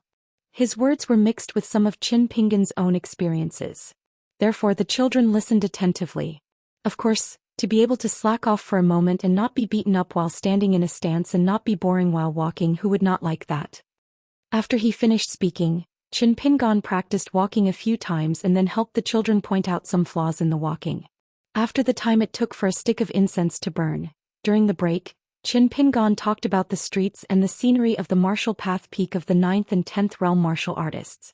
The children loved to listen to this. Anyway, hiding in the cold palace was like a cage. They could not escape even if they wanted to. Jiang Yun had once urged the little girl from Yuhu Street to escape with them. In the middle of the night, they had just reached the top of the wall when they were pulled back by the fierce old woman. They were punished to stand in a stance. The little girl stood until she fainted and Jiang Yun stood until he fell asleep. At that time, not far from where Jiang Yun and Jiang Yun stood, there were two children who took the initiative to stand in a stance. However, the latter was quickly chased away by Grandma Bai to rest. Practicing fist techniques was taboo. The poor learned literature and the rich learned martial arts. To practice martial arts, one needed a master to lead the way. Training one's muscles and bones required money. Otherwise, it was too easy to take a wrong path.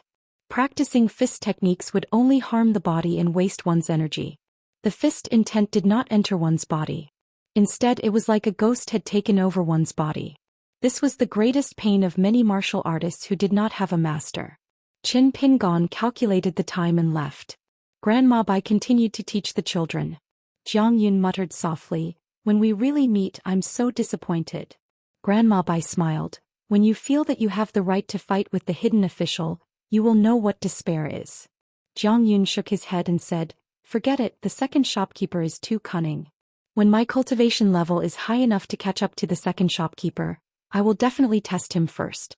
As long as he agrees to my ask fist, I will stop." Bai Momo shook her head. The Jiang clan was quite dutiful. How could they raise such a blabbermouth little bastard? Jiang Yun glanced at the old woman. The child felt even more strange now. Why did his grandfather like this old woman? Qin Pingon returned to the summer palace. Then he called Sword Immortal Cho Miao and went to Spring Banner House on Inverted Hanging Mountain. They also went to the Plum Blossom Garden. The book that Madame Ruyan sent to the summer palace was not thin. Therefore Qin Pingon brought two more things that were close to him on this trip to Inverted Hanging Mountain. They were borrowed from Yan Ming and Nayland Saihuan. In the empty Plum Blossom Garden, Sword Immortal Cho Miao looked at the hidden official who was moving things with shining eyes. He could not help but ask, "You were also like this when you were in the Ning Mansion's secret vault?" Qin Pingon did not bother to talk nonsense with him. How could it be the same? When they arrived at Spring Banner House and carefully looked through the account book, Wei Wenlong explained some of the tricks in it in a low voice. Sword Immortal Miyu was a little sleepy. The result that Cho Miao and Lin Junbai were most worried about had not appeared yet. The 8 States ferry was still unimpeded and could reach Inverted Hanging Mountain smoothly. On the way here, Cho Miao suggested that they could raise the price appropriately. Qin Pingon thought it was feasible and discussed the details with Yan Ming, Nayland Saihuan and Xiao Yunyan. The price of some important materials remained the same. Otherwise, the financial operation of the Great Wall of Sword Qi would be too stressful. Even with the addition of the 2 private residences, Spring Banner House and Plum Blossom Garden, it would still be far from enough.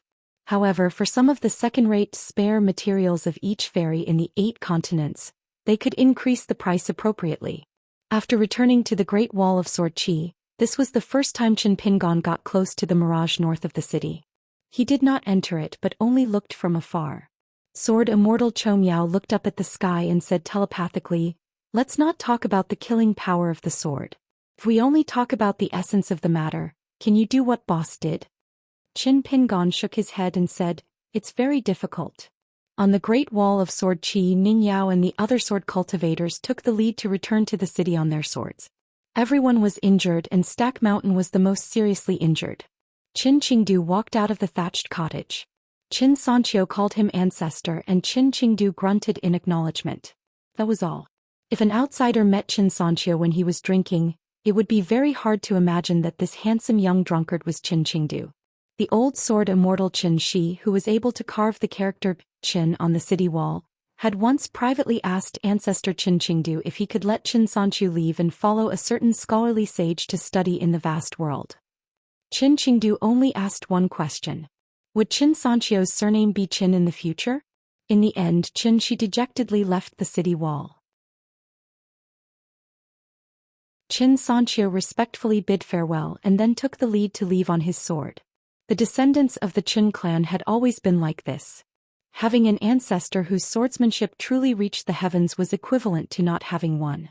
It could even be said that it was better to not have one. Dong Huafu Yenzhua and the others also left. They would return to the city to recuperate for a few days, and Stack Mountain needed even more time to recover. Only Ningyao was left. Qin Pingon rode on his sword and arrived at the city wall. Accompanying Ningyao on the city wall, Qin Pingon's feet lightly swayed. Ningyao asked, "You've been staying in the summer palace for more than a year. Is it because you're hiding something and don't dare to see me?" Qin Pingon wanted to say something but hesitated. Ningyao said, "Apart from the fact that you like someone else, there's nothing that can't be said." Qin Pingon couldn't help but laugh. After a moment of silence he said, "I didn't intend to say it, but I suddenly realized that what I think is the best may often end up being the worst. After all, when two people who like each other are together, it's really not a matter of one person. So I'd better tell you. After hearing it, you can hit people but you're not allowed to be angry." After hearing this, Ningyao nodded. Qin Pingon told her about that matter, which could be regarded as an agreement between him and the Sword Immortal. Ningyao didn't say anything. Qin Pingon asked softly, "Not angry?" Ningyao asked back, "Is being angry useful?" Qin Pingon thought for a moment. Seemed to be useless. But he didn't dare to say so. Ningyao raised her eyebrows. "That's it. She didn't say so." Qin Pingon tapped his heels on the wall. Being together with Ningyao as well as before, from meeting her, falling in love with her, to coming to Ningyao's side, traveling across mountains and rivers and practicing martial arts, he would feel a little tired, but he would never feel tired mentally. Ningyao said, "If you have something on your mind in the future, just tell me. Even if I'm angry, I'll let you know." Qin Pingon held her hand gently. Then the two of them looked into the distance quietly. Qin Qingdu was taking a stroll. Every time he didn't walk far. He walked slowly and then went back the way he came. He glanced at the backs of the young man and woman in the distance. Qin Qingdu laughed because he thought of a very interesting thing. The reason why he had a good impression of Qin Pingon when they first met had nothing to do with anything else. It didn't matter that he dared to punch Cao Ci and admit defeat in 3 rounds with Qin Pingon. It didn't matter that he traveled all the way to the Great Wall of Sword Qi alone to deliver a sword to his beloved girl. It didn't even matter that Qin Pingon was involved with that senior. Back then, Qin Qingdu looked at the young man who had the potential to be an Earth Immortal but had his bridge of longevity broken. Especially when he looked at the young man's eyes and the vitality in him, Qin Qingdu didn't know whether to laugh or cry.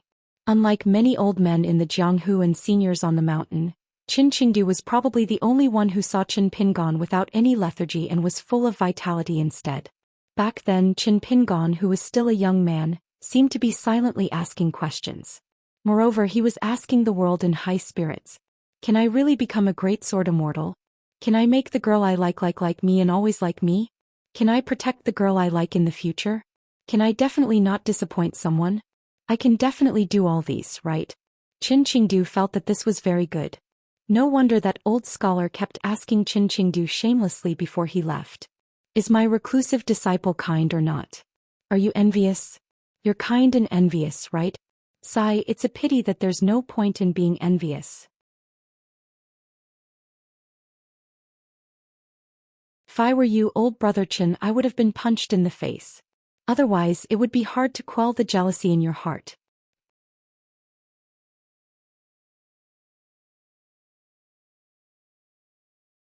"651.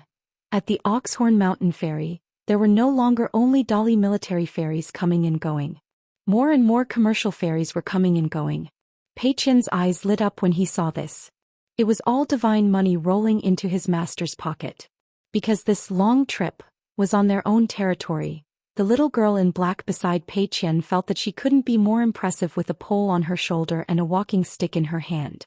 Zhou Mili felt a little regretful that she couldn't stick 2 pieces of paper on her forehead, one for the right guardian of Luopa Mountain and the other for the mute lake monster. Qin Wanshu was not far away, talking about trivial matters with Qin Lingjun, who was about to leave for the North Continent. Qin Lingjun kept yawning as he listened. Pei Qian crossed his arms and looked around. Looking at his master's great rivers and mountains, he nodded in satisfaction. Zhou Mili asked softly, "Qin Lingjun is about to leave. Shouldn't we say a few words? If we squeeze out some tears, it will seem more sincere." Pei Qian rolled his eyes and said, "Did you eat the principles of Luopa Mountain like rice in your bowl?" Pei Qian freed up his hand and rubbed the short man's head. He said earnestly, "My master once said that the principle is the big white bowl. Other external objects are the food inside. As long as the bowl is not thrown away, there will always be food to eat. I can't figure out what principles are. Mealy, you're so muddle-headed you can't figure it out either. So we just need to remember the rules of Luopa Mountain and there won't be any mistakes. Zhou Mealy frowned, but soon her brows relaxed. She understood and said softly, once we talk to Chen Lingjun, we have to give him a parting gift. Anyway, our relationship is so good, so let's not make empty promises. Pei Qian pulled Mealy's cheeks and said with a laugh, what are you talking about? Zhou Mealy chuckled as well. Pei Qian stood on the spot and took a deep breath. Then he punched a very short distance away and muttered to himself, pinch a needle with the finger, sweep a large area with the fist, punch like an arrow, punch like a flying sword. Zhou Mealy asked, what? Pei Qian continued to punch out slowly and said seriously, after the Mad Demon sword art, I created another unique fist art. The incantations were all written by me and they are extremely powerful. Then Pei Qian began to spout nonsense. Other than my master's fist technique, there are 2 other fist techniques in the world that are also very strong. One is a self-taught tortoise fist, and the other is a technique that was secretly learned from the Flying Passage sect. Zhou Mealy didn't think she was stupid, but she was still skeptical. How powerful is this fist technique of yours? Will you be able to fly if you practice martial arts? Pei Qian said in annoyance. That's something only a martial artist at the far-roaming realm can do. I'm still too young. I won't be able to do it without a few years of effort. Stomping her foot, Zhou Mealy said in annoyance, it's been so long. How many melon seeds do you have to eat? Pei Qian said helplessly, it's very easy for you to become an 8th-tier martial artist. Zhou Mealy was stunned. She held her walking stick and scratched her cheek. But you are Pei Qian. Pei Qian was all smiles. Retracting his fist, he held on to little Mealy's head and shook it. You little brain. You don't look big, but why are you so smart? Zhou Mealy shook her head for a long time, then suddenly sighed. Why isn't the mountain chieftain home yet? Pei Qian smiled. Didn't I tell you? Over at the Great Wall of Sword Qi, because of my master's help in spreading the news, there are many stories about the Mute Lake monster circulating now. That's a whole new world. You're just secretly happy. Zhou Mealy scratched her cheek again. But I'd rather he stop telling stories and come back sooner. Pei Qian made a face. Are you going to treat my master to pickled fish when he comes home? Zhou Mealy frowned and said timidly, not a big bowl but a small bowl? Pei Qian was happy but also a little sad. After growing up, it was difficult for him to be like before with all his worries and worries. He was always like a guest who came and went quickly. In the past, Pei Qian didn't quite understand why his master didn't want him and Sister Baoping to grow up quickly. Now looking at little Mealy, Pei Qian understood. Chen Lingjun was about to board the cross-continent ferry. Pei Qian patted Zhou Mealy's head. Let's go and say goodbye. Remember, Master said that if a friend takes the immortal ferry to travel far away, we can't say that it's a smooth journey. Zhou Mealy nodded vigorously. I know. A stupid melon seed, Nuanshu, Pei Qian and little Mealy all said goodbye to him. Chen Lingjun was a little uncomfortable, but at the same time he was also a little happy. However, he didn't want to show his feelings on his face. After Chen Lingjun left, Pei Qian and the other 2 waited until the ferry passed through the Sea of Clouds before returning to Luopa Mountain. Chen Nuanshu turned to look at the Sea of Clouds. Pei Qian said softly, don't worry, it's fine. Chen Lingjun might not be serious usually, but he's actually very smart. Chen Nuanshu smiled. Pei Qian held the hands of a little girl. Now Pei Qian's height had surpassed them by a lot. He finally looked like a young girl. Chen Lingjun was in the room on the ferry. With nothing to do, he lay on the table in a daze. In fact, at the crossing of Oxhorn Mountain, Chen Lingjun regretted it the moment he boarded the cross-continent ferry. He really wanted to jump off the ferry and sneak back. Anyway, now that Luopa Mountain was big and had a lot of territory, he could just find a place to hide. Wei Pai would probably be annoyed to see him and might not be willing to talk to old chef and Pei Qian about this. In a few days he would go to Luopa Mountain to show his face and find a random reason to fool them. He forgot to look at the almanac and pick an auspicious day.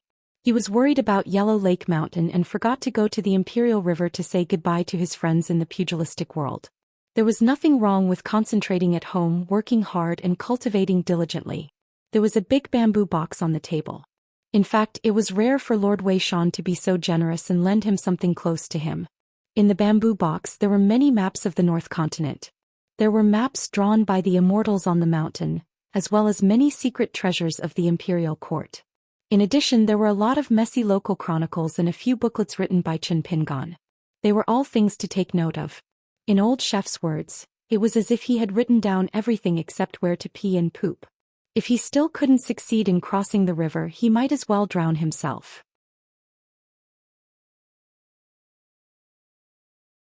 Qin Lingjun was actually still afraid. In the past, when he was at the imperial river of the Huangting nation, he didn't like to move. He acknowledged the imperial river water god as his brother and acted like a tyrant together.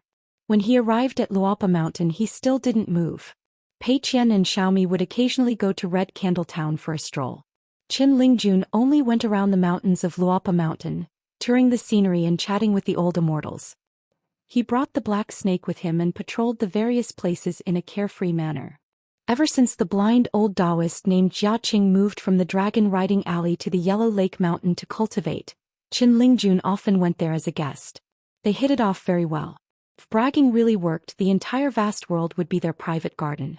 However, Qin Lingjun now knew that the other party was flattering him so much. It was still because of Qin Pingan. Qin Lingjun didn't dislike this kind of thing. He quite liked it. No matter how good the wind in Luopa Mountain was, it was inevitable that there would be distant relatives and distant relatives. After all, he and Nuan Shu, that little fool, could be considered the earliest elders of Luopa Mountain. Later on there were old chef Pei Qian Shuro and the others. The silly Tsin Yuanji, the silly girl Yuan Bao and the silly Yuan Lai. Because the big fool was Chao Qinglang. Later on, Qin Pingan kidnapped Xiaomi from the North Continent. Sometimes Qin Lingjun himself felt that Wei Pai, old chef, and the others looked down on him. He couldn't blame them for having high standards. He really blamed himself for not being ambitious. He liked to eat and wait for death. He bragged and bragged. The more people the merrier. How good was that? He ran all the way to the North Continent alone. What the hell was he cultivating for?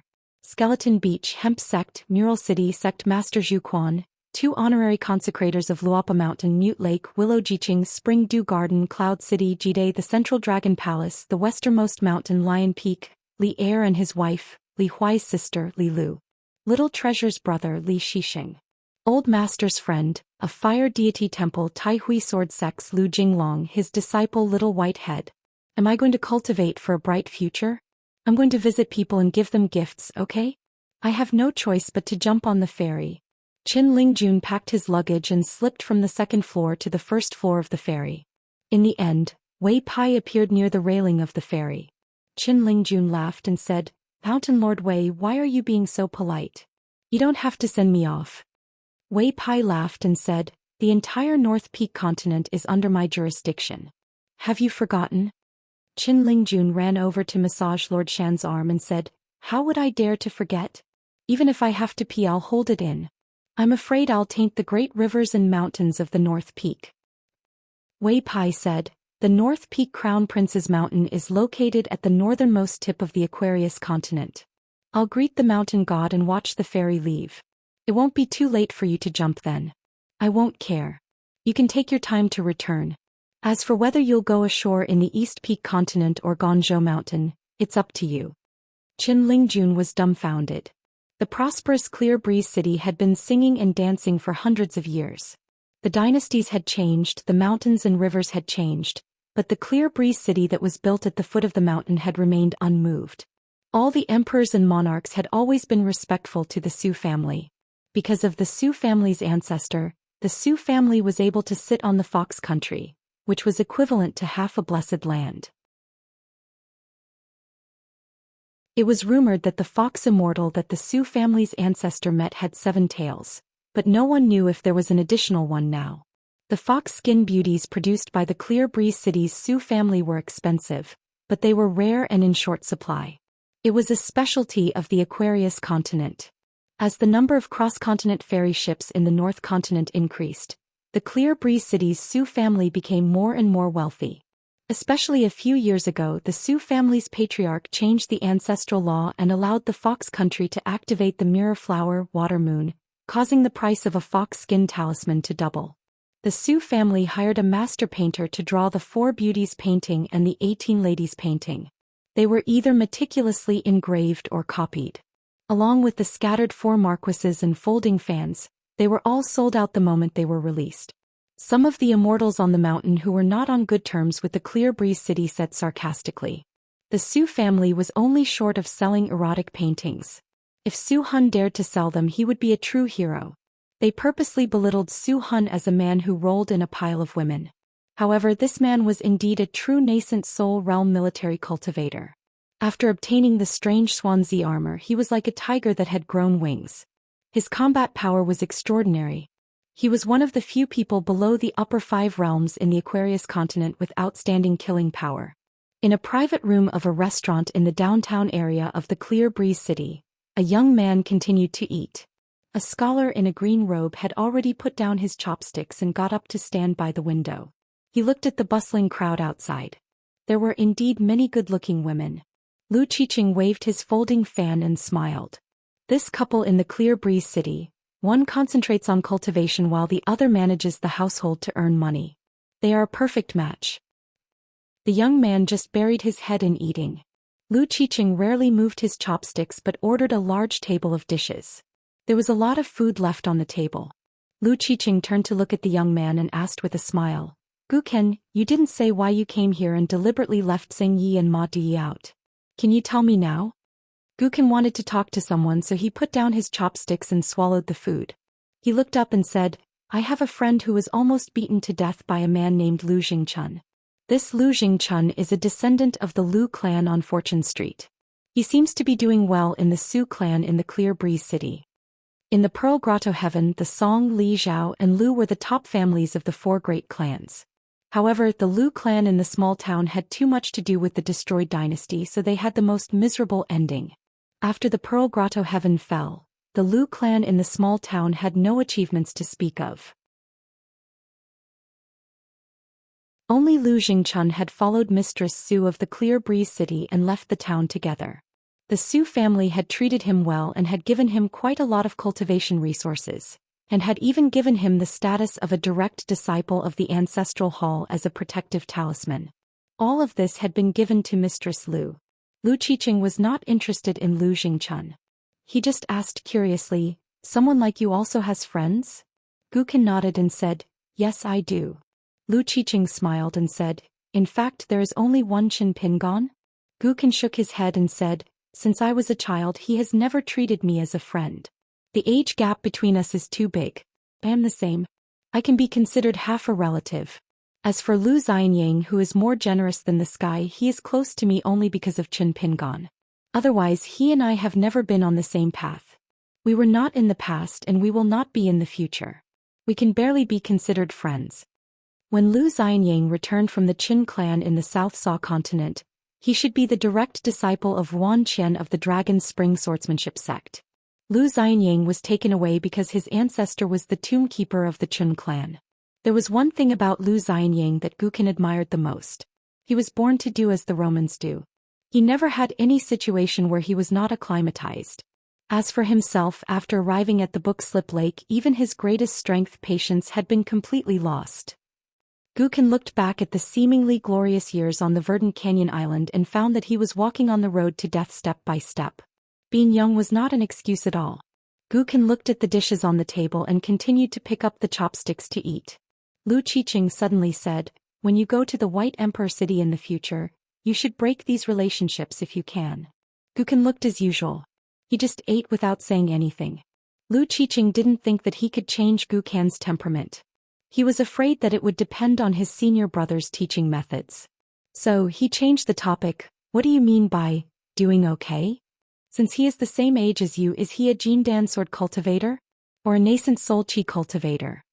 Guken said, "Now he is a level 4 chi cultivator. Within 10 years there is hope for him to reach the cave realm. He helps the Su clan to manage a small part of the business in the Fox country. If his cultivation is not fast, he can use the immortal money to make up for it." Lu Qiqing put away the folding fan and knocked on his head. He said with a smile, "My future junior brother, are you kidding me or telling a joke?" Guken looked calm. He didn't drink, ate slowly and liked to chew slowly. If I have to run away after killing someone, can I really have a stable place to stay in this life? Lu Qiqing couldn't help but laugh and shook his head. Is a good-for-nothing with such a weak cultivation worth you killing him and running away? I'm very easy to talk to. Just nod and I'll help you solve it. Suhan. He is not even in the upper 5 realms. It's a small matter. Gukin asked, what if? Why bother? Lu Qiqing was speechless. Gukin put down his chopsticks and said with a smile, but if I really attack my mortal enemy, I have to make sure that no one can even collect his corpse. Secondly, others couldn't find fault with him. As for others, there were only 2 types. One was Qin Pingon and the others. If he had to make a choice, he didn't have to care about the latter. In short, Qin Pingon could forget about completely cutting ties with him in this life. Lu Qiqing smiled brightly. The more he looked at this kid, the more he liked him. It was the first time that she had become a Dao protector. However, she was willing to do it and felt very comfortable. This made Lu Qiqing want to take him in as a disciple. Gukin asked, if I really become your junior brother, can I learn the best magic arts and divine powers? Lu Qiqing couldn't help laughing. White Emperor City is very rich. If you become my junior brother, of course you can learn whatever you want. But it's hard to say if you can learn it. Gukin said, I want to learn all of them. Lu Qiqing pointed at Gukan with his folding fan and said with a smile, you are young and ignorant. You are dreaming. It wasn't that he didn't know Gukan's excellent cultivation talent. Otherwise, he wouldn't have thought of taking him to the central divine continent as a stepping stone to return to White Emperor City.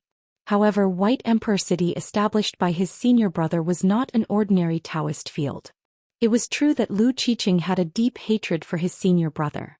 But putting these old grudges aside, his senior brother was indeed Lu Qiqing. This chapter is not finished. Please turn the page. He was the most respected person in his life. Then there was the great celestial master of Longhu Mountain, and then Cui Dong, who played the Rosy Cloud chess game with his senior brother. There were only 3 of them. Lu Qiqing couldn't help but remind him, my senior brother's temperament is unpredictable. You may reach the sky in 1 step or you may become an ordinary person. Even worse, you may lose several lifetimes. Don't think too lightly of it. In order to find a potential candidate for a closed-door disciple, senior brother had stared at that pitiful worm for 600 years. For the pitiful worm himself, his 8 lifetimes were actually all for the sake of the final disciple of White Emperor City. In the end, that person reached his 9th life, but for some reason senior brother still abandoned him. Senior brother is best at multitasking, cultivation, playing chess, managing White Emperor City, refining artifacts, taking in disciples. There is almost nothing that senior brother is not good at. And he does everything calmly and flawlessly. Gukin nodded and said, then I have found a good master.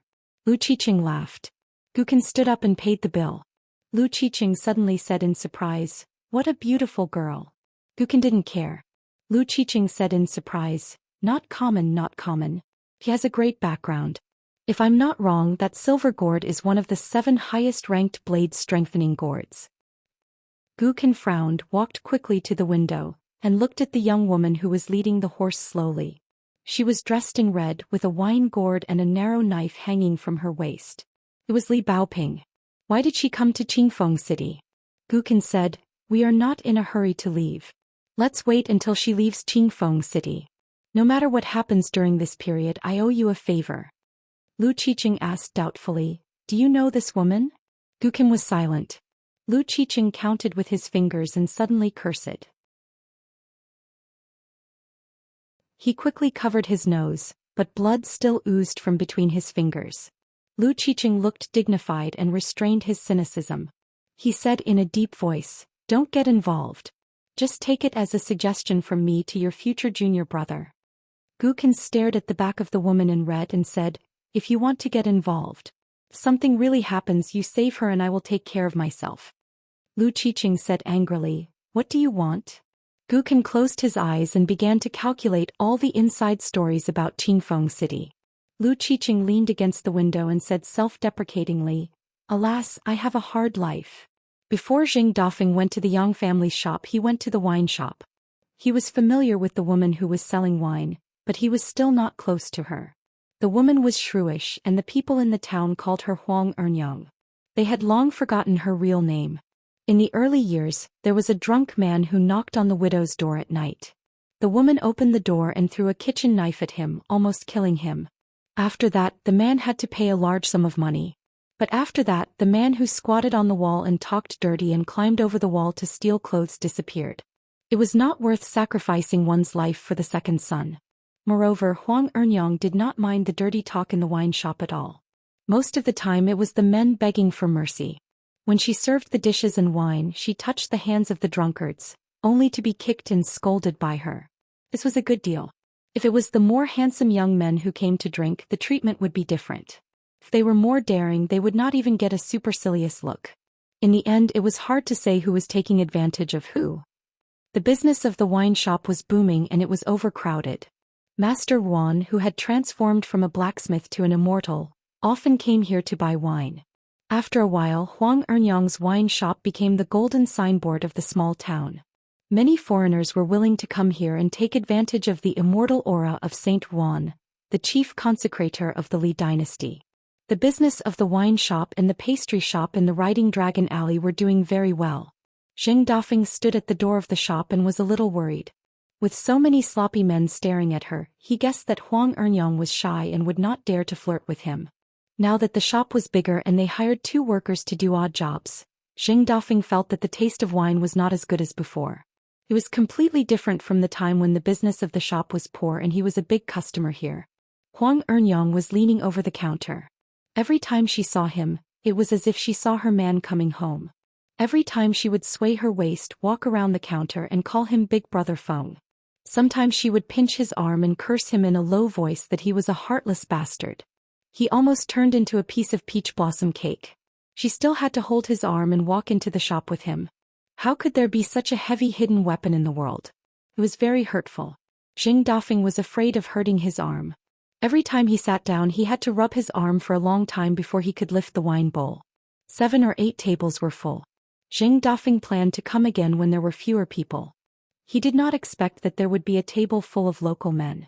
One of them waved and said, Hey, isn't this Brother Dafeng? Come sit here. Let's make things clear first. You're treating today. Every time there's a wedding or funeral, you've freeloaded a lot of wine away. Now you're guarding the door for the immortals on the mountain. How extravagant. As expected of a man, only when he has money in his pocket can he straighten his back. The stooped Zheng Dafeng jogged over and sat down on the same bench as that person. He smiled and said, Why would I treat you? I'm just saving money for my wife. I'm not like you Big Eyes Lu. You sold 2 ancestral mansions and bought 2 mansions in one go in the provincial capital in addition to several shops. How grand do you think you are? My treat. Isn't this a slap to the face of a rich man like you, Big Eyeball Lu? Big Eyeball Lu was a common saying. It meant that he could not see people. The man with the surname Lu was not angry. He was used to bickering with Zheng Dafeng. The words between them were like a drizzle. Whoever got angry would lose. The man did not come to the small town often in recent years. The 2 ancestral houses that took up quite a lot of space had been sold long ago. He did not cherish the past. In the past he would still pass by when he went to visit the graves. Later on he did not even bother to visit the graves. It was too far away. During the Qingming festival he would burn more yellow paper on the roadside outside the big house in the provincial capital. The man lowered his voice and said, Do you know that the widow in Mud Bottle Alley is doing well now? She's really rich now. The man gave him a thumbs up. In terms of family wealth, that pretty widow can be considered this. The man immediately regretted it. If I had known, I would have bought more back then. Otherwise, not to mention a few houses and shops in the provincial capital, even 2 or 3 streets would have taken my surname. Zheng Dafeng poured himself a bowl of wine. If Huang Ernyang did not personally bring it to his mouth, it would not taste good. Zheng Dafeng raised his bowl first and toasted everyone at the table. He drank it all in one gulp. The few people at the table were about the same age as Big Eyeball Lu in the past. Now they all had their own family businesses in the provincial capital. They were living a life of luxury that they did not even dare to dream of in the past. The old woman who came first and the foxy concubines who came later was always in a state of chaos. In addition, there were also some clever servant girls who had some thoughts. On normal days it was livelier than the new year. Zheng Dafeng toasted. Other than a relatively simple and honest acquaintance who returned a bowl of wine, the rest did not touch it and pretended not to see it. Xing Dafeng did not care about this. He was just here to freeload wine. Why would he care about his face? He hurriedly poured another bowl of wine. Only then did Xing Dafeng wipe his mouth and smile. I'm not too sure. Back then I wasn't very close to the Gu family's wife. You know that? Big Eyeball Lu joked. I'm curious. Both of you are pretty widows. The Gu family's wife in Mud Bottle Alley has a soft personality. Why don't you hook up with her? Why do you like Huang Ernyang? Xing Dafeng smiled. The man on the other bench had a face full of shrewdness. He was famous for being stingy back then. He seemed to be careless and asked casually, Dafeng, I heard that you're hanging out with that kid in Mud Bottle Alley now? Look at you, you're getting worse and worse. In your early years, you were guarding the gate and did not care about anything. Now you're working for a junior who's younger than you. Aren't you embarrassed? Besides, looking at you now, you don't look like you've made a fortune. Why don't I give you a hand? We've been good brothers for so many years. Don't you have a little rundown house in the east of the town? I'll help you find a rich buyer in the capital. Xing Dafeng started to pour wine again. He waved his hand and said, No, that's my little house. I'll just lie there obediently. If I fart with my butt facing the east, even the paper windows in the west will shake. It's not worth much. The man glanced at Big Eyeball Lu. The latter immediately persuaded, Brother Dafeng, there's money everywhere in the capital. To be honest, if there's a string of copper coins on the ground, if it's not gold or silver, I wouldn't even want to bend my back. If you sell that yellow mud house and settle down in the capital, what kind of beautiful wife can't you get? Besides, if you go to the capital, all of us old brothers will be there. We can help each other. Isn't it better than you guarding the gate for someone else? Xing Dafeng started to stir. He did not refuse and dragged it on. The next time they meet he could still freeload wine. In the end, everyone at the table had worn out Xing Dafeng's patience. When they left they did not pay the bill. Xing Dafeng called a familiar face to take a seat. The familiar face called his own acquaintance to drink. Then Xing Dafeng wanted to run away. Unexpectedly the woman's eyes were sharp. She smiled and said, Brother Dafeng, do you lack money in your pocket or in your pants? If you lack money and can't pay for the wine with our relationship, we can just waive the bill. But if you lack something, then I can't help you. Xing Dafeng did not stop walking. He pretended not to hear. Huang Ernyang slammed the table. Xing Dafeng, get your ass back here. If my tofu is brave enough, then you can eat as much as you want. But you dare to owe me for the wine? Did the heavens borrow your guts? The people of the town had always been simple. Xing Dafeng turned around and sauntered to the counter. He laughed softly. If I lack money, I lack money. When will I not lack money? Huang Ernyang, don't you know? Brother Dafeng is full of vigor. His reputation is not undeserved. Huang Ernyang leaned against the counter and munched on sunflower seeds. Why don't you gamble now? Did you go into the mountains and fall into a pig's nest? Xing Dafeng smiled mischievously. I gamble for fun. I never ask for money. Have you ever seen me win? Then Xing Dafeng said earnestly, tens of millions from gambling is just a plot of land by the river. The money of life and death goes around in circles for 60 years. One skill, craftsmanship, passed down for 3 generations. Palm land, crop money, thousands of years. Huang Ernyang rolled her eyes. You're the only one who likes to pretend to be a scholar.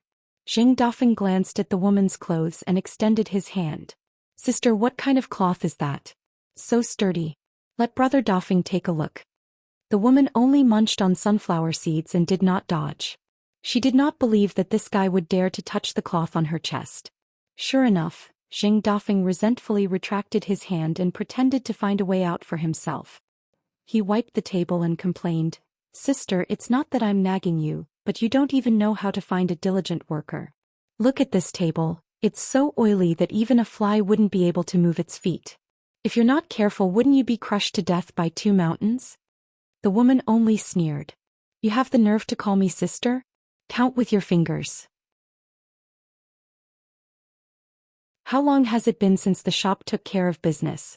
Xing Dafeng leaned on the counter and glanced at the noisy table. He laughed.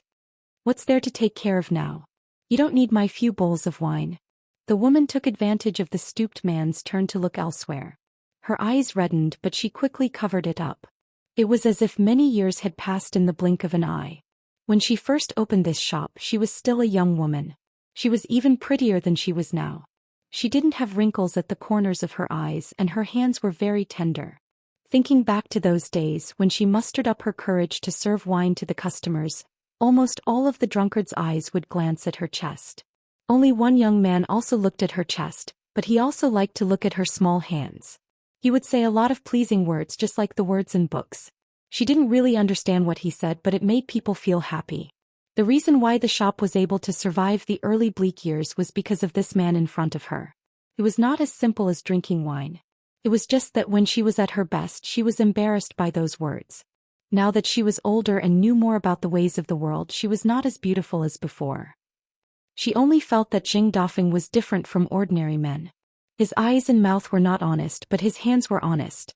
The woman only found out much later that this was a truly honest man. Jing Dafeng turned his head. Same old rules. Put it on the tap. Alright, give Brother Dafeng another bowl. The woman slammed the bowl on the table and personally poured the wine into the bowl. She faced the wine jar. When she turned around and bent over, she knew that the man was definitely looking at her. Huang Ernyang poured the wine and leaned against the counter again. She looked at the man who was sipping the wine and said softly, "Big Eyeball Lu, this group of people is after your house. Be careful. Maybe he came back to town this time because of you." Jing Dafeng nodded. "You really know how to care for people. I'm talking to you about serious matters." Huang Ernyang's tone became slightly more serious. She frowned and said, "Don't be careless. I heard that after this group of people became rich, they started doing business in the state capital. When money is in the hands of good people, it's courage. When it's in the pockets of these people, it's evil. Your shabby shop is small, but it's in a good location. Walk east of the town and you'll find the immortal graveyard. Now it's a martial temple. Over the years, how many officials have gone there to burn incense and worship? How grand is it? Don't you know? But I have to give you a piece of advice. Once you find a suitable buyer, sell it. Don't hide it too much. Be careful that the yamen wants to buy it from you. When the time comes, the price will be too low. Are you going to sell it or not? If you don't sell it, how can you live peacefully in the future?" Jing Dafeng grunted in agreement. Therefore, when it came to dirty and troublesome matters, there were many in the marketplace. Every household who didn't have chicken shit or dog shit. But when it came to intelligence and kindness, there were also many. Every household who didn't have a few bowls of clean rice. The woman suddenly felt sad. "I'm getting old." Jing Dafeng smiled. "That's right. Your son is now a scholar. I heard that he has the nickname of Little Xiaotsai. What do you think? Your big brother Dafeng never lies to you. That kid looks like a good material. He's a serious scholar. The spring festival couplets in the wine shop were written by that kid and they look very good. Sister, you can just wait to enjoy life in the future. The family heirloom isn't about money, it's about doing good deeds." Huang Ernyang glanced at him. Jing Dafeng pretended to be shy and blocked her gaze with his wine bowl. "Sister, your gaze isn't very proper. Brother Dafeng looks like he's naked." Huang Ernyang was helpless. She really had to thank him for teaching the child. In the early years when she was a widow with a child, she really wanted to cut off her own flesh to let the child eat, drink, and wear warm clothes. When the child grew older, she couldn't bear to scold or beat him. The child became wild and even dared to skip school. She only felt that it wasn't good, but she didn't know how to teach him. She tried to persuade him, but he wouldn't listen. Every time the child would agree verbally, but he would often go down the river to catch fish and snakes in the mountains. Later on, Jing Dafeng was drinking and among a bunch of vulgar words, he hit a sentence about how to earn money. Huang Ernyang listened to him and gave him a good beating. Soon the child became obedient. Huang Ernyang suddenly said, "Two minds at the same time, no 3, no 4, 5, no 6 people, a total mess, 8 or 9 out of 10, a coward." This was what Jing Dafeng used to scold people in the wine shop. In fact, it didn't have much strength. It was too sour and didn't hurt or itch. However, Huang Ernyang found it interesting and remembered it. Compared to these women who scolded first and then scratched their faces, as well as those country bumpkins, it was a different way of scolding people. Jing Dafeng pretended not to understand and instead began to feel sorry for himself. "It's chilly to be single. How poor can I be? Rats starve and have to move. Mosquitoes and lice can barely drink a few mouthfuls of wine. Once I've saved enough money, which girl would be willing to visit me? Huang Enyang smiled and asked, how old is the girl? Zheng Dafeng glanced at the woman and laughed. Her age can be neither too old nor too young, but she still has to be old when she needs to be. Huang Enyang threw a handful of melon seeds at the man. Zheng Dafeng dodged. A bowl of wine would eventually be finished. He put down the bowl and patted his face. What a good saying. Drunk like a whale sucking in hundreds of rivers, drunk like a jade mountain about to collapse. Sister, you're in luck. Huang Enyang sneered. You're a wooden club. Drunk and run away. This chapter is not finished, please turn the page. Drown in the latrine, eat until you die, it's all up to you. Zheng Dafeng said, let's go, I'll definitely pay you back in the future.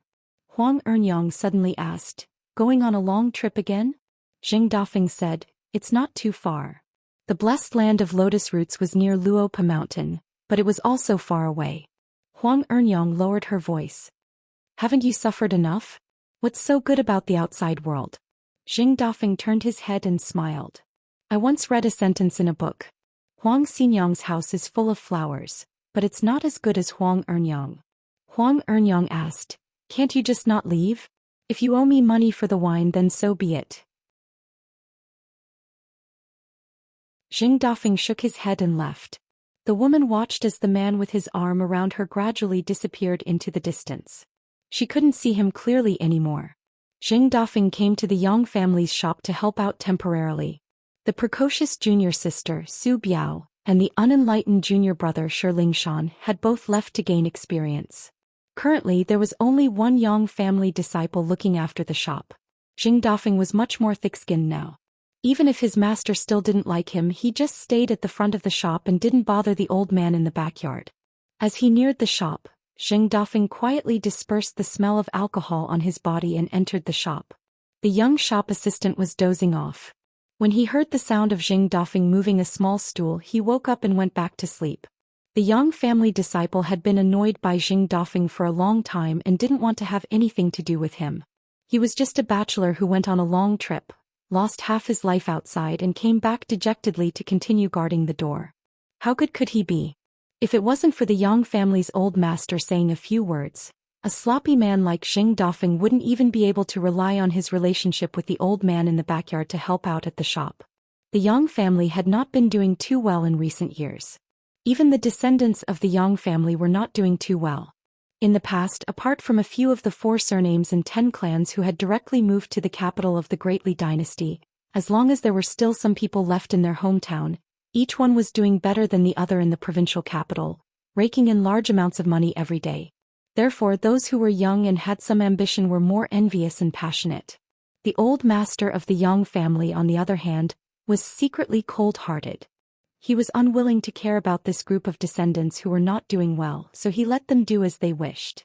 The old master's only confidence was old Yang's prescription in the backyard. However, this business was handled by only 3 people in the entire family. It was just 3 generations. Without the worry of not having enough descendants, it was enough. When there were many descendants, the head of the family liked to give more to those who were truly capable. Those who were poor would be raised and wouldn't starve to death. Those who could earn money would only be richer.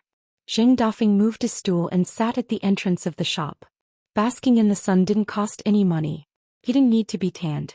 Admiring the flowers and moon on the mountain and joining in the bustle at the bottom of the mountain were 2 good things. Zheng Dafeng raised his head and looked at the sun. See everything? He looked at it for a long time.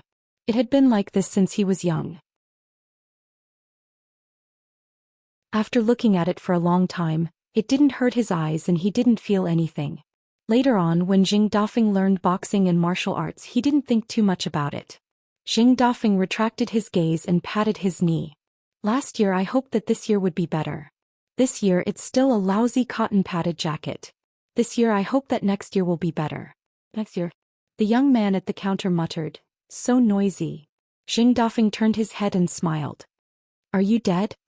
The young man glared. How can you say that? Zheng Dafeng looked puzzled.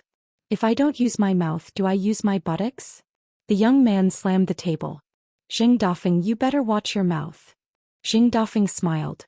He raised his hand and gestured a few times. he said patiently, lower your voice. The tables of us commoners are either used to place rice bowls or incense burners.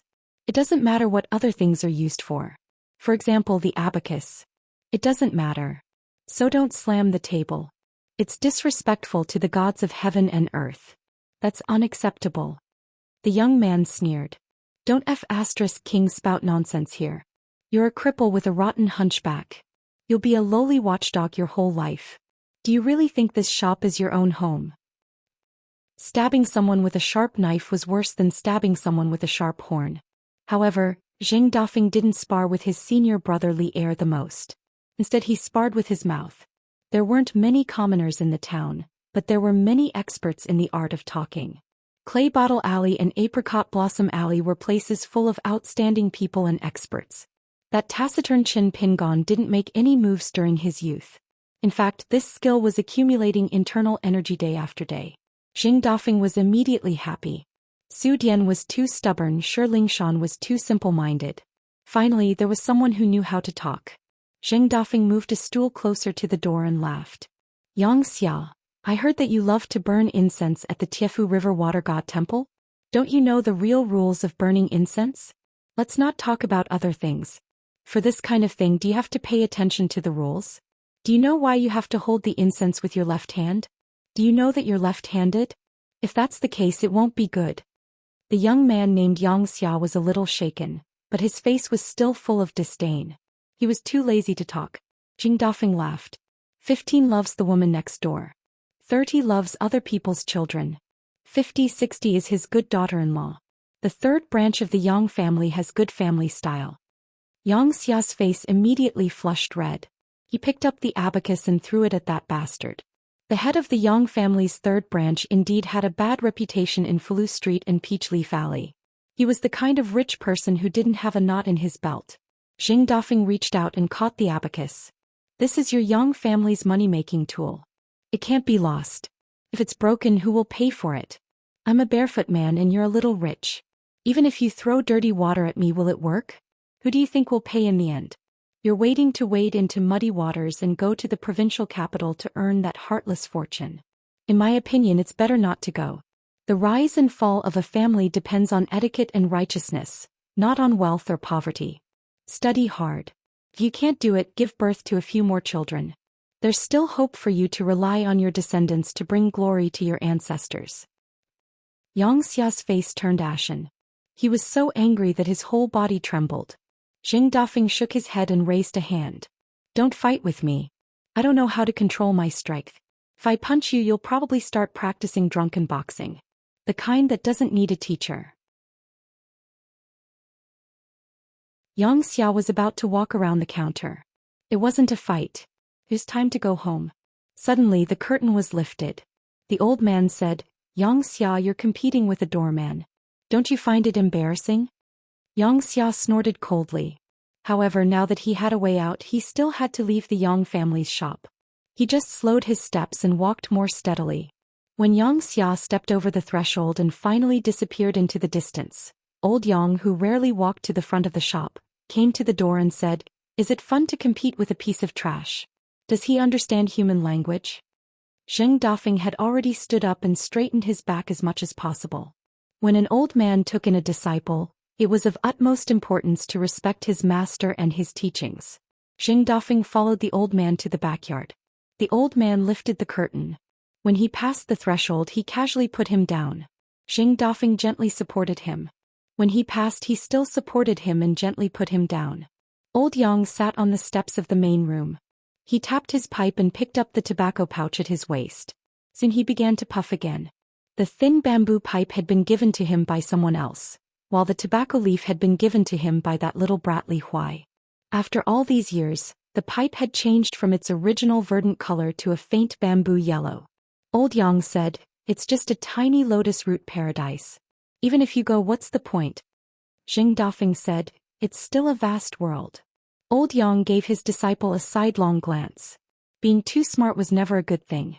Zheng Dafeng helplessly said, I'll listen to master. Great. This time he really did have to go on a long journey. Old Yang said, When you get there, you'll have to start all over again. The road will be even harder to walk, but as long as the road isn't hard to walk, there will be more people. There's a reason why Fan Junmao was made Mountain Lord Nanyue and not you. In any case, Zheng Dafeng just listened to the teachings. Old Yang asked, why do you think the Confucians opened up a fifth world at this time? You have to know that the world was discovered long ago. Zheng Dafeng replied, it's to prevent the 100 schools of thought from not helping when the war is imminent. Instead, they'll be a hindrance. Now that a world has appeared out of thin air, we'll fight for it if we have the ability. Old Yang asked again, do you know why the vast world is the most tolerant of Taoists and Buddhists? Is there a place for the Confucian academies and Buddhist temples to stand in the green world? Zheng Dafeng's expression was solemn. He definitely couldn't think of an answer to this question by himself. Old Yang waved his hand and dispersed the smoke. He asked, I once scolded the saints of the 3 schools of thought as Pishio, right? Zheng Dafeng nodded. The old man smiled and said, I just don't know who will be the first to slap me.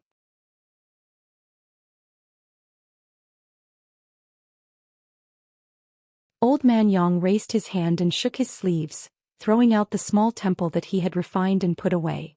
The old man waved his hand and specks of golden light flashed and disappeared into Zheng Dafeng's forehead. Zheng Dafeng did not move.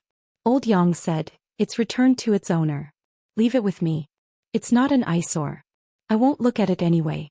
It's just annoying. The golden light was Zheng Dafeng's soul. Zheng Dafeng stood up and bowed. Disciple thanks Master for teaching and protecting me. Old Yang puffed out a cloud of smoke. Zheng Dafeng immediately sat down. It was not very respectful to just stand like that. Zheng Dafeng turned his head. Not long after, a young man in a scholarly robe walked in.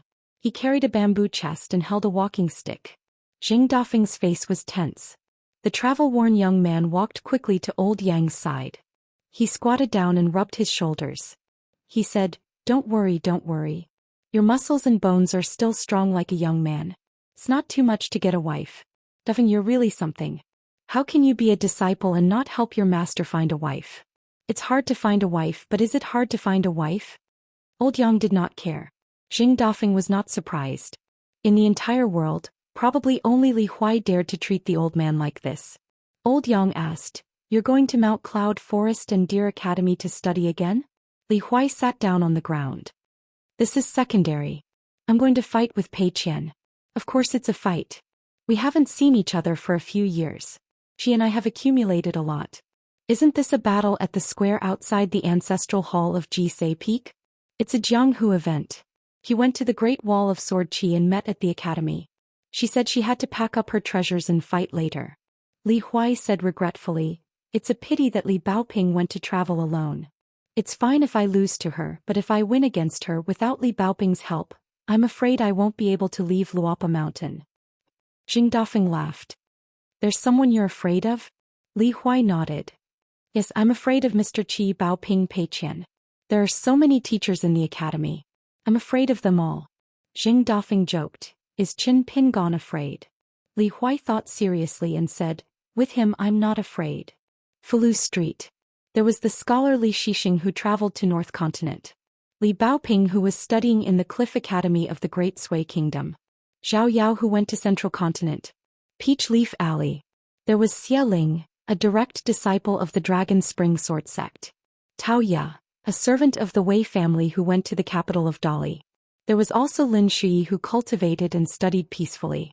Clay Bottle Alley. There was Qin Pingon who went to the Great Wall of Sword Qi. Gukin who started a storm at Book Slip Lake. There was also Song Jisun who became the king of Dali. There was also the servant GQ. Apricot Flower Alley. There was Ma Kuxuan who was known as the young genius leader of the continent. There was also Li Lu and Li Huai. There was Dong Shuijing who was a businessman. There was also the shop of the Yang family. There was also the shop of the Su family. Rock Spirit Mountain. Those who were the luckiest in the town were usually the ones with strong foundations. For example, Li Huai and Gu Kan. Back then, the one who had the most leaves on the old locust tree was actually Gu Kan. No one knew. Back then, the little slug had packed a big bag of leaves.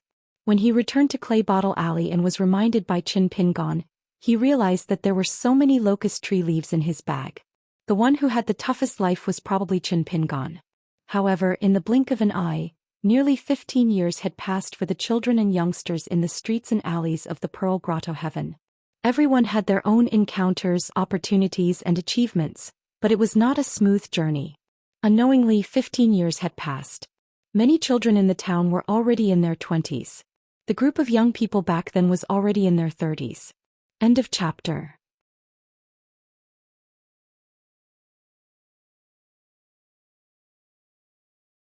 "652. A tall, large young man and a beautiful woman entered the territory of the Dragon Province of the Dali dynasty together. It was a treasured land of feng shui after Li Zhu's dwelling shattered and took root in the earth in the past. There were many stories about the landscape here, and it was one of the best cultivation grounds of the Aquarius continent. However, all of the landscape and people seemed to be tainted by the mist of the mountains' feng shui, obscuring everything. When the two of them made their way towards Huaihuang City along the Tiefu River, they passed by an ancestral temple of the water goddess that flourished with incense. Due to their identities and cultivation foundations, neither of them were bold enough to enter and offer incense. When they finally saw the eastern gate of the city after so much difficulty, the young man felt like he had been relieved of a great burden. He sighed emotionally. "We're finally here. Miss Ma, should we pay Mr. Chen a visit first, or should we visit Gu Kan's home in the provincial city? Luapa Mountain might be a little harder to find, but the provincial city is relatively easier to find." The couple's journey north through the Dragon Province this time had not been easy. It was mainly because Gu Kan had suddenly told them to head north by themselves. He and the strange scholar called Lu Qiqing wanted to visit the Su clan in Clearwind City, which made the timid Xing Yi extremely uneasy. In his early years, the caretaker of Green Gorge Island, Zhang Yi, had dragged him out of the fiery pit on Reedy Moon Island and brought him to the thatched hut at the entrance of the mountain. After meeting the accountant, Xing Ye's life underwent an overwhelming change. Afterwards he met Gu Kan. From fear to intimacy and now to dependence, it had all happened in just a few years. To cultivators who liked to meditate, it was like the snap of a finger. Before he knew it, Xing Yi, who would have nightmares from a casual glance from Gu Kan, instead felt uneasy without Gu Kan by his side. He went on a sightseeing tour, feeling unsteady every step he took. In reality, Xing Yi, who was naturally suited to the path of ghost cultivation, had broken through quite quickly in the past few years. As a matter of fact, it could even be described as extremely fast. It was only because he had Gu Kan by his side that he did not stand out. Xing Yi was now a true sea-viewing realm qi practitioner. In the Jianghuan mountains of regular vassal states, he could be regarded as an immortal of the middle five realms. Due to the fact that Xing Yi had cultivated unorthodox techniques, her yin qi was rather heavy. Therefore, when Xing Yi traveled to the north with Gu Kan, she was still able to get close to the mountains, rivers, temples, and immortal mountains. However, when she parted ways with Gu Kan, she did not have the guts to do so. In addition, Ma Duyi, who was by her side, was even more ghostly. She was only able to walk in the human world by relying on the fox skin talisman. In the eyes of the immortal masters on the mountain who had profound Taoism, whether it was Xing Yi or Ma Duyi, they were easily regarded as disgraceful and filthy existences. Ma Duyi had a jade pendant hanging from her waist. It was the peace and peace jade pendant that Gu Kan had given them as a protective amulet. She thought for a moment and smiled. "Let's go to Luapa Mountain first. We are so familiar with Mr. Chen, so we shouldn't be rejected. Even if Mr. Chen isn't there, it shouldn't be difficult to ask someone for a cup of tea, right?" Xing Yi grinned and said, "Okay, I think so too." There were always some people who would feel more at ease when they thought of this. After passing Huaihuang County, they asked the local people for directions. However, they couldn't understand each other. They finally found a shopkeeper who could speak Dali's official language. However, the shopkeeper didn't know the specific address of Luapa Mountain. He only gave a general idea. After passing the small town, they first found Jinju Mountain, which was just a small hill. Then they would find an opportunity to ask the immortals in the mountain for directions. After entering the continuous mountains full of spiritual qi, the two of them searched for a long time before they found Mount Huimeng, which was the territory of Luapa Mountain. After going south, they reached the foot of Luapa Mountain's cliff, which was not too far from the southern gate. However, Xing Yi and Ma Di saw an incredible scene. First, they saw a little girl in black with her back to them. She was looking up at the sea of clouds hanging on the cliff like a snow-white belt. The little girl carried a small golden pole on one shoulder and a green bamboo walking stick on the other shoulder. She shouted loudly, Pei Qian, don't jump wrong this time. It's so troublesome to fill the hole." Xingyi glanced around the little girl. The ground was full of potholes. The green bamboo walking stick on the little girl's shoulder was very familiar. The little girl in black suddenly turned her head and looked at the two foreigners who had stopped in their tracks. She slipped away as fast as lightning. Xingyi suddenly looked up. A black dot broke through the sea of clouds. With a whistling sound it suddenly fell. In an instant, a short thin figure fell heavily on the ground. There was a loud noise. The earth trembled and dust flew. Xingyi concentrated and stared into the distance. He saw that in the big hole there was a girl with dark skin and a thin figure. She bent her knees slightly and slowly got up. She turned her head and looked at the little girl in black who was holding her head and squatting at the edge of the big hole. She complained, "Little Mealy, what's going on? If I didn't have sharp eyes and changed my landing route, you would have fallen into the hole. What if you got hurt? Didn't I tell you not to move?" As she spoke, the girl with a shocking demeanor walked casually to the little girl's side. Then, intentionally or unintentionally, she stood between Zhou Mealy and the two foreigners. Ma Di noticed that the girl was wearing a pair of sloppily woven straw sandals. Fresh blood was flowing out. Ma Di couldn't help but glance at the cliff and then at the girl. Was she jumping off the cliff to commit suicide or was she playing around? Xingyi and Ma Di were not pure martial artists. They didn't know the many subtleties of the girl jumping off the cliff. Ask fist. The girl was using the ask fist with her body in the earth. She had to restrain all her godlike fist intent. She had to rely on her physical body to deliver the heaviest punch, as if she was falling from heaven to the mortal world. In the girl's words, she was going to give the little girl on the ground a hard blow to the head. This was a method that the girl came up with herself. Yuanshu obviously didn't agree.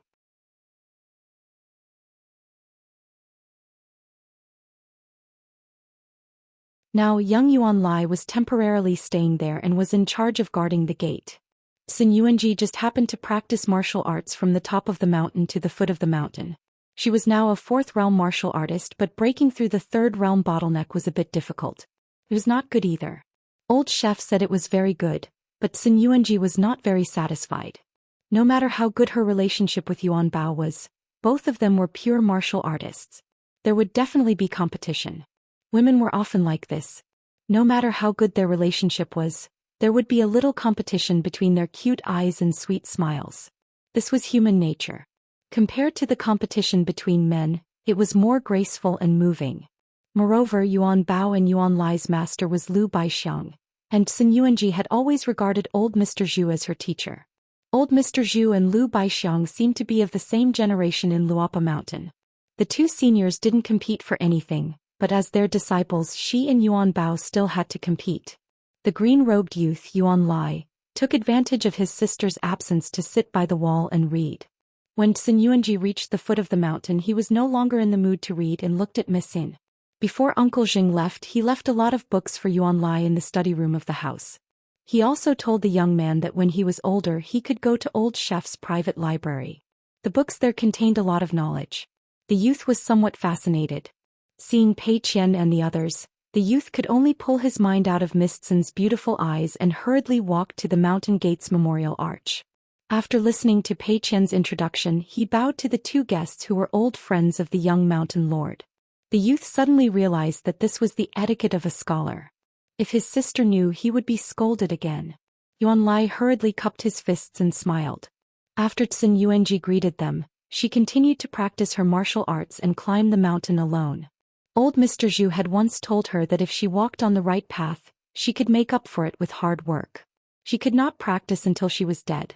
If she wanted the fist intent to enter her body, she had to find a source of fresh water in the fist technique.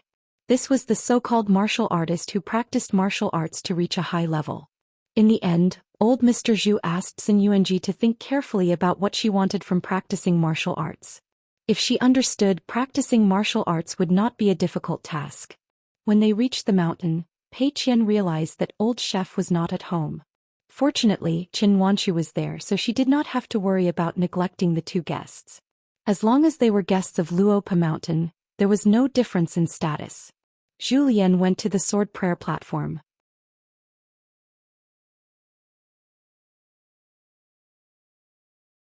Zhou Xian nodded and smiled. I trust you, Mr. Xianxia. Then the hunchbacked old man turned his head with a smile. You are a noble of the Zhuang dynasty who has been exiled all over the world, right? Young Master Dugu nodded. Indeed, I dare not lie to you. My real name is Dugu Duanshan and I am now known as Xiao Pasian. I am from a fallen country. I do not want to die yet, which is why I came up with this plan. I used a favor to coerce Miss Xianxia into bringing me to Luopa Mountain to seek protection. Zhou Xian asked, do you think you can survive at Luopa Mountain or are you desperate? Young Master Dugu said, it's the latter. Along the way the three of them had been intercepted twice. The first time was an unexpected encounter, while the second time was when the cultivators accompanying Dolly's army had come prepared. Zhou Xian smiled. What favor do you owe Mr. Xianxia? Tell me about it. I'm only in charge of some trivial matters on Luopa Mountain. I haven't studied much so my knowledge is limited. I really do need to consult young Master Dugu properly. Dugu Duanshan was speechless. He obviously had impure motives for risking his life to save Xianxia. He definitely did not do it out of pure righteousness. The maidservant Meng Long was miserable. How did her young master end up in such a state? After a moment of silence, Zhou Xian asked, where did the final battle take place? Dugu Duanshan said, around the borders of the kingdom of Southern Stream, extremely far away from the dragon province of Dolly. The reason why I was intercepted was because someone among the cultivators accompanying Dolly possessed the imperial jade seal of the Zhuang Empire. They were able to follow the traces and find me. After the battle I first pretended to head south. Along the way, I severed the dragon vein in the miniature world in my body before silently making my way north. I shouldn't have been followed by Dolly. The young man's words were concise and to the point. As for the great danger involved and the price he had to pay, no one would know about it. Zhou Xian asked, Immortal Xiao Pe, are you willing to struggle at death's door here, or are you willing to sacrifice yourself for your country? Dugu Duanshan smiled. Senior, you're asking too much. Zhou Xian nodded. He looked at the female cultivator of the North Continent with a tragic background and smiled. Miss Xianxia, do you know that you'll cause a very great problem for my young master by doing this? Xianxia was just about to say something. However, Zhou Xian had already smiled. What are you thinking? I've said it before. I have a good memory so I'll know once I hear it. That's why I'm only telling you the truth right now. Xianxia nodded. She bit her lip so hard that it bled. One of her hands was hidden in her sleeve. She gripped something tightly and her arm trembled slightly. Apart from repaying Sir Dugu for saving her life, she actually had selfish motives. She hoped that she could send something to Luopa Mountain. After that, even if Luopa Mountain wanted to take credit for her and the Song clan, it would not matter. Zhou Xian chuckled and looked around. There were many wild persimmon trees on the sword prayer platform. In winter, the persimmons hung on the tall branches. They were bright red and cute. In the hometown of the lotus flower blessed land, persimmons had another name. It was very unique, Marquis of Ice Frost. Zhou Xian finally said to the dazed young woman, if my young master was here, he would be very happy to be able to reunite with Miss Xianxia after a long separation. After saying this, Zhou Xian left the sword prayer platform. The maidservant Meng Long asked softly, Sir, what's this? Dugu Duanshan smiled broadly. It's not bad to live under someone else's roof and beg for food. After Zhou Xian walked down the sword prayer platform, Wei Pai appeared. Zhou Xian laughed angrily. Is there a great mountain lord like you who is so unlucky? Wei Pai laughed. I have nothing better to do. Zhou Xian put his hands behind his back and said slowly, that Miss Xianxia must be saved. As for the other two, we just need to understand one thing. Wei Pai said, that is, whoever tells him to come to this unknown Luopa mountain will be able to live. Zhou Xian said with a shocked expression, Brother Wei is wise. Wei Pai gave a polite smile. Zhou Xian scratched his head and laughed. That's good too. I can find something to do. I can't always be a chef wearing an apron and be despised by people every day. It's time for our Luopa mountain to take the initiative to solve our problems. Otherwise, unnecessary trouble will only increase. Zhou Xian sneered. Pick on a soft persimmon? Wei Pai smiled knowingly. It seemed that he was still angry about the matter of the jade liquid river water goddess. Wei Pai looked in the direction of Luopa Mountain and said, "What a coincidence, we have guests." The two disappeared into thin air and appeared on Luopa Mountain. Xing Yi and Ma Di saw the handsome immortal. As for the kind-looking old man beside him, he was far from being comparable to the handsome man with the golden earrings. They could not take their eyes off him. Chen Wanshu hurriedly stood up and introduced Zhu Lian Wei Pai, Luopa Mountain's manager, old Mr. Zhu, and the Northern Mountain Lord, old Mr. Wei. Xing Yi and Ma Di were scared half to death. Among the 5 mountain lords of the continent, Wei Pai's realm was the highest and he was the most famous. Pei Qian reminded, "Old chef, it's time to eat. Bring out all your best skills." Xiaomi wiped her mouth. "Of course." Zhu Lian called out softly and immediately went to the kitchen in the backyard to get busy. It was as if the small kitchen was Zhu Lian's little world. Wei Pai felt helpless in his heart. He could rely on his face to make a living than Jiang Shangzhen. Why did he have to be a chef? At the Dragon Riding Alley's New Year shop, old friends were also reunited. Dong Shuijing Lin Shui. There was also the little girl who was worried that the nickname Little Stone would spread. After following her family to Dali's capital, she was now a married woman. Shi Jiachuan, Li Baoping's best friend. The Dragon Riding Alley's New Year shop and the grass shop next door were both Shi Jiachuan's ancestral businesses. Shi Chuanjia and Shi Lingshan, who came from Peach Leaf Alley, were also relatives. However, Shi Chuanjia's seniority was higher. If the two really met, they would have to call her aunt. The world was unpredictable. Schoolmates and good friends separated in the small town. More than 10 years later, they had completely different identities. Shi Jiachuan was now happy to take care of her husband and children. Her husband was a son of an aristocratic family. His surname was Bian and his name was Wenmao. His family had no relationship with the painting master who could place his painting in the imperial study. Bian Wenmao's family had lived in Dali's capital for hundreds of years. Their ancestors were the aristocratic family of the Lu dynasty.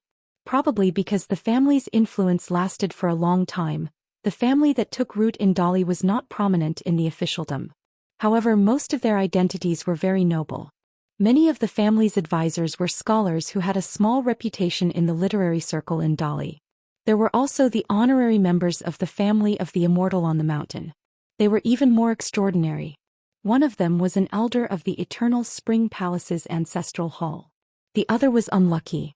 In his early years, he and a few good friends who had lived in the mountains for a long time passed by the sky above Liju Grotto heaven. For some reason they had a conflict with Saint Wan Jiao. Their ending was not good. However, they managed to keep their lives. They were luckier than the other friend who died directly. This time they met because Dong Shuijing went to Dali's capital to do business and looked for Shi Jiachuan. Shi Jiachuan wanted to arrange a time for her schoolmates and good friends to gather in her hometown, Huaihuang Town. However, this time, Li Baoping went to the south to travel and missed it. Therefore, Shi Jiachuan was now complaining about Baoping. The group sat in the backyard of the shop and reminisced. The shopkeeper, Shi Rou, moved the table and stools, brought tea and pastries and quickly left. Dong Shuijing listened to Shi Jiachuan's nagging and laughed. Baoping didn't even give you face. She shouldn't have. Lin Shi nodded. I'll let Li Huai talk to her later. Shi Jiachuan rolled her eyes and said, Li Huai? Forget it. Your guts are the size of a needle's eye. How dare you kick up a fuss in front of my Baoping?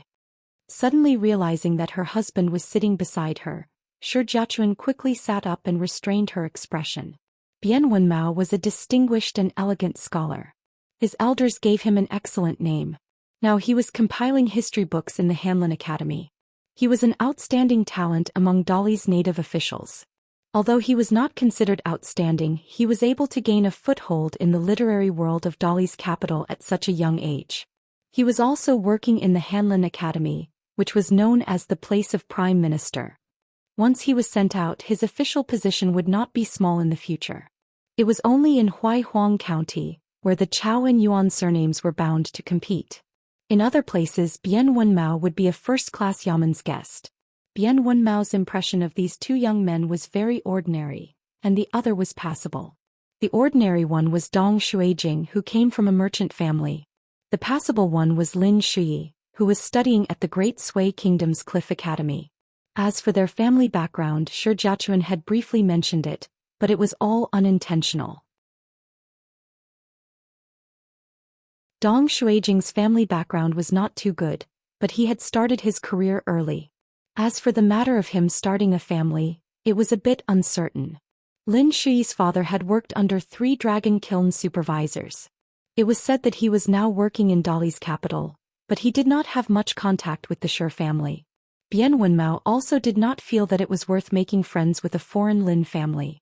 On the other hand, Lin Shuyi was able to study at the Cliff Academy. In the future he would be able to enter the Dali's officialdom. Li Huai energetically walked into the rear courtyard.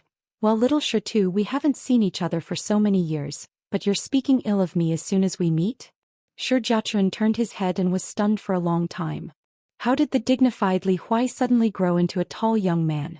Lin Shuyi and Dong Shuijing, the former did not change much and had always been the same. Dong Shuijing was also fine. Only Li Huai did not seem to be the same as when he was young. For example, when Li Baoping threw his underpants on a tree, Li Huai rolled on the ground and cried, just to attract Mr. Qi. Shi Jiachuan stood up and joked, "Li Huai? You must have eaten a lot these past few years." Bian Wenmao slowly stood up and smiled without saying anything. Li Huai was one of his wife's classmates who talked a lot with his wife. He spoke without restraint and said a lot of embarrassing things. Therefore he was also the one that Bian Wenmao was least interested in. At first glance, Bian Wenmao could tell that he was a blockhead who did not know how to read. He only got into the Cliff Academy because of his ancestors' good deeds. This kind of person would not be able to stand up even if he gave him a few excuses. Sooner or later he would retreat to the bottom of the stairs. Anyway, Dong Shuijing was good at something. There were some rumors that he had clung on to Supervisor Chao and County Chief Yuan at the same time. If this was true, his business should not be too small. Li Huai first greeted Shi Jiachuan, who obviously did not like him very much and was polite and distant. However, he could not embarrass his good friend Shi Jiachuan, so he had to smile. Then he sat down opposite Shi Jiachuan. Li Huai grabbed a piece of cake and said vaguely, "Before Baoping left, she said that she would go to the capital to find you before returning to the academy." Shi Jiachuan smiled and said, "At least she has some conscience." Lin Shuyi and Dong Shuijing sat opposite each other. In fact, they had a good relationship. However, Shi Jiachuan thought it was funny. The reason was simple. They both liked Li Huai's sister. Shi Jiachuan did not think that Lin Shuyi had a good family background. He was also a scholar, so Li Lu would definitely like Lin Shuyi. Shi Jiachuan always felt that Li Lu, who often went to the private school to pick up her younger brother from school, was strange. However, he could not tell what was strange. Logically speaking, Li Lu was older and was already a young girl. She was gentle and weak in front of everyone. Compared to GQ, who was by Song Jisun's side in the mud bottle alley, they had completely different temperaments. They were both beauties. However, Shi Jiachuan felt that if he really got along with Li Lu, the maidservant GQ who did not smile in front of anyone, might not be as difficult to deal with as Li Lu. Bian Wenmao still had a social gathering with friends in the provincial capital. However, it was rare for his wife to leave the capital and return home. Moreover, they were all her childhood friends. This Tanhua scholar restrained himself and did not show the slightest bit of emotion. Shi Jiachuan was very considerate. After about an hour at the shop, he got up and left for the provincial capital. His husband's friend's carriage was waiting for him at the Dragon Rider Alley. Li Huai and the others saw him off at the door of the shop. Coincidentally, Yu Lu and Xianxia had also come down the mountain from Linlu Academy. They came to the Dragon Rider Alley, planning to go to Luopa Mountain with everyone. Earlier, Li Huai had gone there alone. When he returned to the Cloud Peak Academy, he repeatedly talked about how he had lost. Bian Wenmao did not take it to heart. He politely said goodbye to everyone and helped his wife into the carriage. Finally, he bowed and said goodbye. After watching the carriage leave, everyone went to the backyard of the shop to chat. Li Huai held the back of his head with both hands.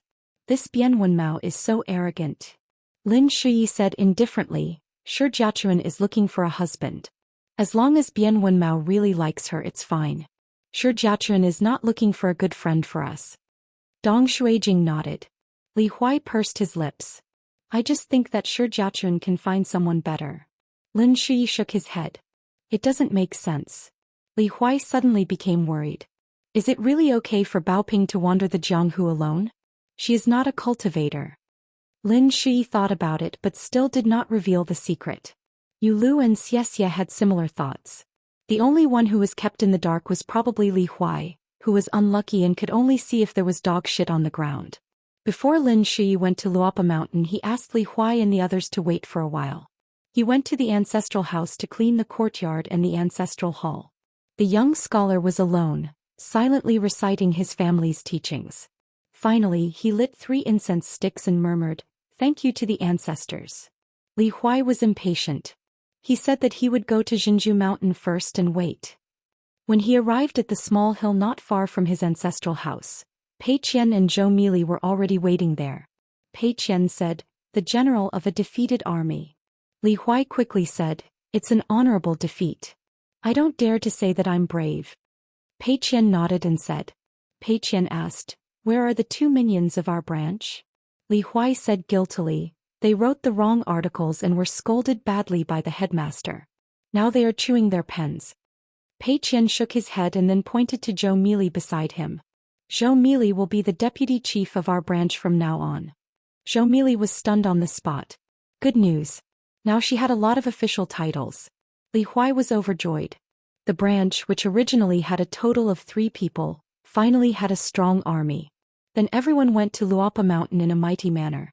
When they reached the mountain, Yu Lu stopped at the mountain gate and said that he would go up the mountain later to chat with Yuan Lai, who was guarding the door and flipping through books. Xianxia also wandered alone.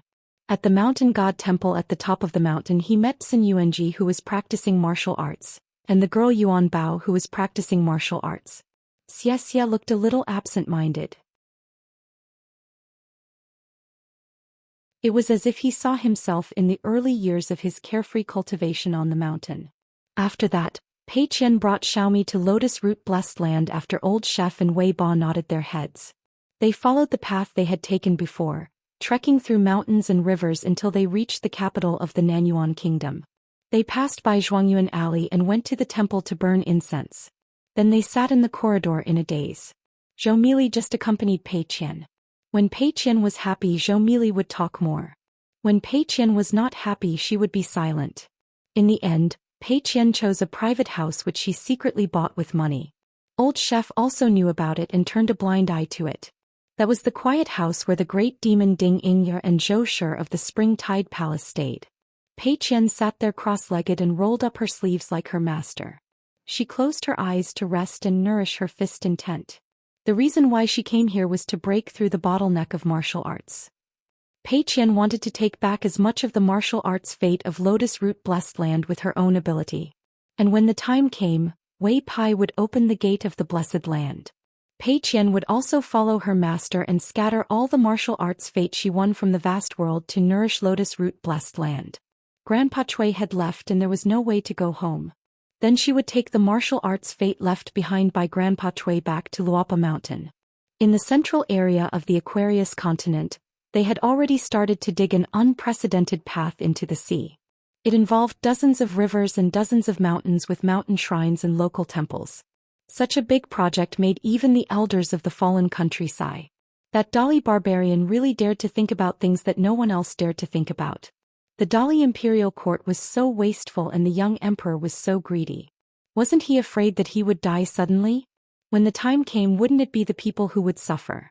Just hearing that Lakeview Academy, the new Zhongyu that had a good reputation, and the Yunlin Jiang clan with a long history would all participate made people have mixed feelings. Could it be that the entire Aquarius continent would be surnamed Song in the future? Becoming a place with only one surname? The Great Li Imperial Court selected 3 people from the local area to be in charge of the excavation of the Great Desecration Tunnel.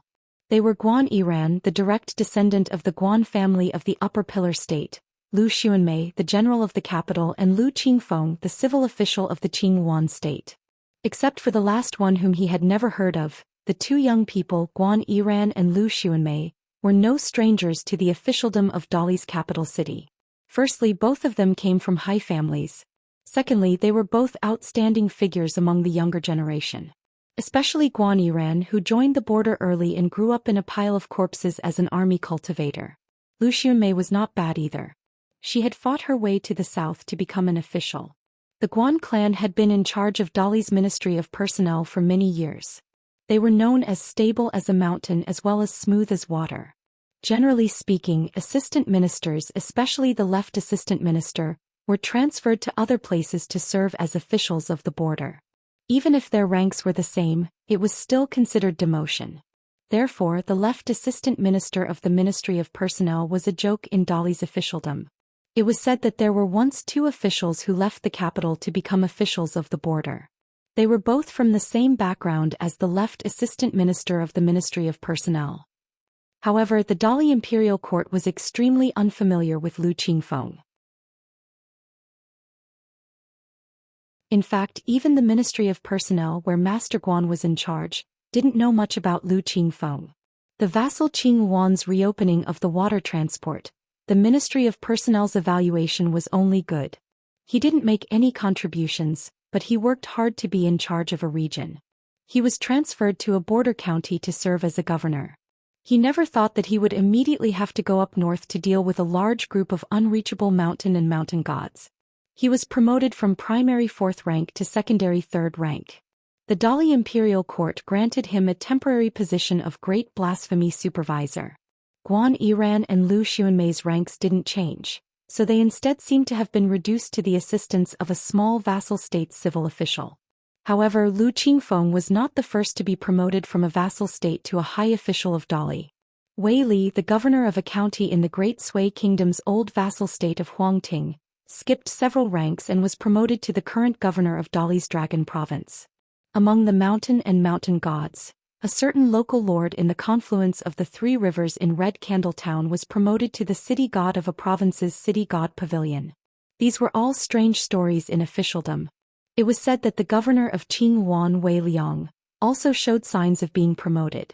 The Ministry of Personnel in Dali had already leaked some news. The Qingwan kingdom in the southeast of the Aquarius continent had mysteriously gone from a remote place to a prosperous land of feng shui. Officials could distinguish between the clean and the turbid. The greatest distinction between the clean and the turbid in the Aquarius continent actually depended on whether or not they were born in Dali. However, these changes in the officialdom were nothing compared to the Chiduan mountain lord Wei Ba of the remnant god of the Holy Water Country. Wei Ba's promotion to the mountain god of the Pailuan mountain and his subsequent promotion to the mountain lord Beiyu of the continent was nothing. It was not worth making a fuss over. The Dali Iron Cavalry had been fighting in the south for many years now. There were actually even more young faces who had risen to the ranks of generals. Apart from the descendants of the families of generals, there was no lack of people from poor backgrounds. It was just that the people of Dali border army died quickly and were promoted quickly. The people of Dali had been influenced by more than 100 years and had long been accustomed to it. The system of civil officials and mountains and rivers had always been strictly operated. Therefore, when someone suddenly appeared, it was relatively more eye-catching. Today was the first gathering of the 3 officials in charge of the Great Blasphemy excavation. There was no welcoming banquet, just on the banks of a large river. Lu Qingfeng, retainer Wang Yifu. Guan Yiran was confused. This descendant of the surname of Pillar Country was also baffled. According to his great-grandfather, he was supposed to be in charge of a north-south mountain ferry route. He had even arranged for his friends. In the end, he ran over here and naturally got scolded. Lu Xianmei, 2 guards by her side, Chao Jun and Wei Xian. Wei Xian followed Chao Jun, whose ancestral home was in Mud Bottle Alley. Following Lu Xianmei, who did not look like a descendant of a noble family, he could be considered to be doing well. Wei Xian, as a cultivator accompanying the army, relied on his real military achievements to obtain a military merit officer. Now he had real power in his hands. Together with Chao Jun, he was Lu Xianmei's right-hand man. It was rumored that Wei Xian had an impression of Dali's second hunting inspector, Chao Gui. As for Chao Jun, he was extremely famous in Dali's army. The 3 of them introduced themselves. In fact, Guan Yiran and Lu Xianmei were best friends. Therefore, the only person they needed to know was Lu Qingfeng, who appeared out of nowhere. Then not far away, a young man in white came riding on the back of a child, holding a branch in his hand and shouting, "Go, go, go, go." Approaching the crowd, the young man laughed and said, "I have a little donkey that never says it's hungry." In Qingfeng City, A woman in red led a horse out of the city. In the night she walked into a mountain valley 30 miles away from the suburbs. In the middle of winter, peach blossoms bloomed along the way. Li Baoping led the horse slowly, looking around. The scenery was pleasant. There were green mountains on all sides and white clouds were constantly rising from the mountains. Not far ahead was the destination of this trip to Qingfeng City, which was a thatched cottage with a green water and a firewood door. Li Baoping looked up at the sky. A big round jade plate hung high, which was the largest mooncake. At the thought of this, Li Baoping suddenly laughed. It seemed that she had become the little girl who walked through the mountains and rivers with her martial uncle. Her mind was full of these thoughts. But at that time she was still swinging a small bamboo box behind her and wearing small straw sandals. The little girl in the red cotton-padded jacket liked to circle around her martial uncle. The mountain was high and the road was long. It seemed that no matter how far it was, she was not afraid. Li Baoping lowered her head and glanced at the snow-white narrow saber at her waist and the blade-strengthening gourd. Li Baoping stood in place. The human-faced peach blossoms stood in the bright moon.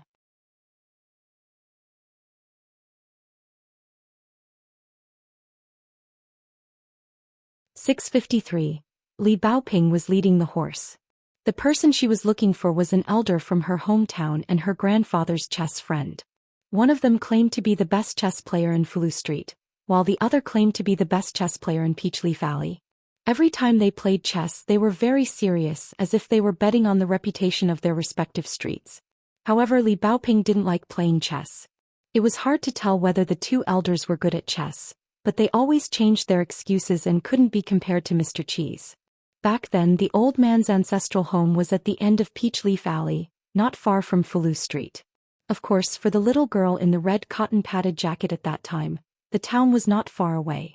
She went to the immortal tomb to look for crickets and weavers, to the old porcelain mountain to pick up broken pieces, to the Dragontail Creek to catch fish, prawns and crabs, to look at the high-hanging mirror in front of a house, to jump on the stairs in Dragon Riding Alley. She could smell the fragrance of peach blossom cakes from afar and hear a house suddenly had a nest of swallows chirping loudly. When Li Baoping was a child she seemed to have endless fun things to do every day. Her daily schedule was full, so the little girl had to run fast like the wheels of a car turning non-stop. It was as if she ran too fast and left her childhood behind. When she grew up, her childhood would stay in place. Occasionally she would look back, but the more she looked back, the farther she went, blurrier and blurrier. A thin old man with a laurel belt came out of the thatched cottage. He laughed and called out to Miss Ping, then hurriedly opened the wooden door. The old man's face was full of relief. It seemed that little Ping had grown so big in just a few blinks of an eye. She really changed 18 times between childhood and womanhood, and she was much more demure. Was this still the lively little girl who liked to jump over the wall and sprain her ankle? Did she catch a crab home, or a crab caught her and moved home? But even so, the old man still liked this little girl from the bottom of his heart. Some children always had a good relationship with their elders. Little Ping from Fulu Street and Zhao Yao, who used to be Mr. Chee's page boy, were actually such children. Li Baoping led the horse to the door and bowed. After straightening her back, she smiled and said, "Grandpa Wei." The old man's surname was Wei Benyuan. He was the former head of the Wei clan, one of the 4 clans and 10 surnames of the small town. Before the Black Pearl Cave was shattered and fell, he had written letters to the outside world. At that time, the person who delivered the letters was a clear-eyed teenager with straw sandals. Although Wei Benyuan had only met him once, he had a deep impression of him. Sure enough, after the teenager grew up, less than 20 years later, he had already built up a huge family business and even became Bao Ping's junior uncle. When Wei Benyuan saw Li Baoping, his smile did not diminish. He said, "You don't have to tie the horse. Just let it go." Li Baoping then let go of the reins and gently patted the horse's back. The mystical horse then went to the stream to drink water. Li Baoping asked, "Where is Sister Tao Ya?" Wei Benyuan said, "Unfortunately, she went to the Fox Country to gain experience a few years ago and received a small blessing. She needs to sharpen her Taoist heart. If she really becomes a Qi cultivator of the sea-viewing realm, I'll let her accompany you to travel the mountains and rivers." Li Baoping did not say anything courteous. Of course, she was not willing to travel the Jianghu with Sister Tao Yi. Being close to Sister Tao Yi did not mean that they had to be together all the time. Being a good person did not mean being a good person who nodded and said yes every time and did not reject anything. In fact, it was difficult to be a good person who could take good care of oneself and others. Moreover, since young, Li Baoping did not like to be restrained. Otherwise, when she went to school to study, she would not be the last one to go to school and the first one to leave. However, this did not hinder Li Baoping's respect for Mr. Qi. The two of them walked into the yard together. There were stone tables and stone stools that could withstand the rain and sun. Of course, they were made of immortal materials. The old man opened the fengsuan object and began to make tea. There were a lot of porcelain in the tea set and the color was bright. Even those who didn't know the industry would be happy to see it. These were the substandard products that the Wei family had intercepted in the small town through their relationship with the kiln supervisor. The so-called flaw was actually just a sentence from a real supervisor. It wasn't easy to pick out a small mistake. The supervisor just had to nod casually and turn a blind eye to it, and they would be able to get a favor from the old masters of the big families for free. Why wouldn't they do it? Wei Benyuan was the same as Li Baoping's Yuanying grandfather. They were very rare cultivators in the small town in the early years. However, Li Baoping's grandfather was more of a talisman and had high attainments. But for some reason he declined the invitation of the late emperor of the Song family and did not become a minister of worship in the Dali imperial court. Wei Benyuan, on the other hand, was good at alchemy and left his hometown early. Other than the Wei family's ancestral house that was left idle in the small town, the Wei family's descendants also went to other places to spread their family. The Wei family's feng shui was good and their descendants' character and aptitude were not bad. They had the potential to study and cultivate. Wei Benyuan himself chose a place with feng shui on the outskirts of the Qingfeng city. The peach trees and streams were specially chosen and suitable for making alchemy furnaces. Wei Benyuan hoped to break through the bottleneck of the Jindan stage. This paradise was exchanged between Wei Benyuan and the Su family of the Qingfeng city. Back then, the late emperor of Dali treated the big families in the small town generously and could buy the immortal mountain in the west at a very low price. Wei Benyuan complained that cultivating there was too noisy and not peaceful. It would inevitably make people feel uncomfortable. Therefore, he exchanged it with the Su family for this 1,000-year-old ancestral land. However, Wei Benyuan did not agree to become a minister of worship of the Su family. The Su family's wife pestered him several times and the family head, Su Hun, personally went there, but Wei Benyuan did not agree to become a minister of worship of the Su family. Wei Benyuan was a little worried. Li Baoping's horse and the snow-white saber in the scabbard at her waist were too eye-catching. The old man could not help but ask, "Traveling alone this time, are there any accidents?" Without waiting for her to answer, the old man said angrily, "Old Li really dares to be so careless? Bad chess skills, half a bucket of ink in his stomach. Not only that, but now his brain is also muddled." Li Baoping smiled and said, "Grandpa Wei, I'm not young anymore." Wei Benyuan said, "I don't care what old Li does. If someone bullies you, tell Grandpa Wei. Grandpa Wei's realm is not high, but there are a lot of messy relationships. So waste not to use them. Many of them can't be handled by my descendants. I can't bring them into the coffin." Li Baoping shook her head and said, "Grandpa Wei, there's really no need. I didn't make any enemies on this trip." Wei Benyuan joked, "Are all the lechers blind? Can't you all see that our little Ping is so beautiful?" Li Baoping said helplessly, "Grandpa Wei, please show some of the demeanor of an elder." Wei Benyuan smiled and said, "That grandson of mine, you really don't like her?" Li Baoping shook her head. Wei Benyuan suddenly laughed and said, "My little Ping won't like that guy." In fact, although the old man was never the kind of strict elder with a straight face and put on airs, he wouldn't laugh like this either. The old man was stunned for a moment as he heard Li Baoping's voice.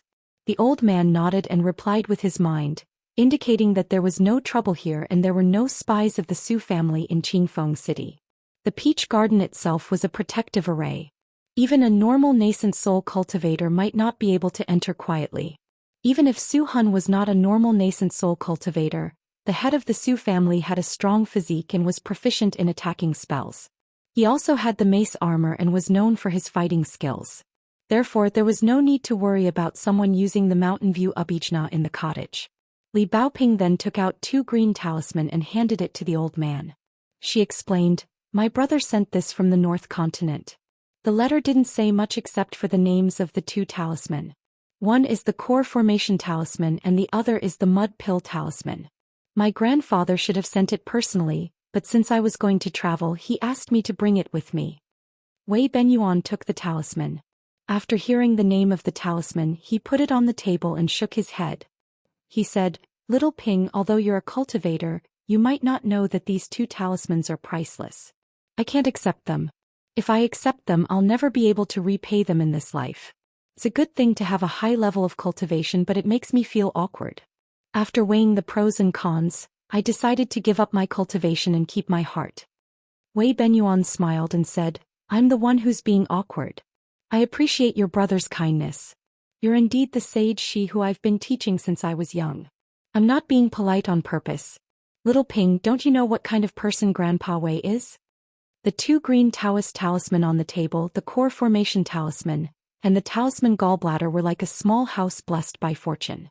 Golden light overflowed and filled the room. The Mud Pill Talisman was painted with a lotus talisman pattern. It looked like a high throne in a Dharma sect. Purple qi lingered around it, creating a grand atmosphere. Li Baoping seemed to have expected this result. She smiled and said, "My brother said that if I don't accept these two talisman, I'll never come to Grandpa Wei again. I'll listen to my brother." Wei Benyuan waved his hand. The cultivation of the Great Path involved the fundamentals. It was not a child's play. It was not a child's play. Li Baoping said, "I'll really listen to my brother." Wei Benyuan frowned and asked, "Sage, she is traveling alone in another continent. It must not be easy for him." It was not easy for him to come across such a great fortune. Why would he give it away? Wei Benyuan could not bear to scold Li Shixing, who was traveling far away in the North Continent, and Li Baoping, who was right in front of him. They were both the best juniors. How could he bear to scold them? So the old man began to scold Old Man Li again. "Old fool, you're really old fool. You're muddle-headed. No wonder your chess skills are so bad and your chess character is so bad." Li Baoping said, "Grandpa Wei, my brother knows what he's doing." Wei Benyuan thought for a moment and said, "I'll accept it first. In the future, unless Sage she tells me clearly, I'll take it as Grandpa Wei keeping it for him." Li Baoping smiled and said, "That's not something I can control." Wei Benyuan reminded her, "Qingfeng City is a place where good and bad people mix. If you still want to travel to the Fox Kingdom, Grandpa Wei will not be at ease. Smart people have bad intentions. Of course you have to be careful. But those stupid and bad people in the mountains are actually the most annoying. They forget righteousness at the sight of profit and lust. They rely on gambling to make a fortune. The world is a mess." Li Baoping nodded and said, "Okay, I'll let Grandpa Wei escort me. Otherwise, I'm afraid that if I go to the Fox Kingdom to look for Sister Taoya, I'll get into trouble because of myself." Wei Benyuan smiled bitterly and said, "Now that you mention it, Grandpa Wei seems to be playing tricks." Although Taoya was a servant of the Wei clan, Wei Benyuan had always regarded her as a junior of his family. Li Baoping was not his biological granddaughter, but she was better than his biological granddaughter. Li Baoping smiled and did not say anything. Her grandfather once said something very strange. The reason why Brother Wei was unable to break through the bottleneck of the Jindan was not that his aptitude was not enough, but that his heart was too soft and kind. It might not be appropriate for a cultivator to be too aggressive and strive to be the first in the Great Tao. But it was even more inappropriate to not have any of that. Wei Benyuan asked, "Play chess with me?" Playing chess, fishing and Mirror's Flower, Mirror's Moon, were known as the three great pleasures of the mountain. They were the best way to pass time after cultivating. Li Baoping declined tactfully, "Grandpa Wei, you know that I don't like to play chess since I was young. Watching you play chess at that time was already my greatest patience." Wei Benyuan frowned and stood up. He looked up at the peak of the mountain and sneered, "Sneaky, are you so shameful?" If Li Baoping did not come, Wei Benyuan might have a good conversation with the uninvited guest. On the peak of the mountain stood a cultivator whose figure was covered by clouds and mist.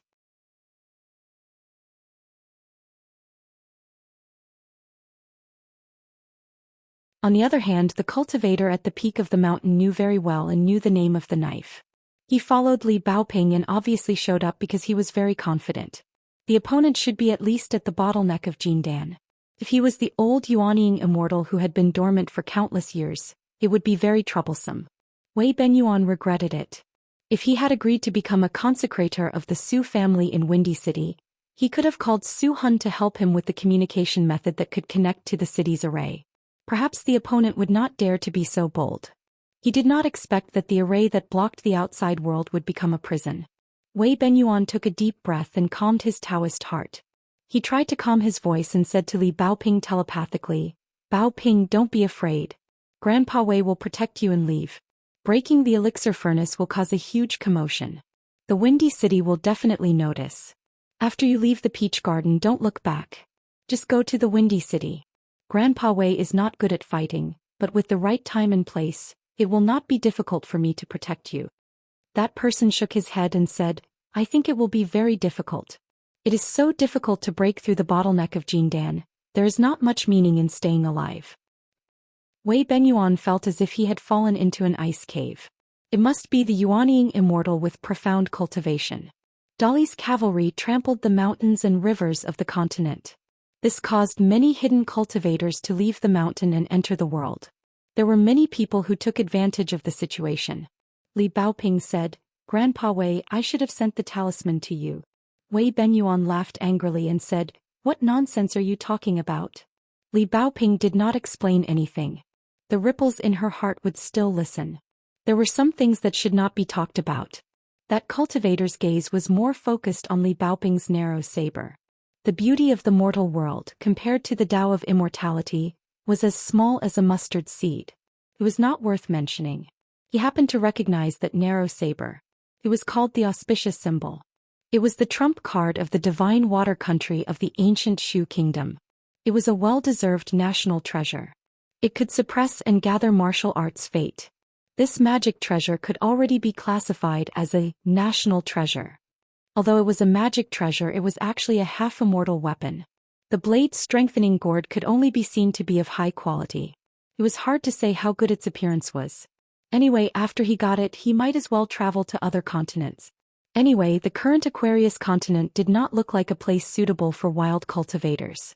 Li Baoping said softly, "Grandpa Wei, if we fight later, I can't afford to pay for this land of cultivation. It's okay, I'll ask my brother to pay you back."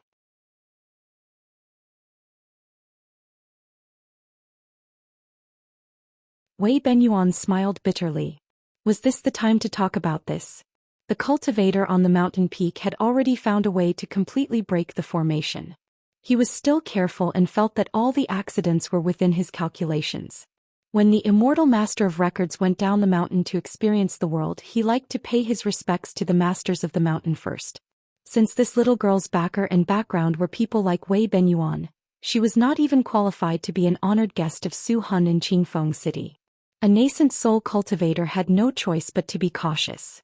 No matter how high a cultivator's realm was, he only had one life. Those nascent soul cultivators who were lying on the merit book of the ancestral hall had 2 lives no matter how low their realm was. Then he had to act decisively. This person's figure suddenly became ethereal. It was as big as a mountain peak and was actually an image of an ancient mountain lord. Not only that, the golden body image had green dragons coiled around its arms. It held a halberd in its hand, and the spiritual energy of the mountains and rivers around it was extremely chaotic. This huge god, that had the atmosphere of mountains and rivers, fell from the mountain peak to the thatched cottage by the stream. It had the momentum of a mountain. In midair, the golden body image laughed and said, "Little girl, you talk big. Your brother? If you say that you're using your own ancestor to scare people, I'll believe you a little. Why, is your brother the Martial Mountains Ma Kushuan or the Wind Thunder Gardens Yellow River Great Sword Immortal?" Wei Benyuan was about to take out a golden core and fight with the old nascent soul cultivator. Li Baoping took a step forward and used her thumb to push the narrow saber out of its sheath. In her left hand there was another item.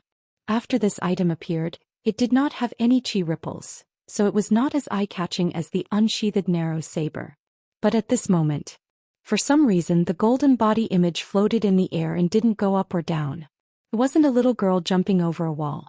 How could it have a cramp before it even landed? Li Baoping turned around and looked elsewhere. On the peak of another mountain, A young man in a pink robe was walking slowly in the air. He stretched out 2 fingers and twirled them gently. Every time he took a step, a white cloud would float from the sea of clouds in the distance and fall under the strange young man's feet. The giant golden body image that seemed to have been cast with the fixed body art started to turn upside down and become a puppet in the hands of the young man.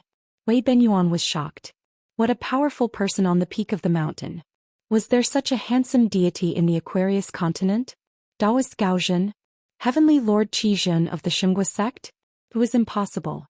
The Taoist deities of that sect were very strict and their Taoist hats and robes couldn't have any flaws. Besides, Sect Master Qi was so high and mighty that he wouldn't travel to Qingfeng City. The young man's colorful robe was very wide and fluttered in the wind like the clouds in the sky. In the end, the young Taoist jumped lightly and sat cross-legged on the head of the golden body image. He bent his finger and tapped it lightly, like an elder scolding a naughty junior. You like to pretend to be a big shot, right? You want to pretend to be a deity, right? Your ancestor is right here. What a joke. Wei Benyuan didn't relax at all. Instead, he was even more anxious. He was afraid that this would be a fight between tigers and wolves. If the latter had bad intentions, he wouldn't be able to protect Ping. Wei Benyuan murmured. He just isolated the heaven and earth and enveloped the golden body image. What should I do? What should I do? The nascent soul stage cultivator who was turned into a mute suffered. It wasn't that he didn't want to run, but he couldn't move at all.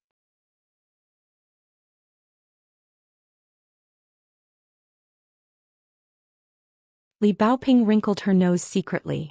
Forget it. What else could she do? She would dislike little uncle tomorrow. Gukin didn't do anything. It was not that she didn't want to stop him, but it was meaningless. The gap between their realms was too big. Gukin was full of hatred. This unpredictable Lu Qiqing must die in her hands in the future. Therefore, Gukin immediately telepathically said to Li Baoping, Li Baoping, I am Gukin from Mud Bottle Alley. Don't be impulsive. Survive first. Li Baoping shook her head. I don't want to die, but I won't live for nothing. Then she smiled and said, You don't allow me to make a mistake out of kindness? Besides, it doesn't involve anything major. Gukin, I have to thank you. Life well. Remember to tell little uncle that I miss him very much. Lu Qiqing glanced at the paper in her hand. The words on it were flowing. Lu Qiqing frowned and his expression became solemn. If it had something to do with the learning palace, it would be troublesome. After all, the whole world was a place for scholars to study. In the peach forest, a man in a Confucian robe was trying to hold back his laughter when he saw Li Baoping shaking the peach talisman. It was rare to see little treasure bottles so childish and cute. At this moment he took a deep breath and stepped forward to Li Baoping's side. He looked up at the golden body and the pink-robed Taoist. Li Baoping said in surprise, Brother? Li Shixing nodded and turned around with a smile. Your brother is angry. He doesn't want to talk. Li Baoping laughed and said, My brother can be angry? Li Shixing smiled and nodded. Lu Qiqing's intuition told him that something bad was going to happen. It was just that the young scholar in a Confucian robe didn't seem to be in a high realm. It didn't seem to be because of the camouflage. It was impossible for him to be in the immortal realm. As for the ascendant realm, Lu Qiqing was not crazy. After leaving White Emperor City, he had suffered twice in the past 1,000 years. The first time he was suppressed by the Grand Celestial Master. Of course, the Grand Celestial Master didn't need to use a Taoist seal or a sword. It was just a spell. The reason why the Grand Celestial Master of Dragon Tiger Mountain took action in person was to show White Emperor City that Lu Qiqing's senior brother should not interfere. The second time he was inexplicably hit by a sword in that small shabby temple. It was just an ordinary wooden sword, but it easily broke Lu Qiqing's protective array. In an instant, Lu Qiqing's intuition was confirmed. The river of time stagnated. Outside of his own small world, an even larger world had appeared. Li Baoping, Wei Benyuan, the golden avatar Dharma idol, and Gu Ken, who was at the mountain peak, couldn't even move their minds. Except for Lu Qiqing, who was deliberately spared. With a casual glance, the sky was high and the earth was flat for thousands of miles. Lu Qiqing was miserable. It seemed that he couldn't fight at all. Obviously, he was an unreasonable, stubborn person. When cultivators go out, they still have to talk about respecting the heavens and earth and having a conscience. Li Shixing walked forward slowly and said, Well, this is what a scholar should say. Lu Qiqing said with a smile. Okay, let's talk reason. I'm a person who listens to the principles of scholars. Li Shixing said, next I'm going to reason with you as Little Treasure Bottle's brother. Lu Qiqing was about to leave this place and drive the small world to collide with the big world to escape. As for the realm and the face of the cultivators of the upper 5 realms, it didn't matter if they were on the ground or not. Between heaven and earth, the Dharma idol of a middle-aged Taoist suddenly appeared.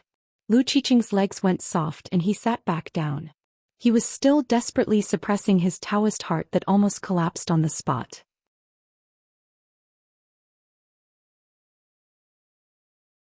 He stood up shakily, bowed and remained silent. Li Shixing asked, if apologies are useful, what's the use of the rules of the Great Path? The middle-aged Taoist, who was as tall as a mountain, raised his arm and slapped down. With one slap, Lu Qiqing and the Dharma idol of the nascent soul cultivator were smashed into the ground. There were no spells or magical powers, nor were there any magic treasures. That Dharma characteristic Taoist merely slapped him on the head. Lu Qiqing lay in the big pit, and there was only one thought in his mind. Can you scholars of the Aquarius continent not be like this? After Li Shixing kept his Dharma idol, he came to the big pit and looked down at the dying Taoist in the pink robe. He calculated with his fingers and sneered, when you return to the White Emperor City, tell your senior brother that I'll find him to play chess. Lu Qiqing was disheartened. His senior brother had once joked with him in private that Cui Dong had a chance to make the White Emperor City no longer hang the banner, first of the world. But the chance was slim. That person was not in the vast world, but in the Baek Okekyung building under the blue underworld sky. He was the eldest senior brother of the second and third chief, Lu Qin. He was the first disciple of the Taoist ancestor, and Lu Qin was taken in as a disciple by this person. One could only imagine how powerful this person's Tao was. Lu Qiqing struggled to get up again. He was still silent, but he sincerely and respectfully bowed to Meng Qi in a proper Taoist way. When Li Baoping came back to her senses, Li Shixing was still standing beside her, and the Taoist in the pink robe was still sitting on the head of the golden Dharma idol. Everything was the same as before. Lu Qiqing seemed to be smiling, but he was sweating profusely. The river of time was flowing in reverse. The key was that Wei Benyuan was still alone in a certain section of the river of time, and he was still motionless. I've reasoned with that expert just now and it's fine now. Li Shixing laughed softly. Don't tell Grandpa Wei that I'm here this time, or else he'll drag me into a game of chess. Back then our hometown only had a few chess manuals and Grandpa Wei kept on reciting chess theories and flipping through them. It was actually very annoying. Li Baoping nodded vigorously. Li Shixing's figure dissipated, and he returned to the small vassal state in the North Continent. This kind of cross-continent travel was actually not easy since his cultivation level was still not high. Therefore he needed to come and go as soon as possible. Li Shixing suddenly laughed and said, you secretly grew up and didn't even say hello to Big Brother. Li Baoping grinned. Li Shixing smiled and shook his head and disappeared in a flash. Wei Benyuan also returned to normal. Then Lu Qiqing immediately stood up and left, saying that he was just joking with the little girl. As for the nascent soul cultivator under his butt, he had already put away his Dharma idol and left with Lu Qiqing. Lu Qiqing said to Gu Ken in his mind, I'll wait for you in Qingfeng City. There's no hurry, you can catch up first. Gu Ken suppressed the doubts in her heart and landed on the thatched cottage. She went straight to the point and said, Li Baoping, I'm sorry about today's matter. In terms of heart and mind, I'm half right and half wrong. Li Baoping was a little surprised. How could such a Gu Ken make martial uncle so sad back then? Or could it be that Gu Ken had changed a lot in just a few years? Li Baoping thought for a moment and told Grandpa Wei that she was going to take a walk by the stream with this fellow villager. Wei Benyuan was confused, but he still nodded and said, be careful. Li Baoping and Gu Ken walked by the stream. The two of them had only met when they were young and had never chatted. One liked to move while the other liked to be quiet. When they met in their hometown, they just brushed past each other. At most, the little girl in the red cotton-padded jacket who walked in a hurry had a deep impression of the little boy's 2 streams of snot. Back then, the little slug thought that the little girl in red, who was a little older than him, did not look like a child from a rich family at all. She really did not know how to enjoy life. These two were almost the 2 most naughty children in the town. The only difference was that they were born in different families. One was born in Fulu Street, while the other was born in Mud Bottle Alley. The little girl in the red cotton-padded jacket passed through the streets and alleys, and the big white geese could not catch up with her. The little slug was a little different. In fact, he did not want to move. Under the hot sun, he lay on the ridge in the field to fish for eels, guarded the old locust tree and hunted the oriole with a slingshot under the tree. Guken's family had a few tea leaves. The little boy carried a small bamboo basket that fit him very well. The little slug picked the tea leaves with both hands. In fact, he was faster than the person who helped him. However, Guken was only good at doing this, but she did not like to do it. She put the tea leaves on the bottom of the small basket he gave her and went to a shady place to slack off. After all, Lu Xianying was his only friend. So what? The little slug in Mud Bottle Alley was still his only family in this world. The water in the stream was shallow and crystal clear. The two of them were silent for a long time. Li Baoping said, "Think about how difficult it is for youngest martial uncle." Guken said, "I have." Li Baoping said with a smile, "Don't get me wrong. Youngest martial uncle didn't say much about you in Book Slip Lake. He has never liked to talk about people behind their backs." Guken laughed. Of course she would not get him wrong. What's more, so what if she said it? Guken had never liked to suffer, but she was good at being scolded and beaten. Deep in Guken's heart he still did not care about other people's opinions. Even Qin Pingon did not know that Guken had been to Fulu Street and Peachleaf Alley earlier than him. Lu Xianying said that there were many rich people there.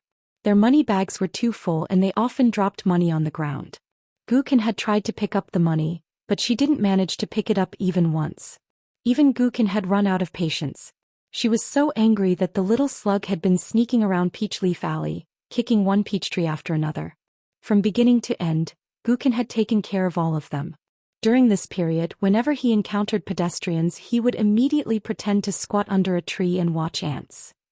Guken now recalled that those peach blossoms, leaves and branches that had fallen on the ground back then should have been gathered and hidden well.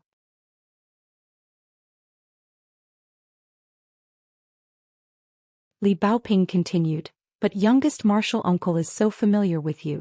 As long as you have a little bit of promise and do something well, youngest martial uncle will not be stingy with his praise. The first time you traveled with youngest martial uncle's topic of the whole hometown almost always revolved around you and Lu Xianying. But after youngest martial uncle came back from Book Slip Lake, he did not talk much about you." Li Baoping raised her hand and pointed at her eyes. "A person is the best at telling the truth." Youngest martial uncle did not say anything, but he said everything. Guken grunted in agreement. Li Baoping said, "Let's call it a day." Guken did not dawdle. He said goodbye and left. Suddenly he stopped and said with a smile, "Li Baoping, thank you." Li Baoping asked with a smile, "You only remembered to be polite now?" Guken's eyes brightened. He shook his head and said, "I'm not being polite.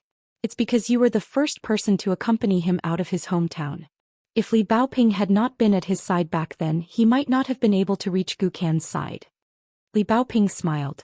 Guken also smiled. Back then, in that small temple whose walls were covered in names, Lu Xianying stood on a ladder while Qin Pingon held the ladder. Guken threw some pieces of charcoal at Lu Xianying and wrote down their names. The positions were extremely high.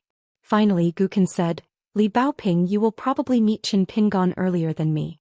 When you meet him, tell him that Guken is in White Emperor City, cultivating the Great Tao."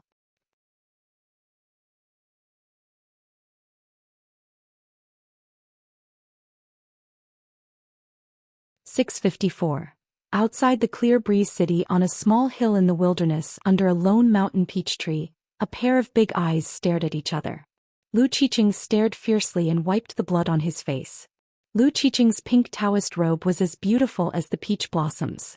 The gathering vitality wild cultivator who was detained here was actually a short young man. However, his hair was white and his face was a little old. The strange thing was that there was a long string of ancient jade pendants and small bottles hanging on his white jade belt with dragon patterns. This person was shaking, but he was still trying to maintain a standing posture. He was afraid that he would be killed by the pink-robed Taoist if he tilted his head or swayed his legs. His mood at this moment was like facing a sumptuous meal. He was about to eat, but the table was suddenly flipped. He didn't even get a chopstick and the table hit his head. Until now he still didn't know how he fell. From the bottleneck of gathering vitality he fell all the way to the bleak scene when he just formed golden core. What was more strange was that the other party was so powerful and seemed to be seriously injured. The problem was that he didn't do anything at all. He used to be a hero who dominated a region and was worthy of the title of the retired emperor behind several small countries. He liked to hide his identity and look for treasures everywhere. He was famous in the entire Aquarius continent for being stingy. He fought with Li Tuanjing in the Wind and Thunder Garden and survived several attacks. He was chased by an old immortal of the Divine Grandeur sect for thousands of miles and still didn't die. In the early years he and Lu Laoqing were enemies and friends. They once explored the ruins of the Immortal's mansion in the secret land of the Gushu country. They didn't share the loot equally and were almost killed by Lu Laoqing, who was at the same level as him. Later, even though Lu Laoqing reached the sky in one step, he still killed several disciples who were traveling on Gonglu Island. Lu Laoqing couldn't find him, so he had to give up. His life could be said to be brilliant and varied, and he had experienced all sorts of strange things. However, none of them were as confusing as today. Who was the other party? How did they do it? Why did they come here? Would he die here? Lu Qiqing shook off the blood on his hand and smiled. Thank you. Seeing that the senior was a Taoist immortal, the young cultivator from the mountains and lakes decided to cater to him. He bowed and said softly, I'm Chai Bofu and my Taoist name is Long Bo. I believe you've heard of me before. With a few steps, mountains and rivers would shrink and huge clouds would form with a breath. He was talking about this renowned Count Xiu of the wild mountains and lakes, and he was extremely skilled in assassination and fleeing. Moreover, he was skilled in water element attacks. According to rumor, he'd had a conflict with Lu Jimao of the Slip Lake in the Grand Dao, and they'd even fought for an immortal secret manual that could reach the heavens. According to rumor, both of them attacked ruthlessly without holding back, and they'd almost fought to the point their brains sprayed into the surroundings. Lu Qiqing gnashed his teeth and said, F***CKU. My name is Lu Qiqing, a citizen of Baishui. Have you heard of me? Chai Bofu braced himself and said, Junior is ignorant. I have never heard of Senior's name. Lu Qiqing fell to the ground with his back against the peach tree. He looked dejected. Picking up chicken poop in the cracks of stones and dog poop in the mud. It took me a lot of effort to accumulate this little bit of cultivation, but it's gone with a slap. You don't want to live anymore? Kill me. Chai Bofu didn't move at all. He didn't pretend to be frightened, and he wouldn't say a few words of loyalty and sincerity.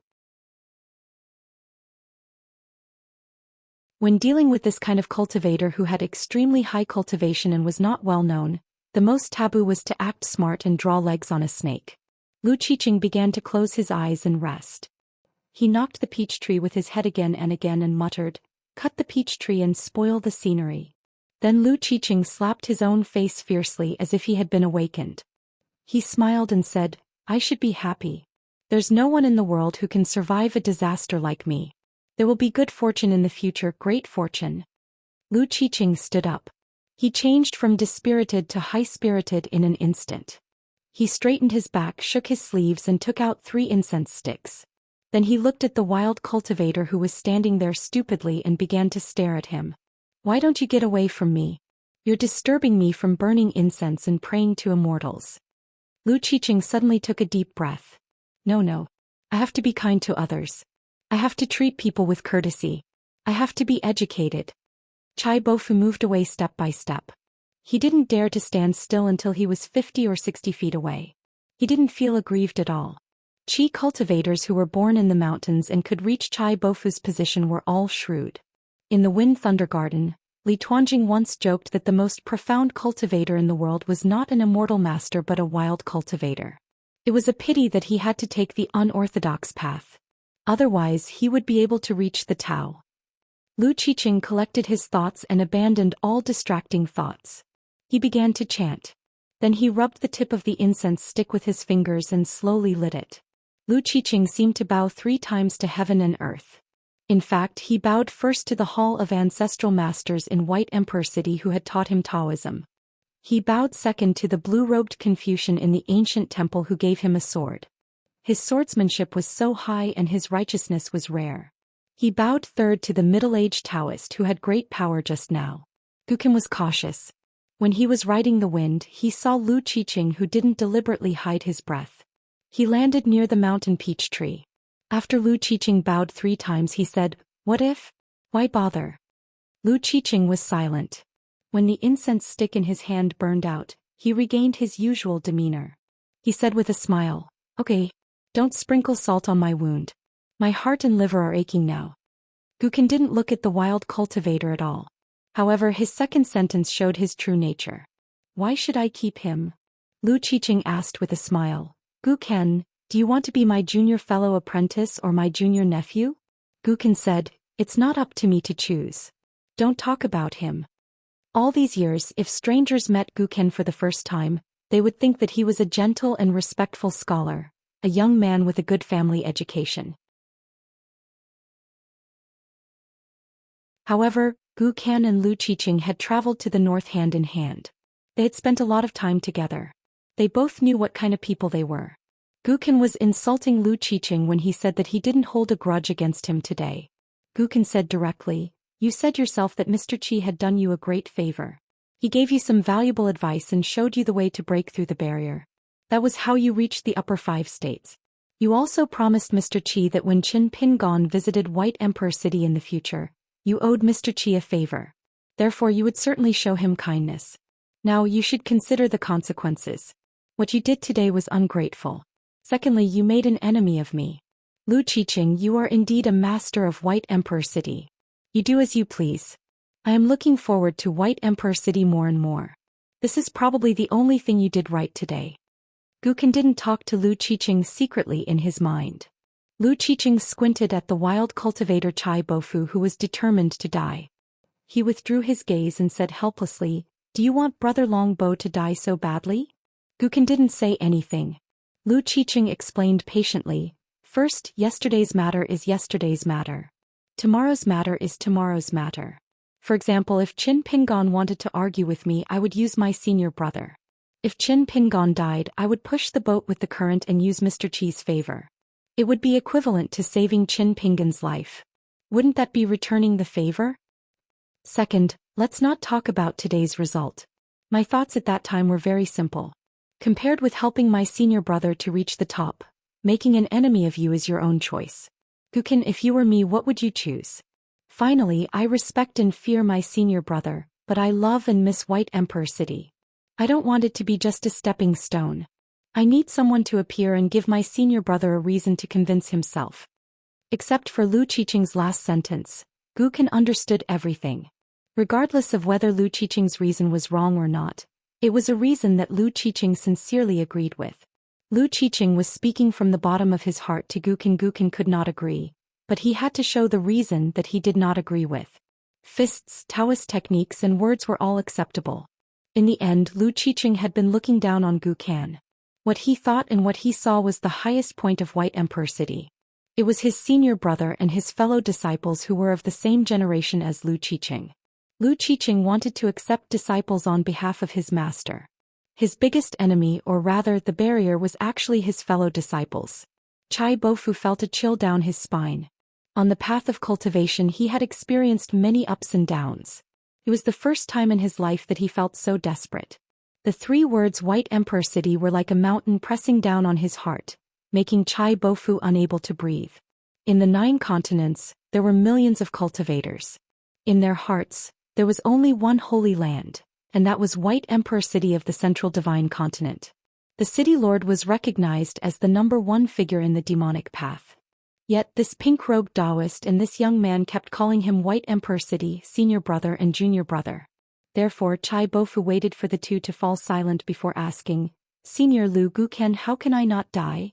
The only person who really asked was the green-robed young man whose cultivation level was not high. Since Lu Qiqing had detained him here, at least his life was not in danger.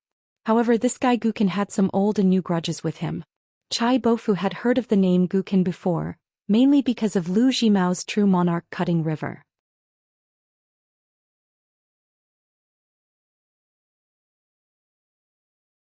It was rumored that Guken, as Lu Jimao's direct disciple, had a nascent soul realm water dragon when he was still a child. He had killed a lot of people at Bookslip Lake, but for some reason he suddenly fell silent. The water dragon disappeared and Gukin disappeared without a trace. Then the entire book slip lake was taken over by foreign cultivators and became a subordinate sect of the Jade sect of the Tongye continent. Those who obeyed were probably fed to the fish by the True Realms sect. Those who understood the general situation seemed to have taken a divine bath in book slip lake, washing away the filth of the wild cultivators. Chai Bofu felt that his recent luck was really terrible. How did he meet this little devil? How did Gukin get involved with Lu Qiqing, who had crossed the river and White Emperor City? Lu Qiqing pointed at Gukin. Whether you live or die, you can ask my future junior brother. The higher Gukin's cultivation, the easier it would be for Lu Qiqing to return to White Emperor City. Gukin said, if I die I won't have to die. Lu Qiqing couldn't help but laugh. This was quite a novel way to put it. Chai Bofu said in a deep voice, Gukin, why are you so aggressive? Why do you insist on killing me? Even if I have some old grudges with your master, you are a wild cultivator and I am even more so. What is this little grudge? Lu Qiqing said playfully, Brother Longbo, you and Lu Jimao? Chai Bofu said, to fight for a copy of the River Severing Sutra. Speaking of this, Chai Bofu suddenly realized something. Gukin, does Lu Jimao really think of you as the successor of the family? He also learned that sutra. Is he afraid that if I stay by your side, the great Tao will clash everywhere and ruin your fate?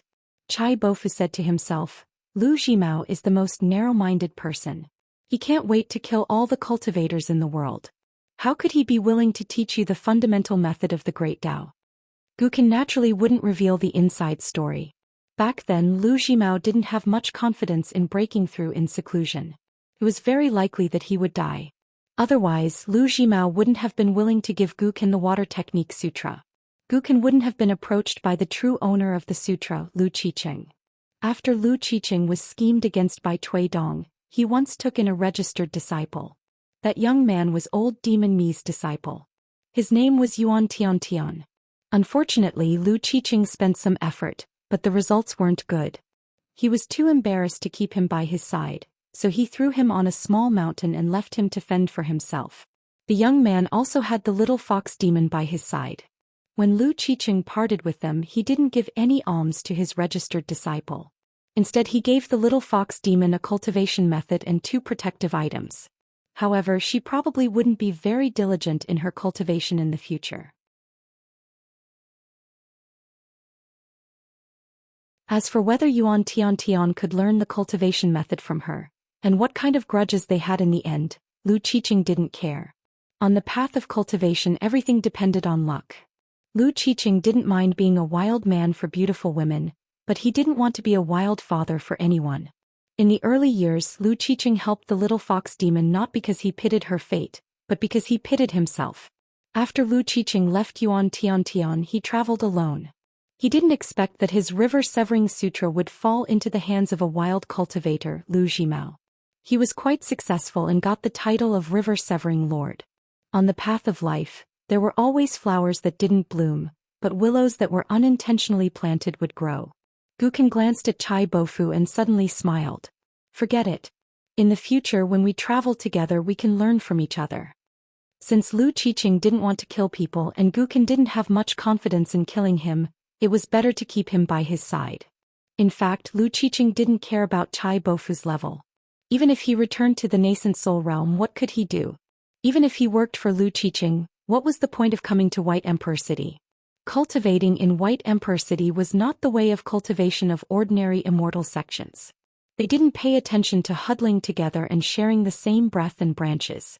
The real reason why Lu Qiqing didn't kill this person was that he hoped that the eldest senior brother could use the karma relationship between Chai Bofu and Li Baoping to help the eldest senior brother play chess with the middle-aged Taoist priest in the future. Even if the White Emperor City only had a little more chance of winning, it would be a great thing. He believed that his little abacus had already been calculated by the middle-aged Taoist priest. It didn't matter. When the time came, the eldest senior brother would have a headache. The junior brother would do his duty and the senior brother would play his chess. Then the 3 of them didn't ride the wind.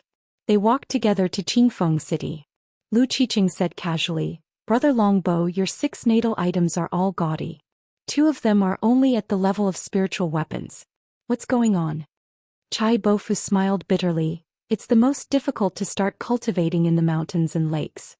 For cultivators in the lower 5 realms, it's already a great fortune to have 1 or 2 spirit weapons successfully refined into natal items. When your level is high enough and you have enough magic weapons at hand, you can forcibly change your natal items that are deeply rooted and related to the Great Tao. It's possible, but it's too painful. I'm most afraid that the enemy will know the news. Isn't this kind of closed-door training courting death? Even if you don't die, those immortal masters of archives who have nothing better to do secretly follow the clues and interrupt your closed-door training. The loss outweighs the gain. Chai Bofu sighed and said, if you provoke an enemy before forming the Jindan, it's not a big problem to change your natal items if your level is not high. Unfortunately, since we can form our Jindan, how can we not provoke our peers of the Jindan realm and some immortal masters of archives who cry for their parents after being beaten? Sometimes when you look around, you really feel that you're surrounded by troubles and enemies. Immortals visited each other to seek revenge or visit relatives, but it was not like ordinary people who went on a long journey. No matter how big a continent was, it was very small when it came to opening a Taoist field. In places with good feng shui and good feng shui with slightly better spiritual energy, there were local tyrants everywhere. Famous mountains, deep lakes, and swamps were all occupied by immortals for many years. If it was not a mountain of archives, it was a mountain of mountains and rivers. The reason why it was difficult for cultivators to succeed was that they didn't have any advantages. Lu Qiqing nodded to show that he understood. Gukin smiled slightly. Chai Bofu was stunned for a moment before Lu Qiqing pressed his head and crushed his Jindan. The latter collapsed on the ground, covered in blood and twitching. Previously, when he fell from the Yuanying realm to the Jindan realm, it was too mysterious. Chai Bofu did not suffer too much. This time when he fell from the Jindan realm to the Dragon Gate realm, he was really suffering. Lu Qiqing smiled and said, okay, now you can change your natal item in peace. Otherwise, it will be difficult for you to break through the bottleneck of the Yuanying realm. Brother Longbo, don't thank me. Lu Qiqing rotated a finger and formed a formation to help Brother Longbo hide his breath. The spells taught in White Emperor City were very complicated. Lu Qiqing once had a senior sister with amazing aptitude. She made a great promise to learn 12 kinds of Great Tao spells before she gave up. As a result, every 100 years that senior sister's face turned uglier. In the end, she became the person with the worst temper in White Emperor City. Chai Bofu sat cross-legged. His Yuanying and Jindan had disappeared and shattered one after another. He no longer cared about the damage to his Tao. He had to survive first before anything else. Gukin squatted beside Chai Bofu and asked, I'm very curious. Why didn't you pretend to be Su Hun? Why didn't you even think of framing him? How did you become a rogue cultivator? What's the secret behind it? Gukin stretched out his hand and pressed Chai Bofu's head. You practice the water arts and I happen to have learned the River Severing Sutra. If I take this opportunity to intercept your natal primordial chi and water fate, and then refine your gold core fragments, it will be a wonderful thing that will happen naturally. Tell me, what kind of secret relationship do you have with Clear Wind City or Fox Nation to make you so righteous when you kill people for their treasures? Chai Bofu, who had the appearance of a young man, had a pale expression on his face. Although his white hair looked old, it was still shiny and full of vitality. But now more than half of his hair had withered away. Gukin casually pressed his head, and some of his hair fell to the ground and turned into ashes in midair before they could fall to the ground. Gukin slightly increased his strength. With one of the trump cards of the River Severing Sutra, he began to wantonly seize the water fate of Chai Bofu. The small world of Chai Bofu's body was already in a mess, like a flood pouring down. Gukin's technique was like cutting a big hole in a shaky dam, taking only the water fate and taking it into his pocket. As for whether the flood would break all the dams and make Chai Bofu's path of cultivation even worse, Gukin did not care at all whether he would have a chance to return to the Jindan or Yuanying realm in this life. Chai Bofu immediately spilled the beans and began to reveal the truth. Su Hun's wife and I used to be brothers and sisters in the same sect. So, I want to set a trap for Su Hun, the city lord, but I don't want the entire Clear Wind City to be in danger. The Su family doesn't even have a chance to cry out for justice. That little girl is in trouble, and as the city lord, Su Hun cannot absolve himself from the blame for failing to protect her. But if I were to pretend to be Su Han and snatch the treasure and accidentally leave the little girl or Wei Benyuan half dead, the Clear Breeze City would lose the great future of the sect. I don't want that junior sister's efforts to go down the drain. Chai Bofu had mixed feelings when he mentioned his junior sister. His expression and eyes were filled with regret. Lu Qiqing smiled and said, "Infatuated, really infatuated. I like it. No wonder I hit it off with Brother Longbo." Gu Kan thought for a moment and asked with a smile, "Su Hun's son?" Chai Bofu said angrily, "Su Han is not a fool. Why would he help me raise my son? My sister and I are innocent. Don't you dare insinuate and spout nonsense." Gu Kan retracted his hand and said, "What a pity." Gu Kan suddenly stretched out his hand and continued to intercept the water and extract the gold core fragments. He asked, "You don't think Su Han is a fool, but you think I'm a fool? Tell me, is your sister at a higher level than you, or does she have something against you? Otherwise your sincerity is too much. Wild cultivators have their reasons for breaking the rules. Since that kid is not your son, your reason is not enough. If you really can't forget when Clear Wind City is in danger and is about to be destroyed, Su Han snatched your sister and you took his wife and son to raise. Can't you do it?" Chai Bofu opened his eyes as if he wanted to see the young man's face. He smiled bitterly and said, "Although I'm a wild cultivator, I don't think there are any natural wild cultivators. Gu Kan, good boy, you are one." Chai Bofu was silent for a moment and said, "My sister has been shrewd since she was young. After I worked with her to kill my master, before she married into the Su family of Clear Wind City, I only knew that she had another sex inheritance. It was very secretive. I have always been afraid of her and never dared to offend her." Gu Kan turned to look at Lu Qiqing and said with a smile, "My level is low, so it doesn't matter if I'm a fool. What about you? Do you still think this Brother Longbo is infatuated?"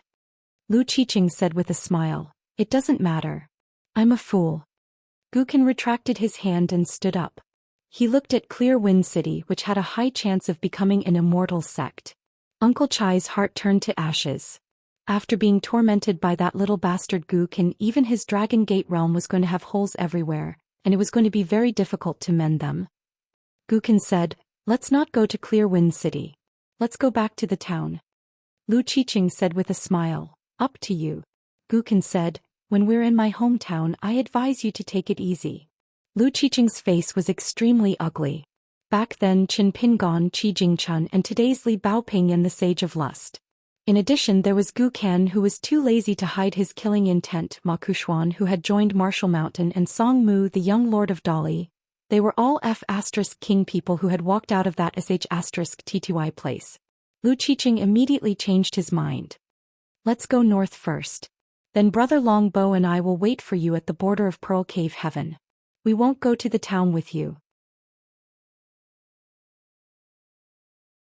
Gu Kan said with a smile, "As long as you restrain yourself, you don't have to be so cautious." Lu Qiqing said in a heavy tone, "What if? Why bother?" Gu Kan asked, "What if Li Baoping goes to the Fox Kingdom?" Lu Qiqing said with a smile, "That little girl is not as simple as you think. Let's just talk about her own means. In the small Fox Kingdom, whoever dares to touch her will have his tail cut off." Gu Kan's face was gloomy. "Lu Qiqing, although I don't know why you changed your mind, don't forget that I'm going back to my hometown. Don't make me go to the Li family's ancestral house on Fulu Street." Lu Qiqing said with a smile, "Oh, your habit of turning your back on me is scary." Lu Qiqing was angry when he said this. He looked down at Chai Bofu, who was still sitting on the ground. He raised his foot and stepped on the head of the young nascent soul. He slightly increased his strength and smashed the young man into the ground, leaving only half of his head above the ground. Chai Bofu didn't dare to move. Lu Qiqing squatted down. The sleeves of his wide pink robe were spread on the ground, as if an unusually beautiful peony had bloomed out of thin air. Lu Qiqing said impatiently, "I'll give you half an hour at most. If you can't stabilize the small Dragon Gate realm by then, I won't protect you anymore." Gu Kan suddenly asked, "Have you been to the inverted hanging mountain?" Lu Qiqing didn't even raise his head. He said frankly, "I don't dare to go unless I'm with you." It didn't have much to do with the level of cultivation. The key was that Lu Qiqing's identity was not suitable to get close to the Great Wall of Sword Qi. Gu Kan said, "What about Lu Qiqing?" Lu Qiqing said, When we reach the White Emperor city, I will return this skin to him. If he is lucky, he will have a chance to become your fellow disciple." In the cottage in the Call, Li Baoping and Wei Benyuan also set off for the Fox Kingdom, which was allied with the Qingfeng city. Wei Benyuan naturally felt that the place where he refined elixirs was too dangerous. If he went to the Su family in the Qingfeng city, he could at least give Ping Mizi a protective talisman. Wei Benyuan summoned the talisman boat, and it was extremely elegant. As it traveled with the wind, illusory jasper lotuses appeared around the boat. They suddenly grew and stood tall and then slowly dissipated. Wherever the talisman boat passed by, it was as if a small boat had crashed into a lotus pond and opened up a waterway. When Li Baoping boarded the boat earlier, she took advantage of the fact that Grandpa Wei had boarded the boat first. With her back to him, she put her feet together and jumped onto the boat. It had been a long time since she made such a witty move. Obviously, she was in a good mood. She saw her brother, protected Grandpa Wei's place of cultivation, and could meet her youngest uncle again. When Wei Benyuan sat down at one end of the boat, Li Baoping was already standing and did not sit down. It was such a beautiful scenery. It would be a waste if she did not see it. Riding a horse and looking at the mountains and rivers was different from looking down on the earth. Wei Benyuan and Li Baoping told some hearsay. As for the truth, it was estimated that even the Su family's disciples did not know what was written on their almanac. In the Fox Kingdom, where tens of thousands of fox spirits lived, the seven-tailed fox had been in seclusion for a long time. 700 years ago, it was divided into three forces. One wanted to integrate into the Qingfeng city and the Aquarius continent, the other wanted to fight for a small world isolated from the world, and the more extreme side wanted to completely tear up the alliance with the Su family in the Qingfeng city. In the end, in the hands of the current master of the Qingfeng city, Su Hun, it became a confrontation between the two sides. The third force was encircled, killed, and imprisoned. It was also an important channel for the Qingfeng city to continuously produce the fox skin talisman. Moreover, after the woman took charge of the affairs, she had a knack for creating resources and making money. The overall number of fox imps in the Fox Nation had steadily increased. She had signed several secret agreements with the Fox Nation on behalf of Clear Breeze City. One of the agreements had long been a semi-public secret. The Su clan had always provided the Fox Nation with cultivation resources, but if every fox imp failed to break through to the next realm, they had to maintain their fox pelt intact as a form of repayment to Clear Breeze City.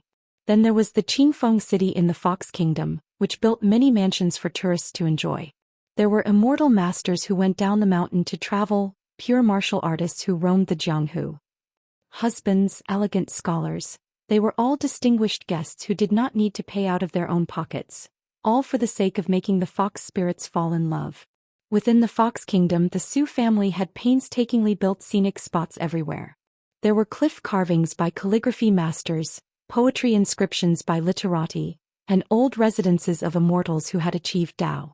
Wei Benyuan smiled and said, "The Su family is very good at making money, but their reputation is not very good." Li Baoping bought some books about scholars and beauties in the Qingfeng city. They were beautifully engraved, almost comparable to the books of the secular dynasties. However, she might not read them and planned to give them to Pei Qian in the future. In fact, Li Baoping did not have much yearning for the Jianghu romance and the supernatural beings of the mountains and rivers. She could not compare to Pei Qian and Li Huai. In these years, apart from studying in the academy, Li Baoping had not been idle. She asked Lin Shi and Xianxia about the ways of cultivation, and asked Yu Lu about the martial arts. The three of them naturally told Li Baoping everything they knew without holding anything back. Occasionally they would meet Li Huai on the road, but it was a veritable chat. The Fox Kingdom was located in a broken paradise. The fragmented historical records were not very detailed, and most of them were just rumors and could not be taken seriously. Wei Benyuan landed the talisman boat at an entrance. It was a wooden building hanging a plaque with the words "Intertwined Branches." Most of the couplets on both sides were missing, but the lower half was well preserved. It was, "A pair of infatuated lovers appeared in the world." The upper half was only left with the three words, "Home of warmth and tenderness" at the end. There were also allusions, saying that a wandering immortal once cut it with a sword. Some said it was Li Tuanjing in the Wind and Thunder Garden, while others said it was Wei and Jin dynasties in the Wind and Snow Temple. The memorial archway was crowded with people. Most of them were men, especially scholars. Because the Fox Kingdom had a temple and a mountain, it was said that the two places were rich in literature. It was very efficacious to come here to pray and burn incense. It was easy to be proud of the exam results. As for some poor scholars who deliberately took a detour, hoping to earn some money in the Fox Kingdom. The beauties in the Fox Kingdom were famous for their preference for scholars. There were also many down-and-out scholars who were willing to die of old age and tenderness in the Fox Kingdom. It was not a lie to say that the Fox Immortals were infatuated. Whenever their beloved man passed away, they would not ask to be born in the same year and month, but they would ask to die in the same year and month. If one wanted to travel to the Fox Kingdom, the rules were very interesting. One had to give poems and essays in exchange for the passage fee. Poems, lyrics, songs, prose, and even essays for the exam were all acceptable. As long as one was talented enough, even a couplet was fine. However, if one's writing was not pleasing to the eyes of the Fox Immortals, one could only return home. It did not matter whether one had to hire someone to write for them. If one could not come up with a good essay, then one could only spend the Immortals' money. Li Baoping glanced at the splendid loft not far from the memorial archway and frowned. The Su family of Clear Breeze City and the Fox Kingdom were accumulating literary fortune here? Many little drops make an ocean. What were they trying to do? What could they do? The Su family of Clear Breeze City had lowered themselves and married off their legitimate daughter to a concubine's son. They also wanted to form a marriage alliance with the Yuan family of the Pillar Nation of Dali. Could it be that the Su family had some ulterior motive for the future of the Dali Kingdom? They wanted to let a Su family disciple who had the ability to carry the literary fortune to occupy a position, step by step to become a high-ranking official, and eventually control part of the politics of the Dali Kingdom and become the next Pillar Nation? Li Baoping began to think back to the time when the Su mother and son from the Clear Breeze City had gone to the small town. No, I have to ask grandfather if the Su mother and son had used any kind of concealment techniques to conceal their true plans. There was one thing that youngest uncle did not mind, but Li Baoping always had a small knot in her heart. That was the mountain-moving ape of Xingyang Mountain and the little girl who had stayed with the Li family on Fulu Street in the small town. If that was the only thing, it would be fine. But she was afraid of the conspiracy of these people on the mountain. Zhu He, Zhu Lu and her second brother Li Baozhen had already done 2 things. They could not do more than 3 times. Wei Benyuan took out 2 sums of money and walked into the Fox Kingdom with Li Baoping. In the loft, a languid woman who was lying on the desk suddenly raised her head. She was excited and immediately sent a flying sword to the Su family's sword room in Clear Breeze City. Soon a flying sword flew back and gave her a rough file. The wording at the end of the secret letter was not tactful. It told her not to have any improper thoughts and not to provoke the disciple of the Cliff Academy and the legitimate granddaughter of the Li family's Yuanying realm. Now that Clear Breeze City was a candidate for the sect, they should not cause any trouble. That greatly displeased the woman, and the woman with a pair of extremely long artificial armor on her fingers tore up the secret letter bit by bit. Although her heart was filled with unwillingness, she still did not dare to defy the Clear Breeze City's decision and had no choice but to lie back lazily on the table. Peach Sprout was cultivating beside a waterfall in the Fox Kingdom. Wei Benyuan's so-called fated chance was that Peach Sprout accidentally passed by the waterfall and saw a piece of colorful silk floating on the water surface. Soon a Jindan fox fairy rushed over and wanted to snatch the fated chance from Peach Sprout. Unexpectedly, it was beaten by the silk and was almost dragged into the deep pool by its ankles. When the fox fairy fled in panic, the silk floated on the water surface again and swayed to the shore. Peach Sprout picked it up and seemed to recognize it as its master. It became a colorful belt for the maidservant of the Wei clan in the Peach Leaf Alley. Not only that, under its guidance, Peach Sprout also picked up an inconspicuous dried peach branch deep in the mountains. After refining it, it became another magic weapon that hid its strength. In a single night, Taoya became the luckiest person in the Fox Kingdom in several hundred years.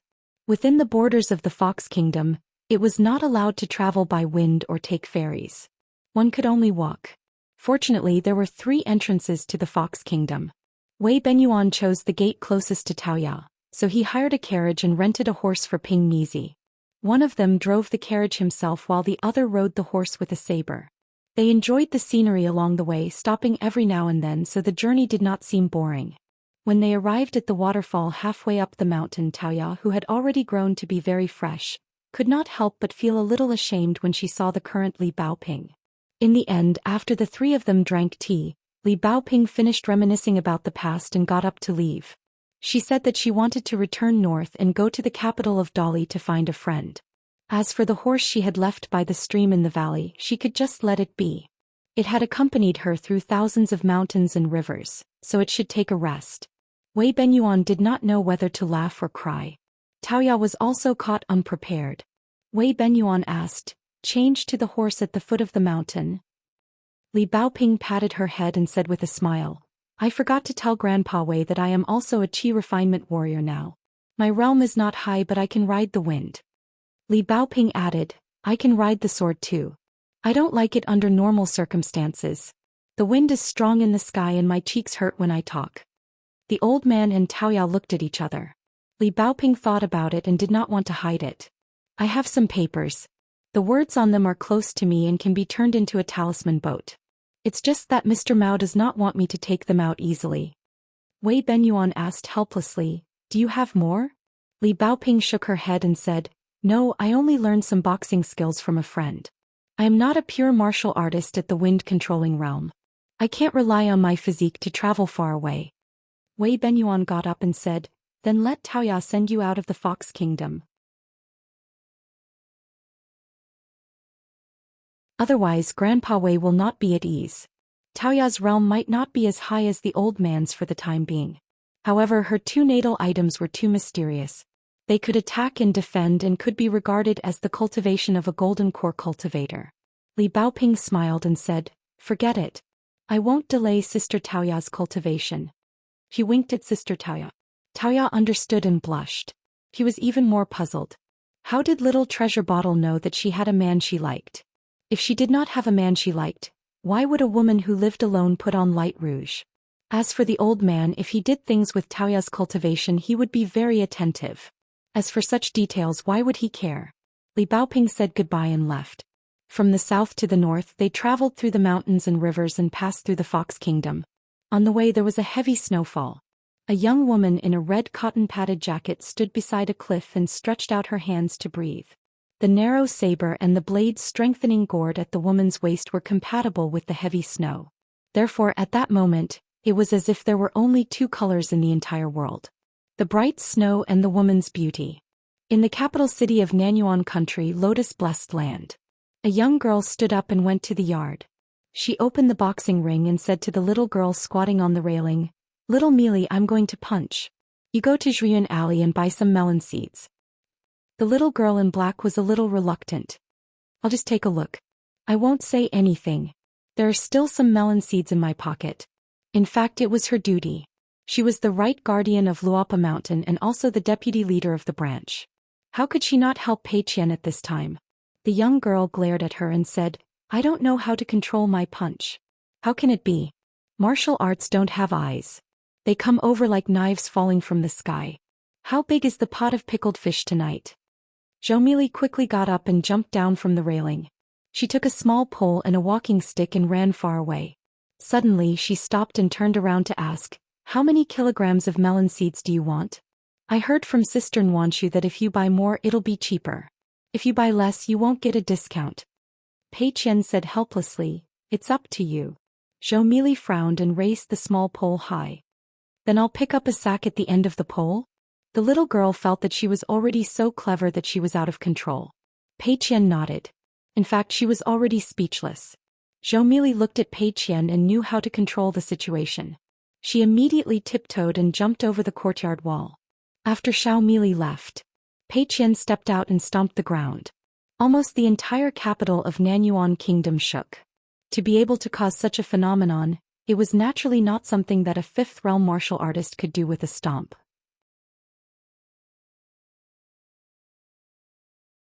It was more of a fist intent that affected the mountains and rivers. Even the dragon veins of Nanyuan Kingdom were not spared. Pei Qian's arms twisted in a twisting posture. His fist move was extremely strange.